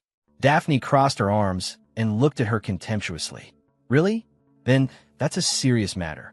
She said, "It seems you've been deceived, my lady." Raj stared in shock. "Deceived? What do you—" Then she stopped herself. Daphne looked toward one of the young ladies and asked, "Didn't that lady just say it a moment ago?" "Young Master Evan." Then she continued, "I mean the part about him going all the way to the temple to fetch holy water." That young lady cried out, "I only heard it from Raj herself." Daphne smiled. "I see." Then she exposed Raj's lie. The temple's holy water is so precious that even the imperial family has difficulty obtaining it. So if you drank it and still haven't recovered, then if that isn't being deceived, what is? Then she asked again, "Surely the one who was deceived wasn't that young lady, but young Master Evan, right?" Raj stammered, "That's not what I meant." Daphne pressed, "What?" Trembling, she said so. She turned around and shouted, "When did I ever say young Master Evan had gone to get holy water?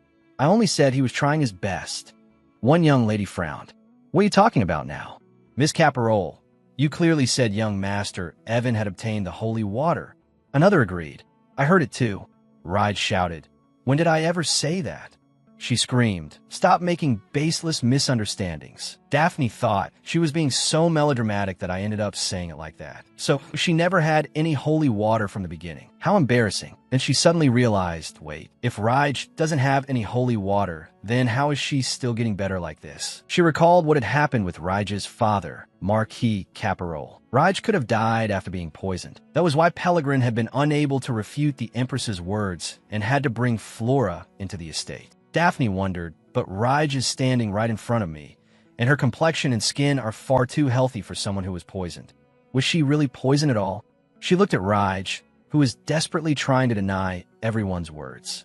She shouted. When did I ever say that? Unbelievable. Raj said, I apologize, princess. There may have been some misunderstanding in the way my words were conveyed. Daphne replied, It's fine. She continued, You do tend to speak rather exaggeratedly, miss, so I suppose it caused a misunderstanding. Daphne cheerfully thought, Do you think you could get out of it like this? But don't forget that you brought up the Pellegrin family registry. She asked Raj, Do you have nothing more to say? Raj clenched her hands and answered, I am truly sorry. She continued, I apologize, princess, for carelessly bringing up the Duke's family registry. Then she snatched the bag from a young lady in purple and ran out of the shop.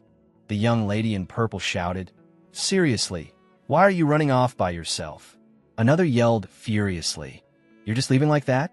We still have a lot to talk about. They called after her, Miss Caparole. Daphne looked at them and thought, Honestly, high society women are terrifying. She wondered, but I handled that pretty well, didn't I? The customers in the shop shouted, Get out already. Stop pushing. Did you see the princess's expression? If we get caught, we're dead. Looking at the now empty shop, Daphne wondered, was my glare really that vicious just now? I guess a villainess is still a villainess. As the employee tried to slip away, Lucille grabbed him by the wrist. He demanded, Where do you think you're going? The man stammered, I am sorry. I didn't realize she was someone so important. Please spare me. Lucille called, Princess. His face plainly asked, Did I do well? Daphne smiled in admiration. What a beautiful smile. It wasn't exactly an expression that suited grabbing someone by the wrist, but beautiful was beautiful. Daphne asked, What should we do with this man? Lucille continued, That's what I was saying. What should we do indeed? She said, An employee discriminated against a customer and then tried to run away. This shop's management style is truly disappointing. Her words pierced Lucille like arrows. He murmured, Then he laughed and said, That's right. He continued, leaving the employee aghast. But you needn't worry, princess. He twisted the man's arm and smiled dangerously. This shop will probably be getting new staff soon. Someone ran out and shouted. It was so noisy that I had to come out and see what was going on. The chef clenched his fists in irritation and yelled, Where on earth did all the customers go? Daphne asked, Are you the owner of this shop? The chef answered, Yes, that's right. It seems one of our employees has caused some trouble. Bowing his head, he said, First of all, I sincerely apologize to you. She thought, if even the owner had been rude, I was going to make a scene. She glanced at the waiter and realized, but it looks like only that one is like this. Daphne wondered, what should I do now? Honestly, I could use my reputation as a villainess and raise hell, but because of what happened earlier, all the customers already ran off. She looked around tiredly and thought, besides, I even dropped one of the shop's plates. Should I show a little goodwill to someone whose sales have just plummeted? Daphne complained to the chef, I was going to place an order, but this employee was far too rude. He bowed and asked, I see. Then allow me to help you with your purchase. She replied, Is that so? Fine. She pointed at a tower of sweets. From here. She kept pointing as she ordered that all the way to there. Send everything to the Pellegrin estate. The chef stared in surprise. Yes, to the Pellegrin estate, she replied, immediately. Only then will my anger subside. She continued, and make sure that man handles the packing and delivery himself. The chef bowed. Yes, understood. Daphne said, Let's go, Rose. He replied, Yes, princess. The chef hesitated. Rose. Lucille tugged his hat down slightly and glanced at him, making the man go pale. The chef groaned. We're done for. He shouted, You bastard, are you trying to kill me? The employee cried, I'm sorry, boss. Daphne inwardly remarked, Their employee training is really brutal. She turned and said to Lucille, Let's go, Rose. This doesn't sound very good. He looked at her as she took his hand. Lucille smiled and answered, All right, princess. The two of them left the shop. Lucille thought, I'm of imperial blood, though abandoned. I'm the master of the magic tower, the owner of the illegal shop Alex, and the true owner of Rose Bakery as well. He asked himself, why am I even running a shop I'm not particularly interested in? Lucille thought, because it lets me gather information from the nobles who visit this place. The people in the shop had always gossiped noisily about their business and rumors. He continued thinking. So from the perspective of the original purpose, it was only natural that the staff treated the princess rudely. Lucille reflected, but even so, the princess dealt with the employee's rudeness and the other young lady's behavior in an instant. Walking behind Daphne, he thought, I know that very well, but she truly isn't ordinary at all. He looked up. Lucille realized, we're already at the carriage? Was this place always so close? Suddenly Daphne said, Your Highness, I'm sorry for dragging you into such a commotion. She covered her mouth and smiled. You must have been surprised, right? Lucio replied. Not at all. I'm the one who should apologize, Princess. He sighed. Even though I was right beside you, I couldn't be of much help. She looked surprised. But you helped me a great deal. He asked in astonishment. What? Me? She answered. You stopped that employee who had looked down on me from running away, and you held him down with your own hands. He looked at his own hand and grew doubtful. It seems. Lucio wondered, I touched someone again. He recalled, come to think of it, I also grabbed the princess's fiancé by the hand before. I hate physical contact with others, but ever since meeting the princess, I keep acting like a completely different person. And when I touch them, I don't even feel their emotions. He clenched his hand and widened his eyes. Because all I wanted, Lucio looked at Daphne and realized, was for that action of mine to make the princess happy. That was all I kept thinking. Suddenly she said, but next time, don't help me so quickly. She warned him. What if the other person had been holding something dangerous? You're very important, and your body is weak. He hesitated. Daphne kept scolding him, especially when you're outside. If you're alone, you absolutely mustn't do that. He thought in the end.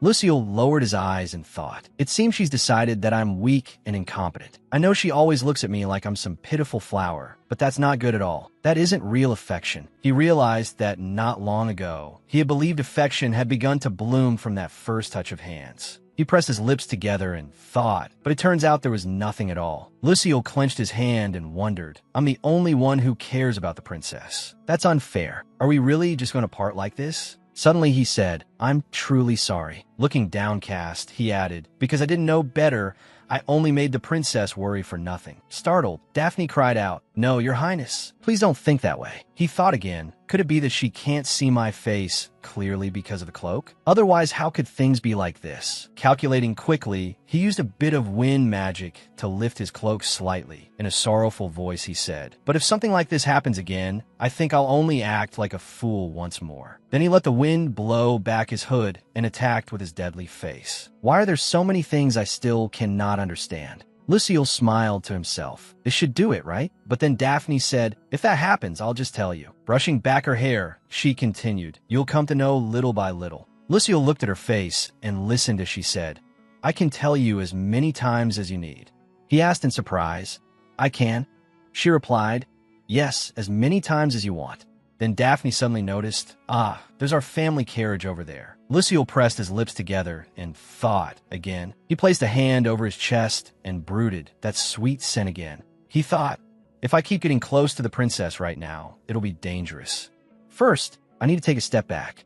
Lucille remembered the idiotic books Gale had read in the shop.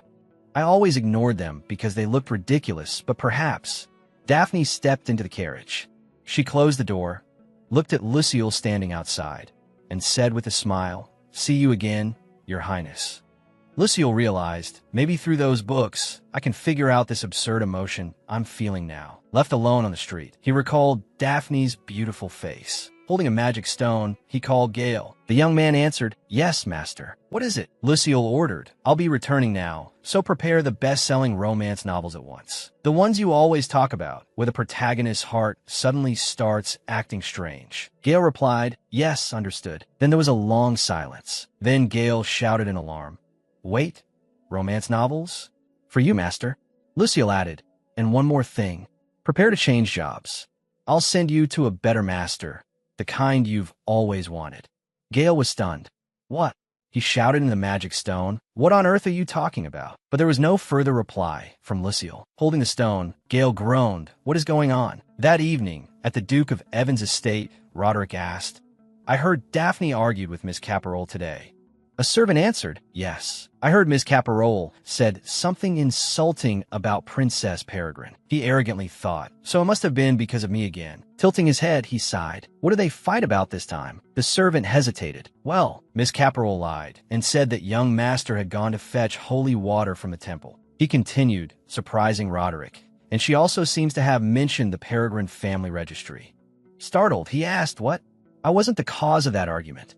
Roderick wondered, how can that be? Daphne is a woman who only thinks about me. Has she truly changed? He ground his teeth. It's clearly what I wanted. So why does my mood feel so rotten? If this keeps up, won't our engagement be broken off? He kicked the table and shouted, "You, go and find everything being sold on the black market that's called a holy relic." The servant stared in shock. "Everything, sir? That will cost a great deal of money." Roderick roared, "Are you disobeying my orders now?" The servant replied in confusion, "No, sir." He thought, a man like me, who values authority, has never once set foot in the black market.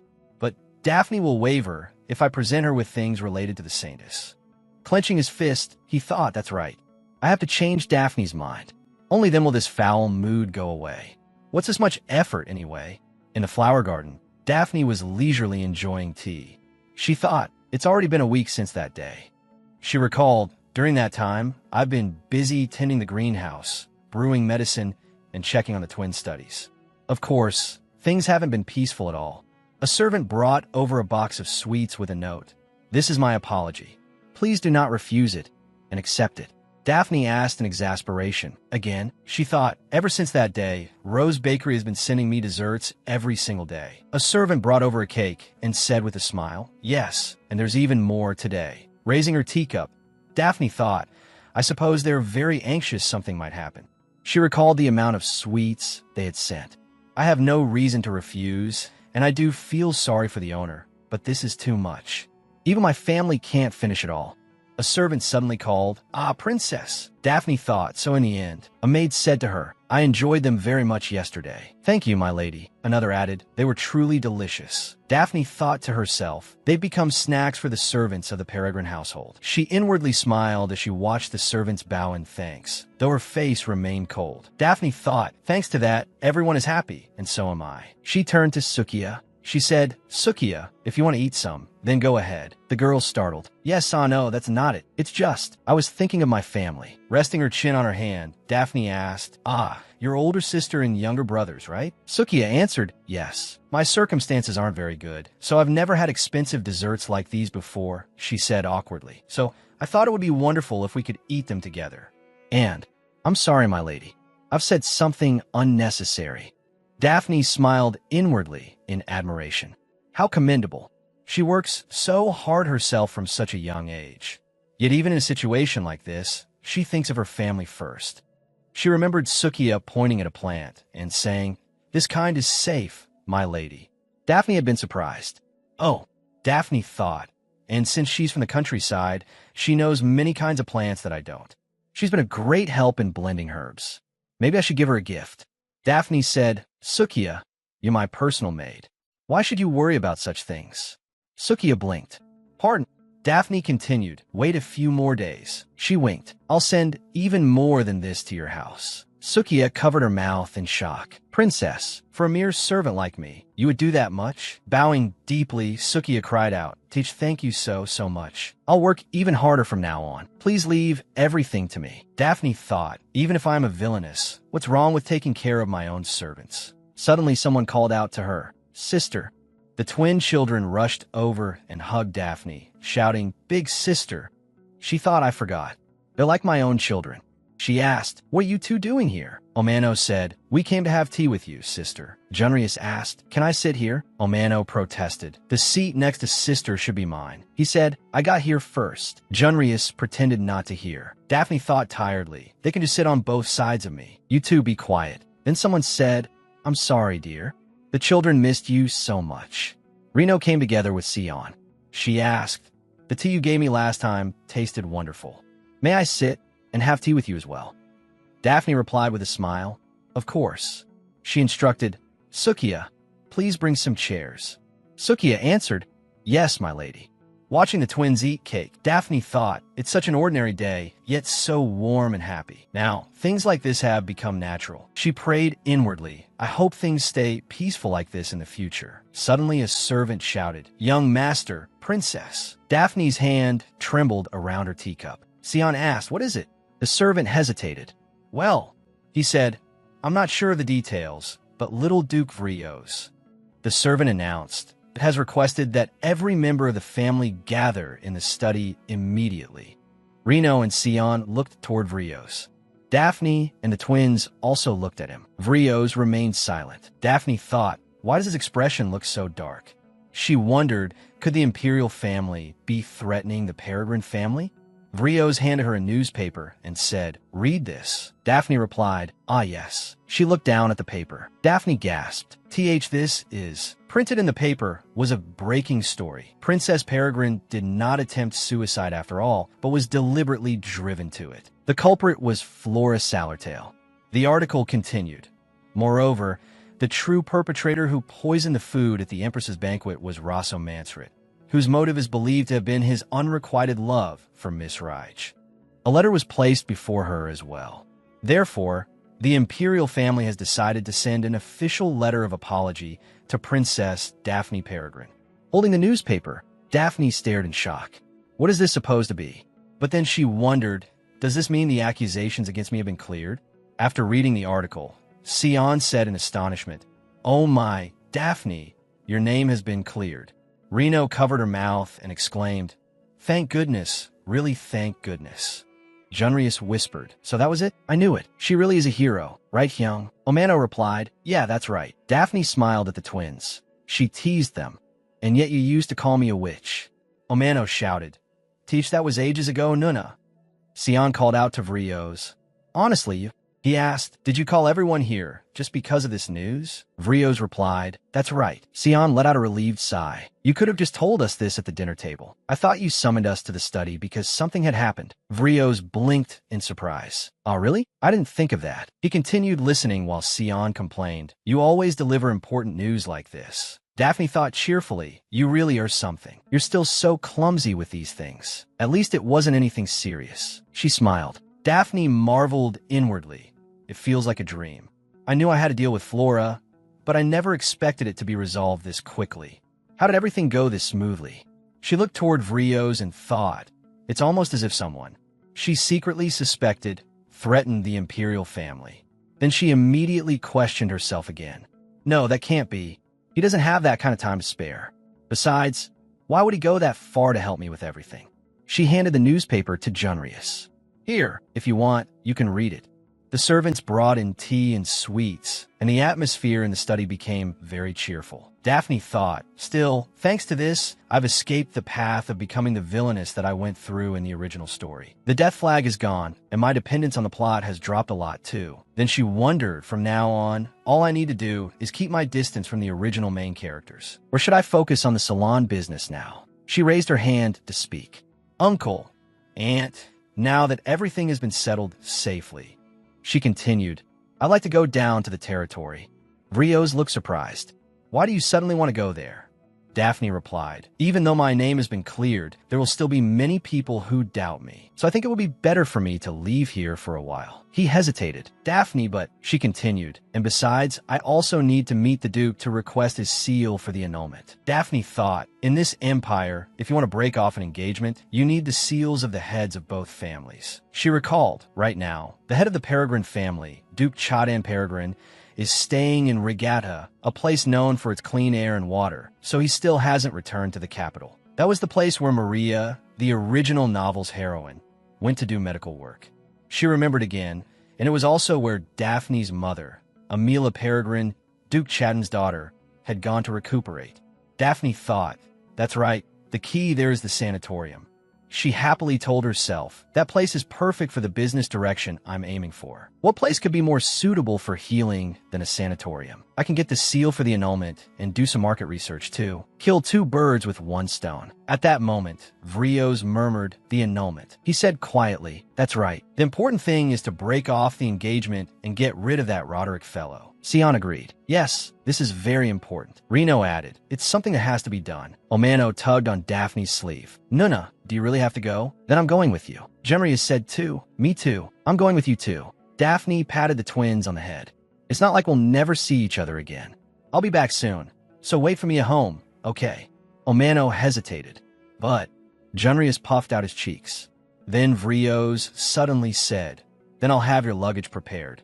It'll take some time to choose the servants and knights. Daphne looked surprised. Pardon, he continued. For you, Sukiya alone as a maid should be enough. As for knights, He raised a hand as he spoke. It's a long road there. Shouldn't a princess have an escort? Sion added, That's right, Daphne. It could be dangerous. Reno agreed. I think so too. Their faces clearly showed how worried they were. Daphne thought, they're not wrong. But isn't this a bit much? Then she suddenly wondered, are they afraid something like before might happen again? So they want to take precautions for me? She imagined, the princess has returned. The changes before us were all waiting for this very moment. Breaking off the engagement? Princess, of course. Daphne realized, I see now. She looked toward the knight Vrios had summoned and said, Then I'll be in your care. He answered, Understood. She thought to herself, So everything's really settled now? She looked at the clock and realized, It's almost time for my appointment. Omano asked, Where are you going? She replied, I have an appointment tonight, so I'm getting ready to leave. Vrios asked, An appointment? Is it so important that you're skipping dinner? She answered, Yes. Today is the day I'm supposed to pick up my favorite dessert at the bakery. Daphne continued, And I wanted to go out and get some fresh air too. Sion said, Then you could just send a servant in your place. As she gently freed her hand from Omano's grip, she replied, Don't worry, uncle. I won't cause a scene like last time. Omano clung to her. Don't go, Nuna. Then Vrios said, That's not what I meant. You can get fresh air in the gardens of the Peregrine estate. Everyone stared blankly. Daphne looked puzzled. Pardon? He asked, You just said you were going to the territory, so why do you keep going out all over the place now? Daphne thought in shock, Vrios hesitated. Could it be? Then he asked, sadly, Does this estate make you uncomfortable? Daphne blinked. What? Little Duke Vrios's face darkened with sadness, leaving Daphne baffled. What is this? She thought. He looks genuinely upset. Is this just my imagination? Daphne quickly said, That's not what I mean at all, uncle. Awkwardly, she explained, It's just that ever since I was falsely accused, I've hardly gone out, so I wanted to stop by some bakeries before heading to the territory. The capital's desserts are the best, after all. The whole family stared at her. Vrios asked suspiciously, Really? She answered brightly, Yes. He sighed. I understand. Daphne smiled gently. Thank you for understanding. She walked toward the door, then remembered to turn back and say, Then I'll be off. As the door shut behind her, the room fell silent. The Peregrine couple spoke up. Was that smile just now because she was worrying about us? Yes. The one most heartbroken over this annulment is surely her. Since when did she grow up so much? After thinking quietly for a moment, Vrios said, No. He turned to the knight and raised his voice. I don't care how much salary you want this year. Go recruit all the best pastry chefs and bakers to this estate at once. The knight, confused, obeyed. Yes, sir. Vrios added regretfully, If that child thinks of the family this much, then I have to do something for her too. Hearing that, the knight remembered when a young lady had offered him cake. Do you want some? There's still some left here. He immediately replied, Yes, understood. I'll go recruit them as quickly as possible. Meanwhile, on Daphne's side, she was thinking happily, I'll make medicine for Lucille after I get back. We won't be able to see each other for a really long time, so I should prepare a lot. Sukiya followed behind as she saw her off. Please return safely, princess. The scene shifted to Archduke Lucille's residence. On the table were several books with titles about love, divorce, and marriage. Lucille was sprawled across a chair, engrossed in one of them. Meanwhile, Gil was fussing with his hair. Standing in front of the mirror, he muttered, How did I end up in a situation where I have to meet Princess Daphne again? He thought to himself, Still, unlike the rumors, she's actually a very kind person. She even showed concern for me.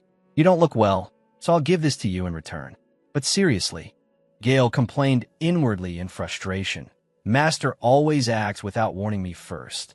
He moved closer to the sofa and cautiously observed, Why does his expression look so serious? Lucille, oblivious to him, was reading with utmost seriousness, How to Forget the One You Loved. Seeing that, Gale burst out, That one's a classic of the regret genre. Once you start, you can't put it down. Lucille frowned. Is that so? Gale grew even more excited. Yes, the descriptions in this one are incredibly detailed. This book sold extremely well and is considered a masterpiece. Lucille expressionlessly closed the book. A masterpiece, huh? Then he asked, By the way, Gale, there's something I don't understand. Lucille tilted his head against the chair. All the characters in the books you gave me are strange, but especially the male lead in this one. He says he loves the heroine, so why doesn't he show it at all? And then later he says, Too late, come back to me. If he had shown it from the beginning, none of this would have happened. Does he have no shame? Caught off guard by the question, Gale froze in confusion. Oh well, The fervent novel fan was at a loss before the truth. Lucille irritably placed the book on top of the stack on the table. The heroine is the same. She should just leave without looking back. Why keep caring about that man?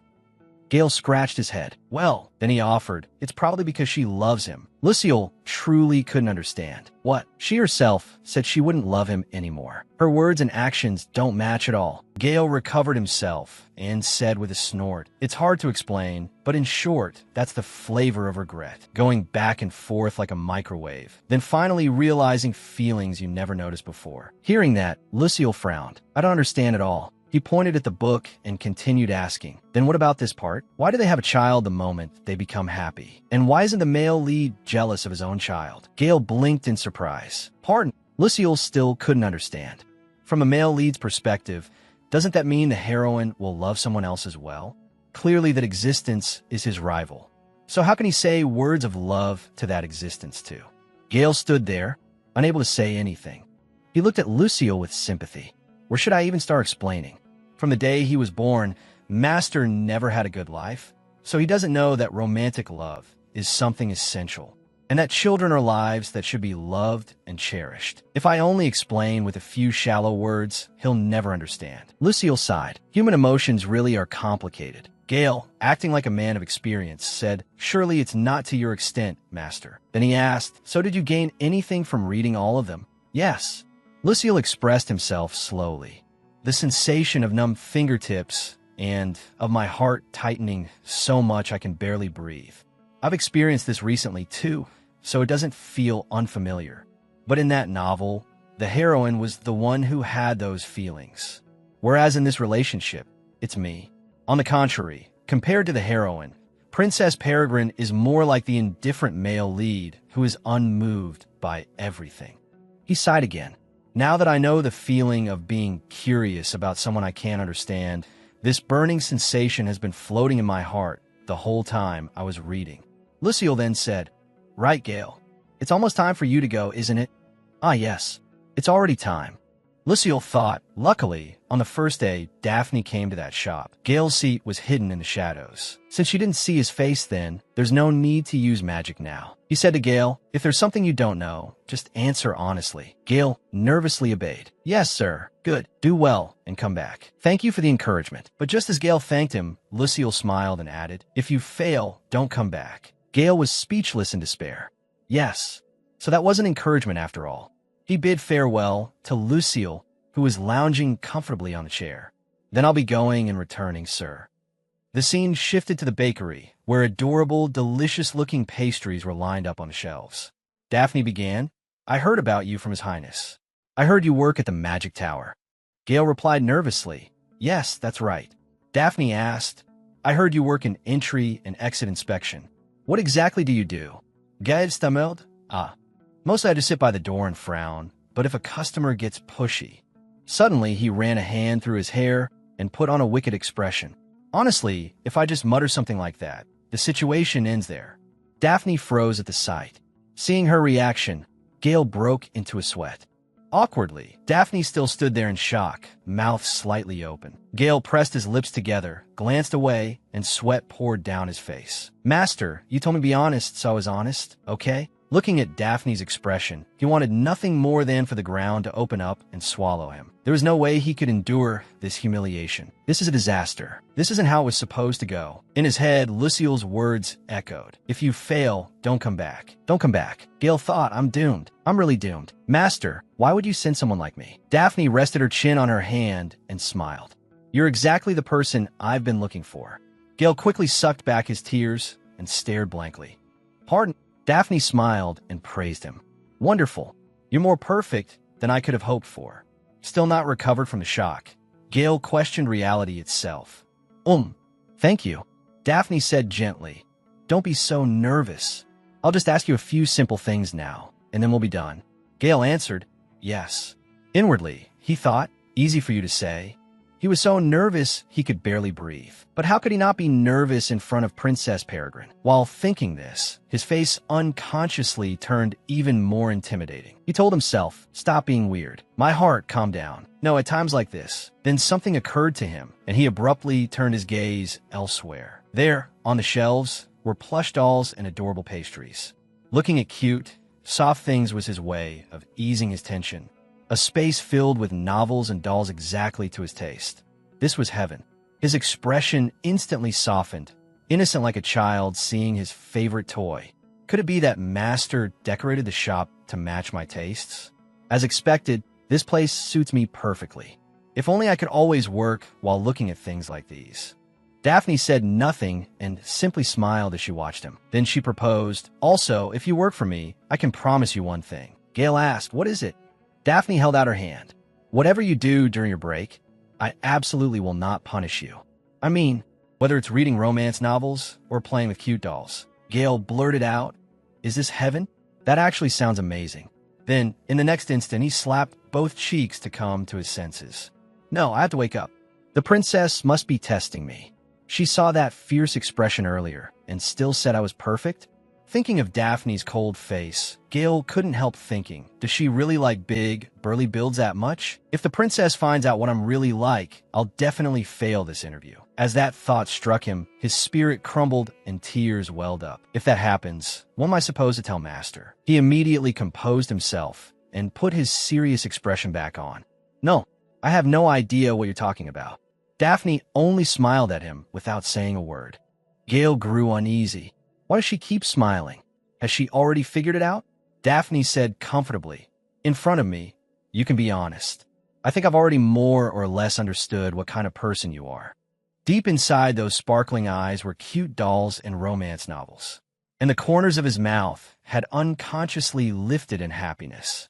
His cheeks were faintly flushed, and his hands were clenched tightly, as if from nervousness. And on top of that, there was the cute chicken-patterned handkerchief placed at his chest. Putting all those things together, it was obvious. On the outside, he was a teddy bear, but on the inside, he was a rabbit. And I really like people like that. She said, "I have no intention at all of interfering with your tastes. I only want the employees working at my salon to be able to work in a comfortable and happy environment." She continued, "Do you know? The Peregrine family has great influence in academic circles, so we have many connections with publishers, which means if there's any book you want, I can place it in the salon." Those words completely awakened Gale's heart. He resolved at once, what a wonderful workplace. Then when do I start? Daphne had successfully reeled him in. "I'll contact you soon." The two of them stood and walked together toward the door. "You have to keep it secret that I'm the owner of the salon. If anyone tries to find out." As if understanding her meaning, Gale made a neck-cracking gesture like he was ready to beat someone up. Satisfied, she said, "That's right. Exactly that pose." Gale then asked, "So around when will you contact me about the job?" She answered, "If it's soon, probably in 1 or 2 months. I have to go down to the territory for a while." He nodded. "Ah, I see." Inwardly, he thought, down to the territory? Then what about the medicine deal with Master? The two parted ways after saying goodbye. "I understand. Then I'll wait for you to contact me. I'm sure Master already knows that himself." Under the glow of the sunset, the scene shifted to Lucille's residence. He asked, "How did the interview go?" Gale beamed like a happy puppy. "It went well, sir. The princess is an even better person than I thought." Lucille nodded in satisfaction. "I see. That's a relief. But what did the two of you talk about that made you look so happy?" Gale answered, "Well, it was pretty much like when I work with you, Master. We just discussed the working conditions and the direction of the job." Seeing how excited Gale looked, Lucille grew a little suspicious. There was clearly more to it. He clicked his tongue. "I should just ask the princess about the details myself." Gale continued, "Oh, and I heard the princess will be away for about 1 or 2 months. Lucille asked in surprise, "What?" Even Gale sounded unsure. "I think she's going somewhere, sir. But the princess said at the soonest it would be 1 or 2 months, so it might actually take even longer." Hearing that, he froze in shock. At least 1 or 2 months without seeing her. How could that be? Then what was he supposed to do? He pressed his lips together, unable to accept it. Lucille asked, "Where's she going?" Gale blinked in confusion. "Pardon?" Lucille could no longer wait and pressed urgently. "I'm asking where the princess is planning to go right now." The scene shifted to a shop. "Closed today for personal reasons." The scene shifted to a shop. "Closed today for personal reasons." Daphne looked worn out and dejected. "This shop is closed too. I use buying dessert as an excuse to come out, so I need to buy something or it'll look suspicious." Rewinding to a little earlier, she had asked a few women passing by, "Excuse me, do you know why all the famous dessert shops are closing early today?" Some of them answered, "Oh, I heard a VIP customer summoned all the most skilled pastry chefs in the capital." She thought irritably, just because they have money, they can go this far? I'd really like to see what kind of person they are. The one she never would have expected was none other than Lil Duke Rios. She walked down the street. What am I supposed to say when I get home? Daphne turned her head to look back at the pastry shops. I've already searched all over for dessert, and if I go back empty-handed now, won't that seem a little strange? Suddenly, someone came running toward her, panting hard. What is it? Who is this person? A man in a white cloak came closer. Is he coming toward me? He said breathlessly. I thought you had already left, so I kept looking for you. Something about him seemed familiar. That voice, Lucille stepped closer. Thank goodness. I made it in time. Daphne's mouth fell open in indescribable shock. Why, Your Highness? The handsome Archduke was drenched in sweat from chasing after the person he loved.